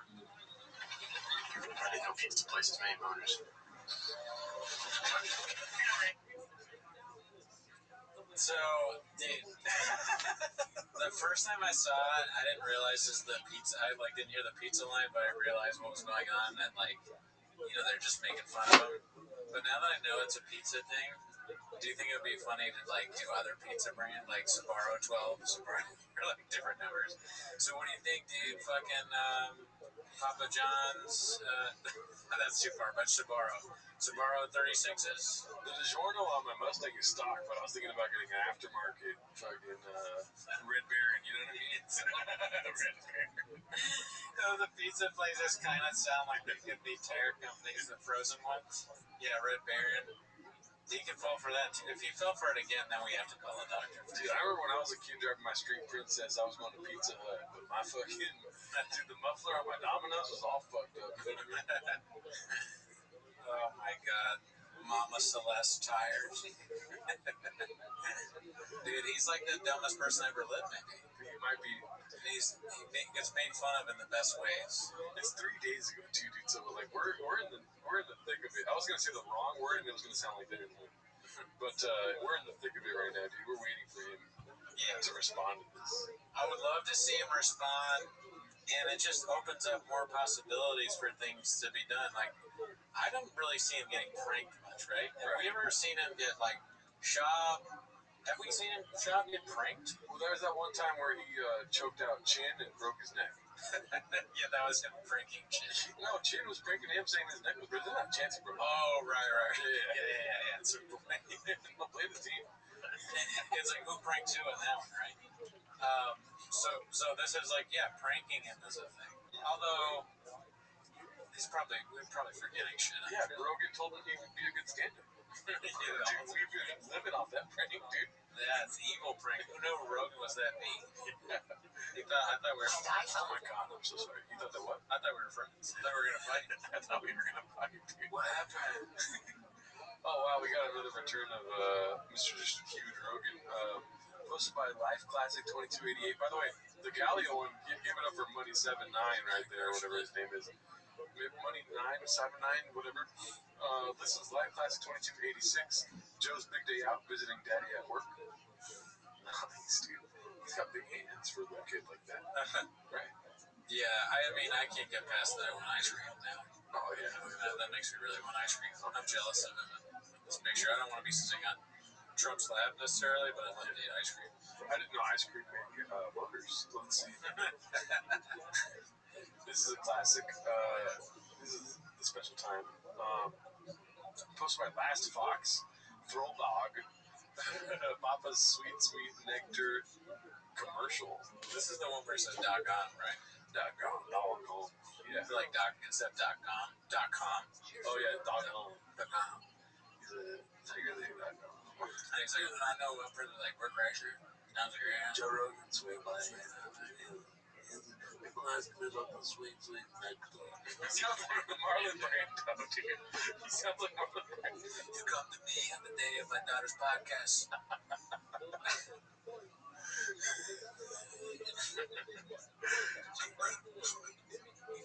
I never wanted Tiger Dick for you, Michael. How you guys doing? Cheers. Tiger Thick, whiskey and spree. There's been a lot of chatter online. A lot of chatter. Brando wearing a fucking Celtics hat when crushed like that. That'd be so goddamn funny. Surrounded by Tiger Thick. I don't know what happened.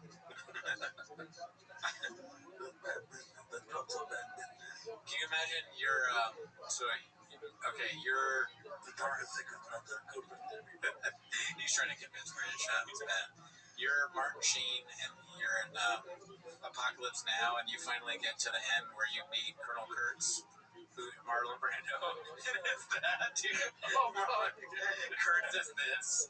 He's in a room, a podcast room surrounded by Tiger Thick and a Boston Celtics hat, and you're like, oh my god. He's lost his fucking mind. I thought he was crazy. I thought he was, creating this secret army, but it's much worse.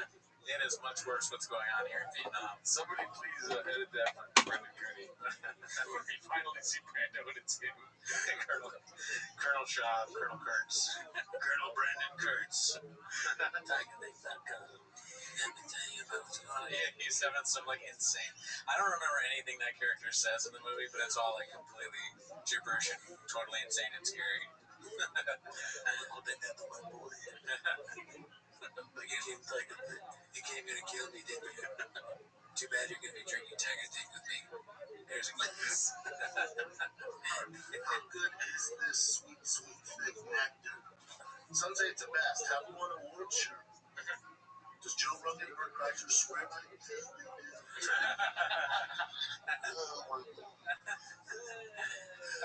It's like he has something stuck in his throat. Yeah. And it's so you'd think he'd be used to feeling at this point. He's so much confidence in this. There's nothing in the back of his brain going, be careful with how far you go on this one. Don't sell it because it could be embarrassing if it fails. He doesn't have anything. He's just full bore. It's best blue liquor you can get. He has Godfather energy. Don't talk about crisis whereby I don't think too about good whiskey. It's not for me to tell you. I'm sure the stuff out. It's pretty damn good. Hard to create this sweet, thick jacket. You go to ask the Godfather for a favor, but he just keeps telling you about His liquor business. He worked hard to do this, did he? No, he didn't create it.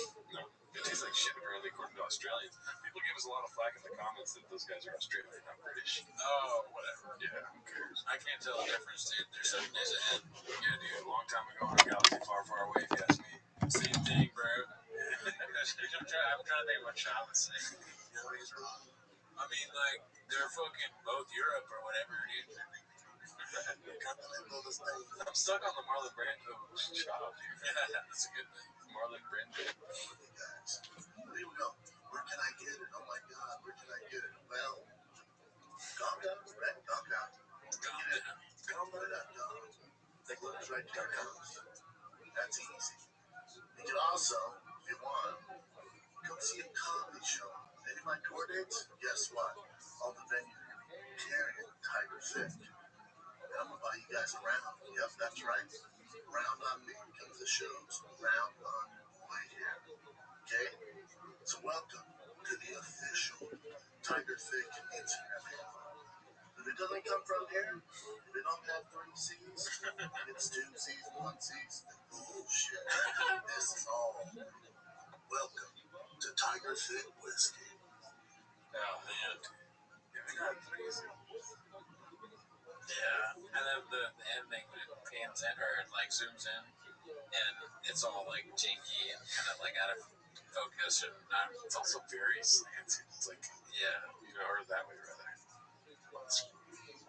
Mark was a little fucked up when he zoomed in there. Damn, we should have asked Mark about this. Tiger thing that filming this. How many takes? Oh yeah.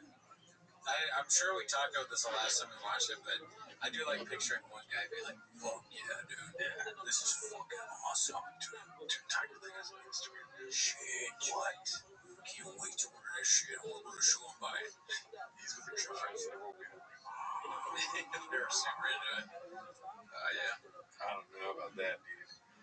This is the invention. Shout out to you. Oh shit, what happens next from Icarus Lives? Part 28. I think it's part of something Isaiah. Oh, the book of Isaiah? That's the narrative? Okay, thanks, Russell Brand. I am white as shit, Dallas. Yeah, I need a fucking once a week. You know what happens the next one? Okay, yeah, it's been pretty loud for me all night. I mean, Thank you. Right there? Is that good? Yeah, that's cool. Can you still hear me? I can. Papi. I will fuck you up. So I was at a birthday party, and there was legit. Oh, wow. Right. He says legit. It's getting worse. La Jimmy. I'm not gonna say who it is. It's a million. Most famous magician? Musician? Or musician? Musician. Or magician or musician? But he's saying musician, right? Musician or magician? Magician. Magician. I think it's magician. What if he says magician? Magician. I think it's magician. Okay, because I think I remember this name. Okay. The most famous musician outside the Magic dude. outside the magic dude.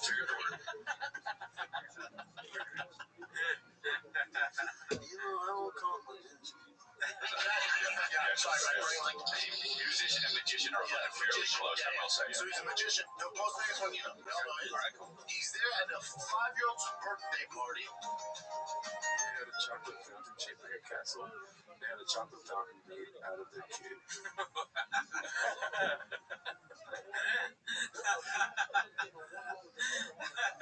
Which one do you think, dude?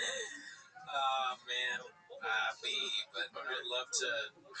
Yeah, I'd love to know what goes on in Chop's head. Where does he come up with this stuff? He's a fucking genius. Well, it has 3 C's, so it's definitely coming from him. Oh, right, that's true. That they had a chocolate fountain that was made out of their kid. They took a mold. Fountain. See all these parents are like, this is some wild shit. Did it disappear? Dude, I look over, I see the famous magic dude. I go, what the fuck you doing? What the fuck you doing? Yeah, dude, he fucking went up to the guy and said, "What the fuck are you doing here?" That's awesome at a kid's party. To a magician. I go, what the fuck are you doing? He goes, dude, he's been for hours at a time. He told me how much. And I was like, you know what he does here? Are you? He's a gig ever, dude. You want to see a trick? Yeah. I feel bad for him. David Blaine reads his mind, asks Papa, who's Jay? David Blaine reads his mind, tells Papa, don't feel bad. These are all so fucking funny, dude. I think it's A. Really? Yeah. Oh, man. That would be crazy. If he get the who's Jay, that feels too smart for Chop. Oh, okay. But that's hilarious, dude. Who's Jay? He's a mentalist. He's not even a magician, he's a mentalist. Yeah. Let's see. I felt bad for him, dude. I was like, don't feel bad. That's easy. Oh, he said, don't feel bad. Damn, I thought you'd say, who's Jay? That'd be good. Upper Deck. They're making Tropic Thunder again. Robert Downey Jr. is the black guy. They're making Hot Topic again. Robert Downey Jr. is the black guy. Hot Topic, I remember this. They're making Hot Topic again, where Robert Downey Jr. plays the black guy. You know he's up for an Oscar. Hot Topic, he calls it. I love love it so much. I don't even want to say anything. I just enjoy it. Can I just enjoy these things? His face, dude. Topic, he calls it. HUD? The best movie. Oh my god, dude. I ruined the name of the movie. It's Tropics. I'm ruining the name of the movie. Stop, dude. You don't get it. It's hilarious that you said that. Yeah. It's not a bad thing. You're not hurting the show. He thinks he's like hurting the show by doing that. He's like, oh, my bad. I'm sorry. I called it Hot Topic. Big deal. It's Tropic Thunder or whatever. It's Strawberry Thunder or whatever. Yeah, it's like whatever, dude. It's like when I called The Godfather fucking Sharknado. It's not a big fucking deal, dude. Go on with the show, Leah. At least I don't do what you do. I was 16-year-old. Under. Hot? They're not even close. Hot? You might as well call it fucking refrigerator dance hour. It's not time. Sorry, I meant Schindler's List. He just picked us up. Oh my god, dude. Banana Republic, I mean Blood Diamond. Dude, sometimes my CD will flare up at the worst moment. I ain't gonna lie, I'm getting cooked. No, I didn't. Black Panther reminded me. He started laughing because he said CD. Everybody can enjoy this. Is the thing. Like us, Reddit, the people he does the show with. I mean, you watch this at home with your family, though. Everyone's having a good time. Yeah. Eat spaghetti, watch Brendan Schaub say Hot Topic. My parents don't know who fucking Brendan Schaub is, but they think it's hilarious that we make fun of him. Yeah, my family doesn't like it when his wife is showing her ass, though. Oh, yeah. Yeah, my wife gets real upset. I tell her it's fake, it's BBL. It's not even that way, so. What a great excuse. You're staring at some chick's ass and your wife gets mad. And you go, it's not even real. I wasn't even looking at it. It's a fake ass. It's 2 C's. Yeah, 2 C's, not real. Do you see 3 C's on that ass? Okay. Not real. You have, what's that? Hamilton. That's another one. Oh, have you ever seen Hamilton? It says nothing makes up a story about C. Another one of those 2 answers. That's good. Seen Hamilton? Black Panther and Hamilton, same thing. I remember I watched Hamilton on the Disney. I started watching it. I was like, Disney? I was like, I'm sorry, I'm laughing. Did you go to the play? No, I left. And the guy goes, I was in New York. When they provided the play, I'm out there performing. I needed something to do because I had an off night. Dude, halfway through, I'm leaving. The guy goes, where you going? I've seen enough. I just keep rapping to the second part, too. He goes, yeah, but it's Hamlet. I'm good, man. It's Hamlet. He's in Hamlet. You're the first person to ever walk out of Hamlet.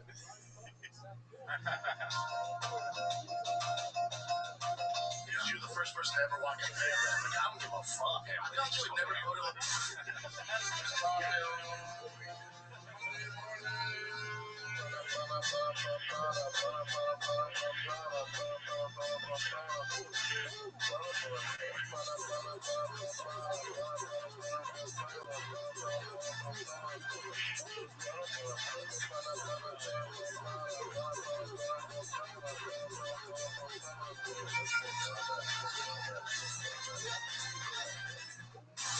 That's social media. This isn't real, man. Oh yeah, dude. What happens next? I don't know how is he double dipping? Is he using the same clips again and again? Because 28 parts, dude. It just goes to show you how many good things there are in the repertoire of the history. Yeah. Of our menu. It's a lot. The Chang's is not unlike the Cheesecake Factory menu. It has many pages. The Holy Bible. Everyone pray for Icarus Lives, dude. I mean, he's living now, but he's watching way too much Shop Show in that kid, dude. And the Golden Hour, dude. This man's whole life is surrounding Brendan Schaub. Shout out to him. Gala 24 greater than Gala 12. That's Daddy's new number. Posted by Successful Egg 8345. That's a good Photoshop. What was the original?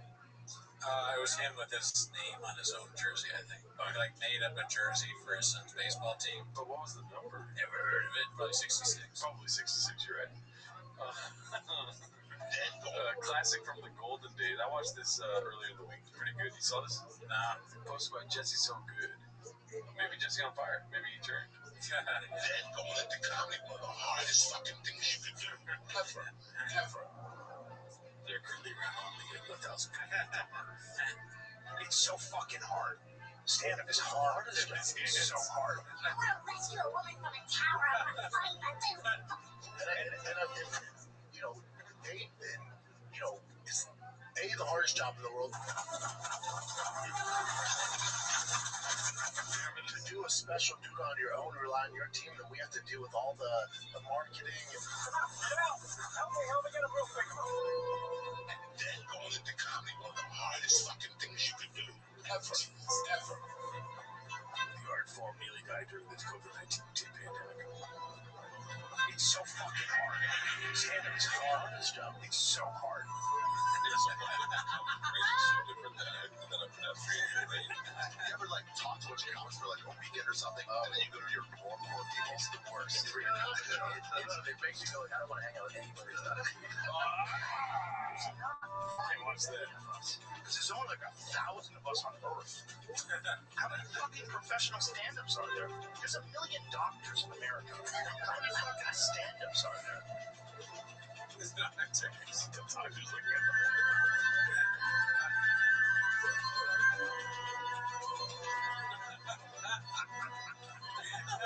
Mark of the Free Society. let's go.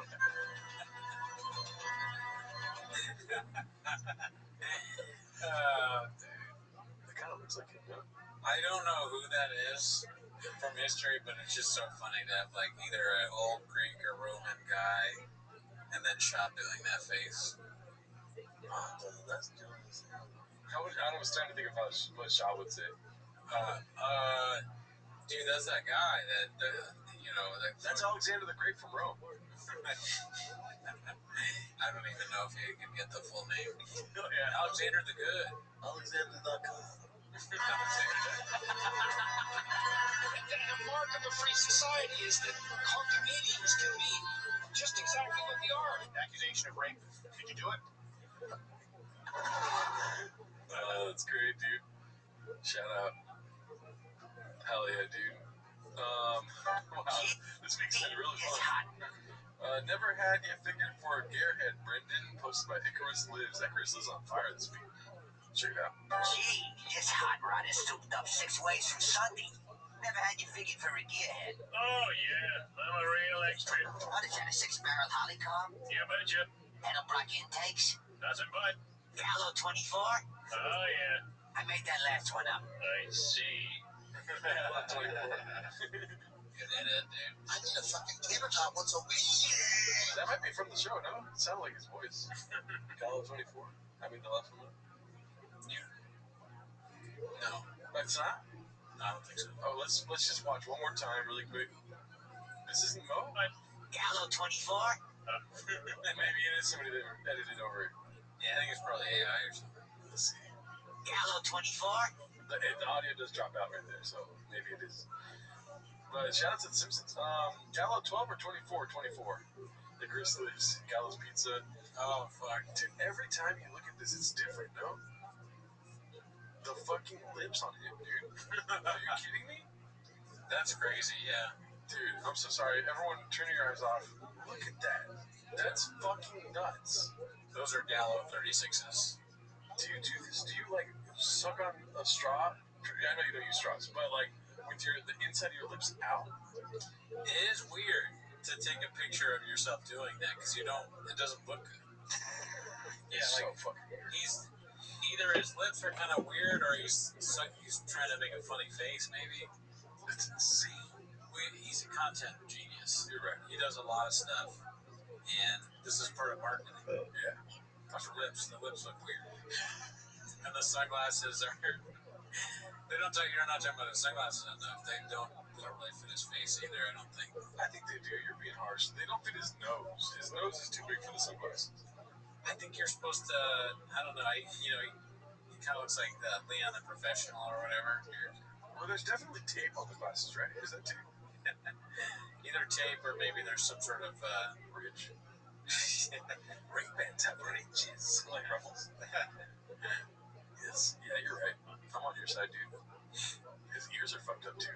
Let's see. This is Life Animator 3679 posted this. Officially losing money on the house. So it's down to $2,850,000. Price cut, 100K. But you forget he gets more land. Yeah. I mean, he doesn't care if he sells it for $1. He just wants more land. Dude. What do you think he's going to explain more, the house cut, price cut, or the Gala 24? Probably the house.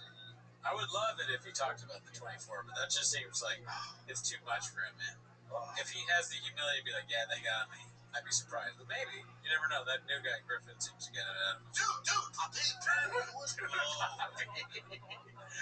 There's not a chance anyone on his team's going to show up. Like, I would be embarrassed. Like, we're embarrassed when we're not even around him.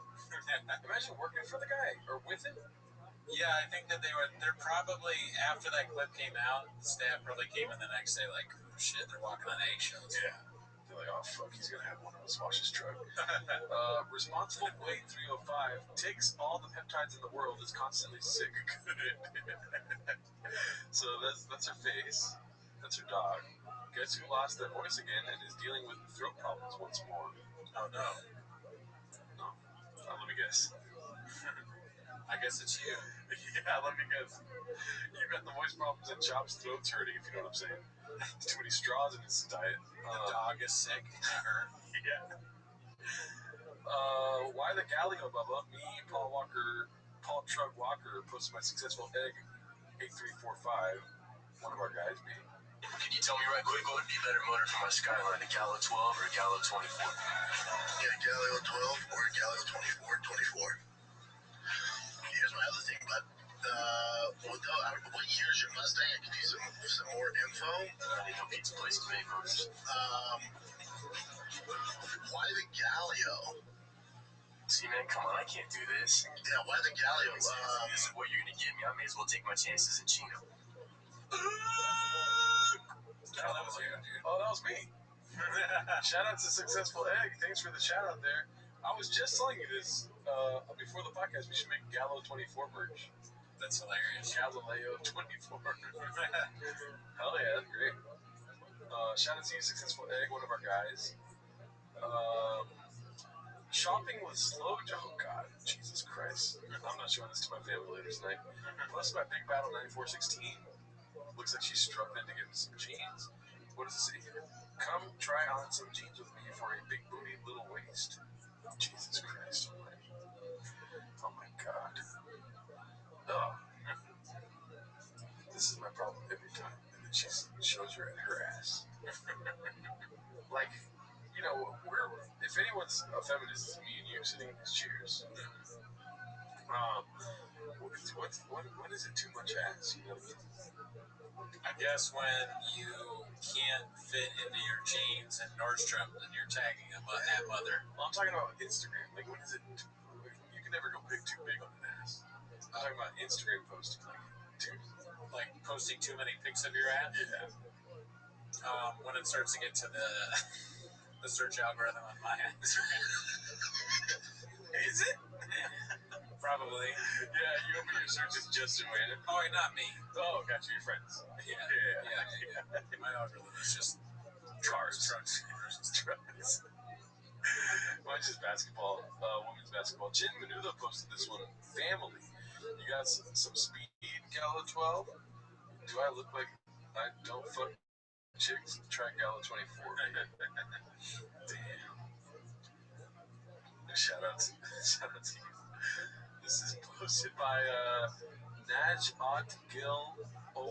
Is he really changing the name of the shop show to this? Big brown breakdowns, big fat piece of dump. That's me. Yeah. And kids, that's how I met your mother. How to keep your spouse happy. You seen this, Jimmy? No. I don't think I'll ever see Joanna content. I follow him. I follow him, so I see it on Instagram. So it looks like it's gonna be a blowjob. I can hear it calling in the air tonight. And then she wants a massage.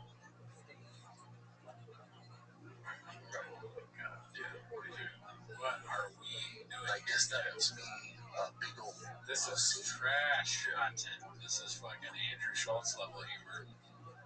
You did a little dance too. He pushed her. Yeah. Jimmy pushed her. Yeah. Fucking massage on, blowjob. Yeah. I thought you were gonna stick a finger in my ass. Yeah, I want to do something there, Daddy. What are you doing? Do you think he calls her Daddy? Probably. He calls everybody Daddy. And then he forgets. He's like, wait, oh, fuck. Exactly. I legitimately thought you were gonna put your finger in my ass right now. Right. Let's go to the next one. Being just shouting at Clint in a storage container. Toasted by You'll Do Nothing. Good title alert. I don't give a fuck who's at the head of the table, whose birthday it is, why they're doing it. All I know is the sport I fucking love has an event at the White House on a Sunday. We're going sizzling. Come on. You brought it back, dude. It's been a while since I heard that one. He said it wrong. We're going Sizzler. He fucking said his own catchphrase wrong. We're going Sizzler. How has an event at the White House on a Sunday? We're going sizzling. He's not even happy. That's part of the reason why it's not very good. Yeah. He's pretending to be excited. Oh, man. How long? Mainstream business torture. Screaming in the storage unit. It's like the view from outside the storage unit. What's going on that other storage room? Oh, they do a podcast. They do a what? It's a laugh. Oh my god. But all the echoes here, because you're echoing a lot. Yeah, I don't know. It's a guy used to do MMA or something. Oh yeah, is that doing a podcast next door? Is it like a couple teenagers? No, it's a ex-MMA fighter that turned comedian. He's on Rogan a lot. It's a what? A what? And people, I like the days when people would just be walking through the set. I miss those, and like doors opening and closing. The set, we act like the storage facility is that much more embarrassing. It's really not. They both have different levels of embarrassing. Creaky doors, lights just turning off, or was that in the storage booth? That was the storage. Yeah. Oh fuck. We're at the White House. Fuck your couch. We're at the White House. Yeah, but it's the president's birthday. I don't give a fuck. Okay. Chin, you should be laughing. This is funny. Chin's scared. He has a fucking shield. He's hiding in the back. Alright, shout out to you, Brennan Chop. Okay, more ass. Truly face emoji from Big Battle 9416. Starting to notice a trend. Big Battle's always posting Joanna's ass. 20-minute workout, a little rusty, but getting back to it. Alright, is he? Okay, alright, we get it. That's such a funny picture to put online. That's a video, and Big Battle took a picture. Oh, okay. Yeah. Fair enough. Still, it's a funny video. It's not a funny video, I think. I do that all the time, and then I delete it because my ass is so small. Galileo 24. Yeah, that's kind of what it should be at, right, Eddie? Yeah, it's been meaning. What do you think about this? I'm not used to this. That was a little different. You know, let me put it on there because I look gay and I have skinny jeans on, so they drove my truck up there and hurt my feelings.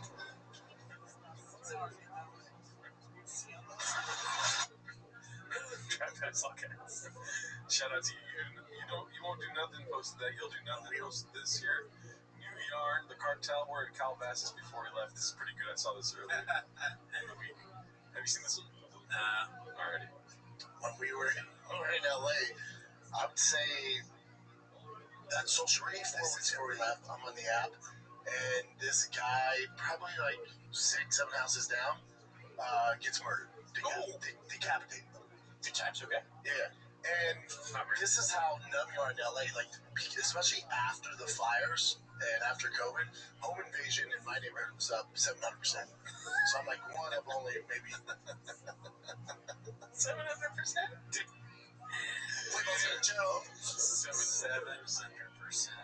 I wish I knew math well so I could like conceptualize exactly what that means. Yeah.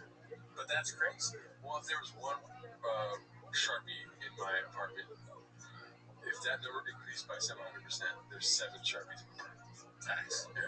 They Can you imagine how many of those you put in your ass? Yeah, right. But dude, that's so funny. I mean, there's just no way.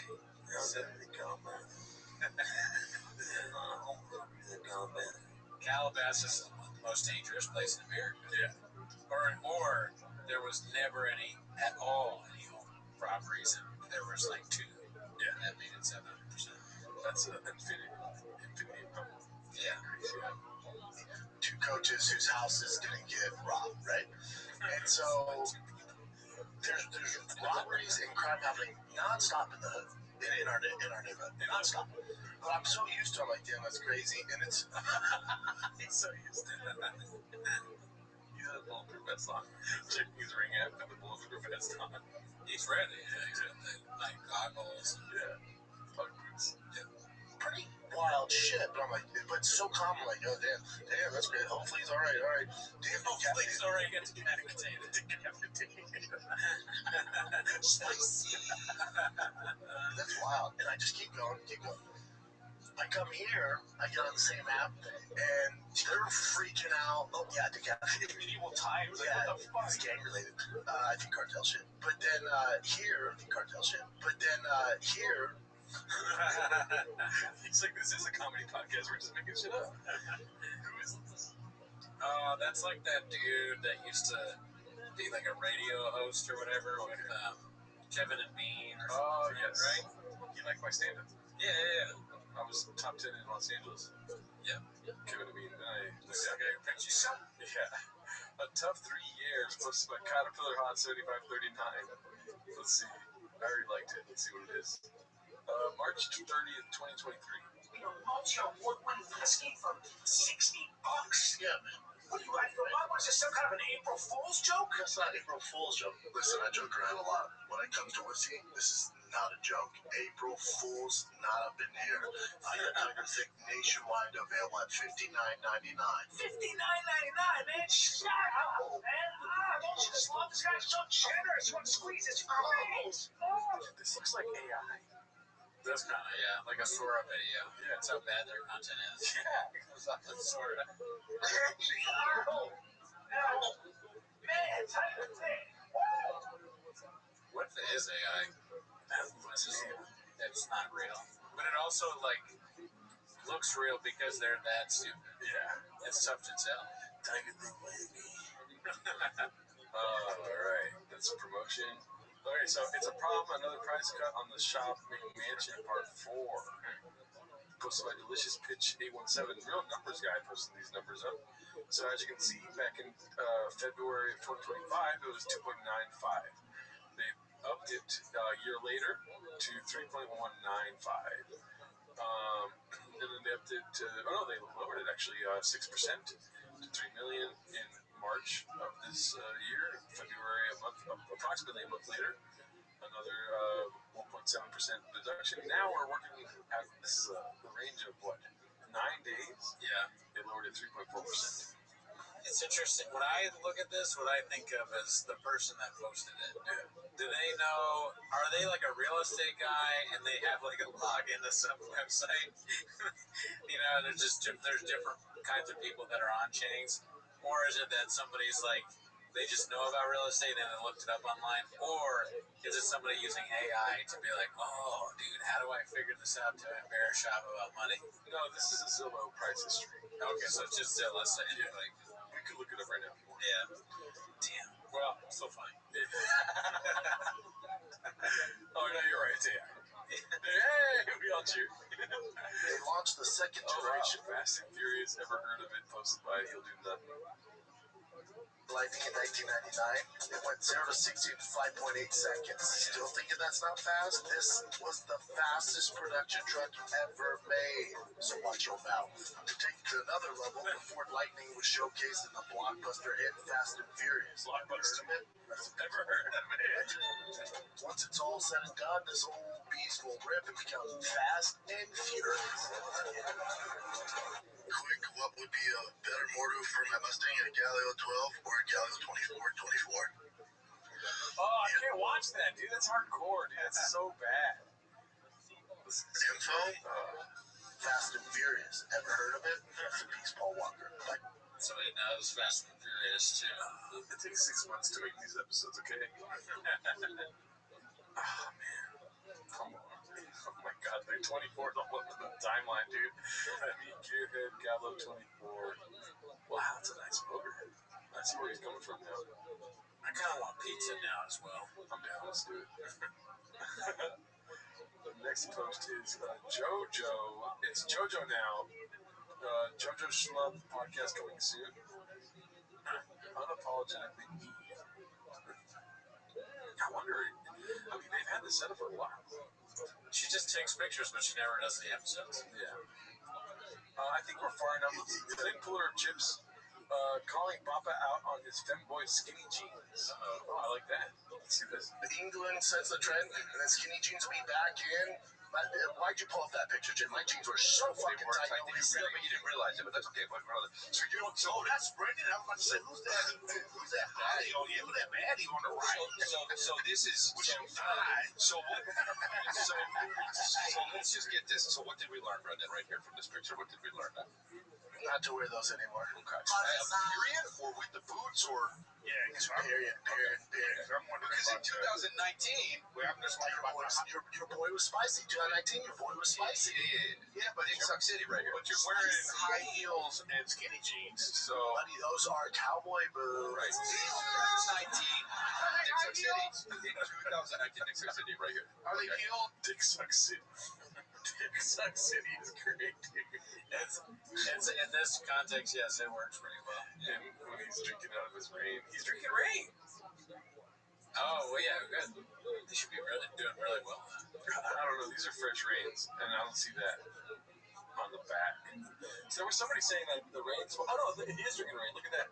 We matched it. Oh yeah, it's got the rain facts. Yeah, the rain facts. 0% sugar, 0% artificial color, 0% artificial flavor, 0% fat per can. So do yourself a favor. This is a weekly plug for rain. Yeah. Go ahead and buy. This is actually Cooney's favorite. Remember which kind?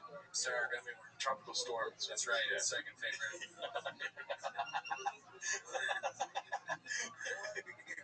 That's social media. This isn't real. Do, papi. So you ready to go to the club? Now, What kind of club?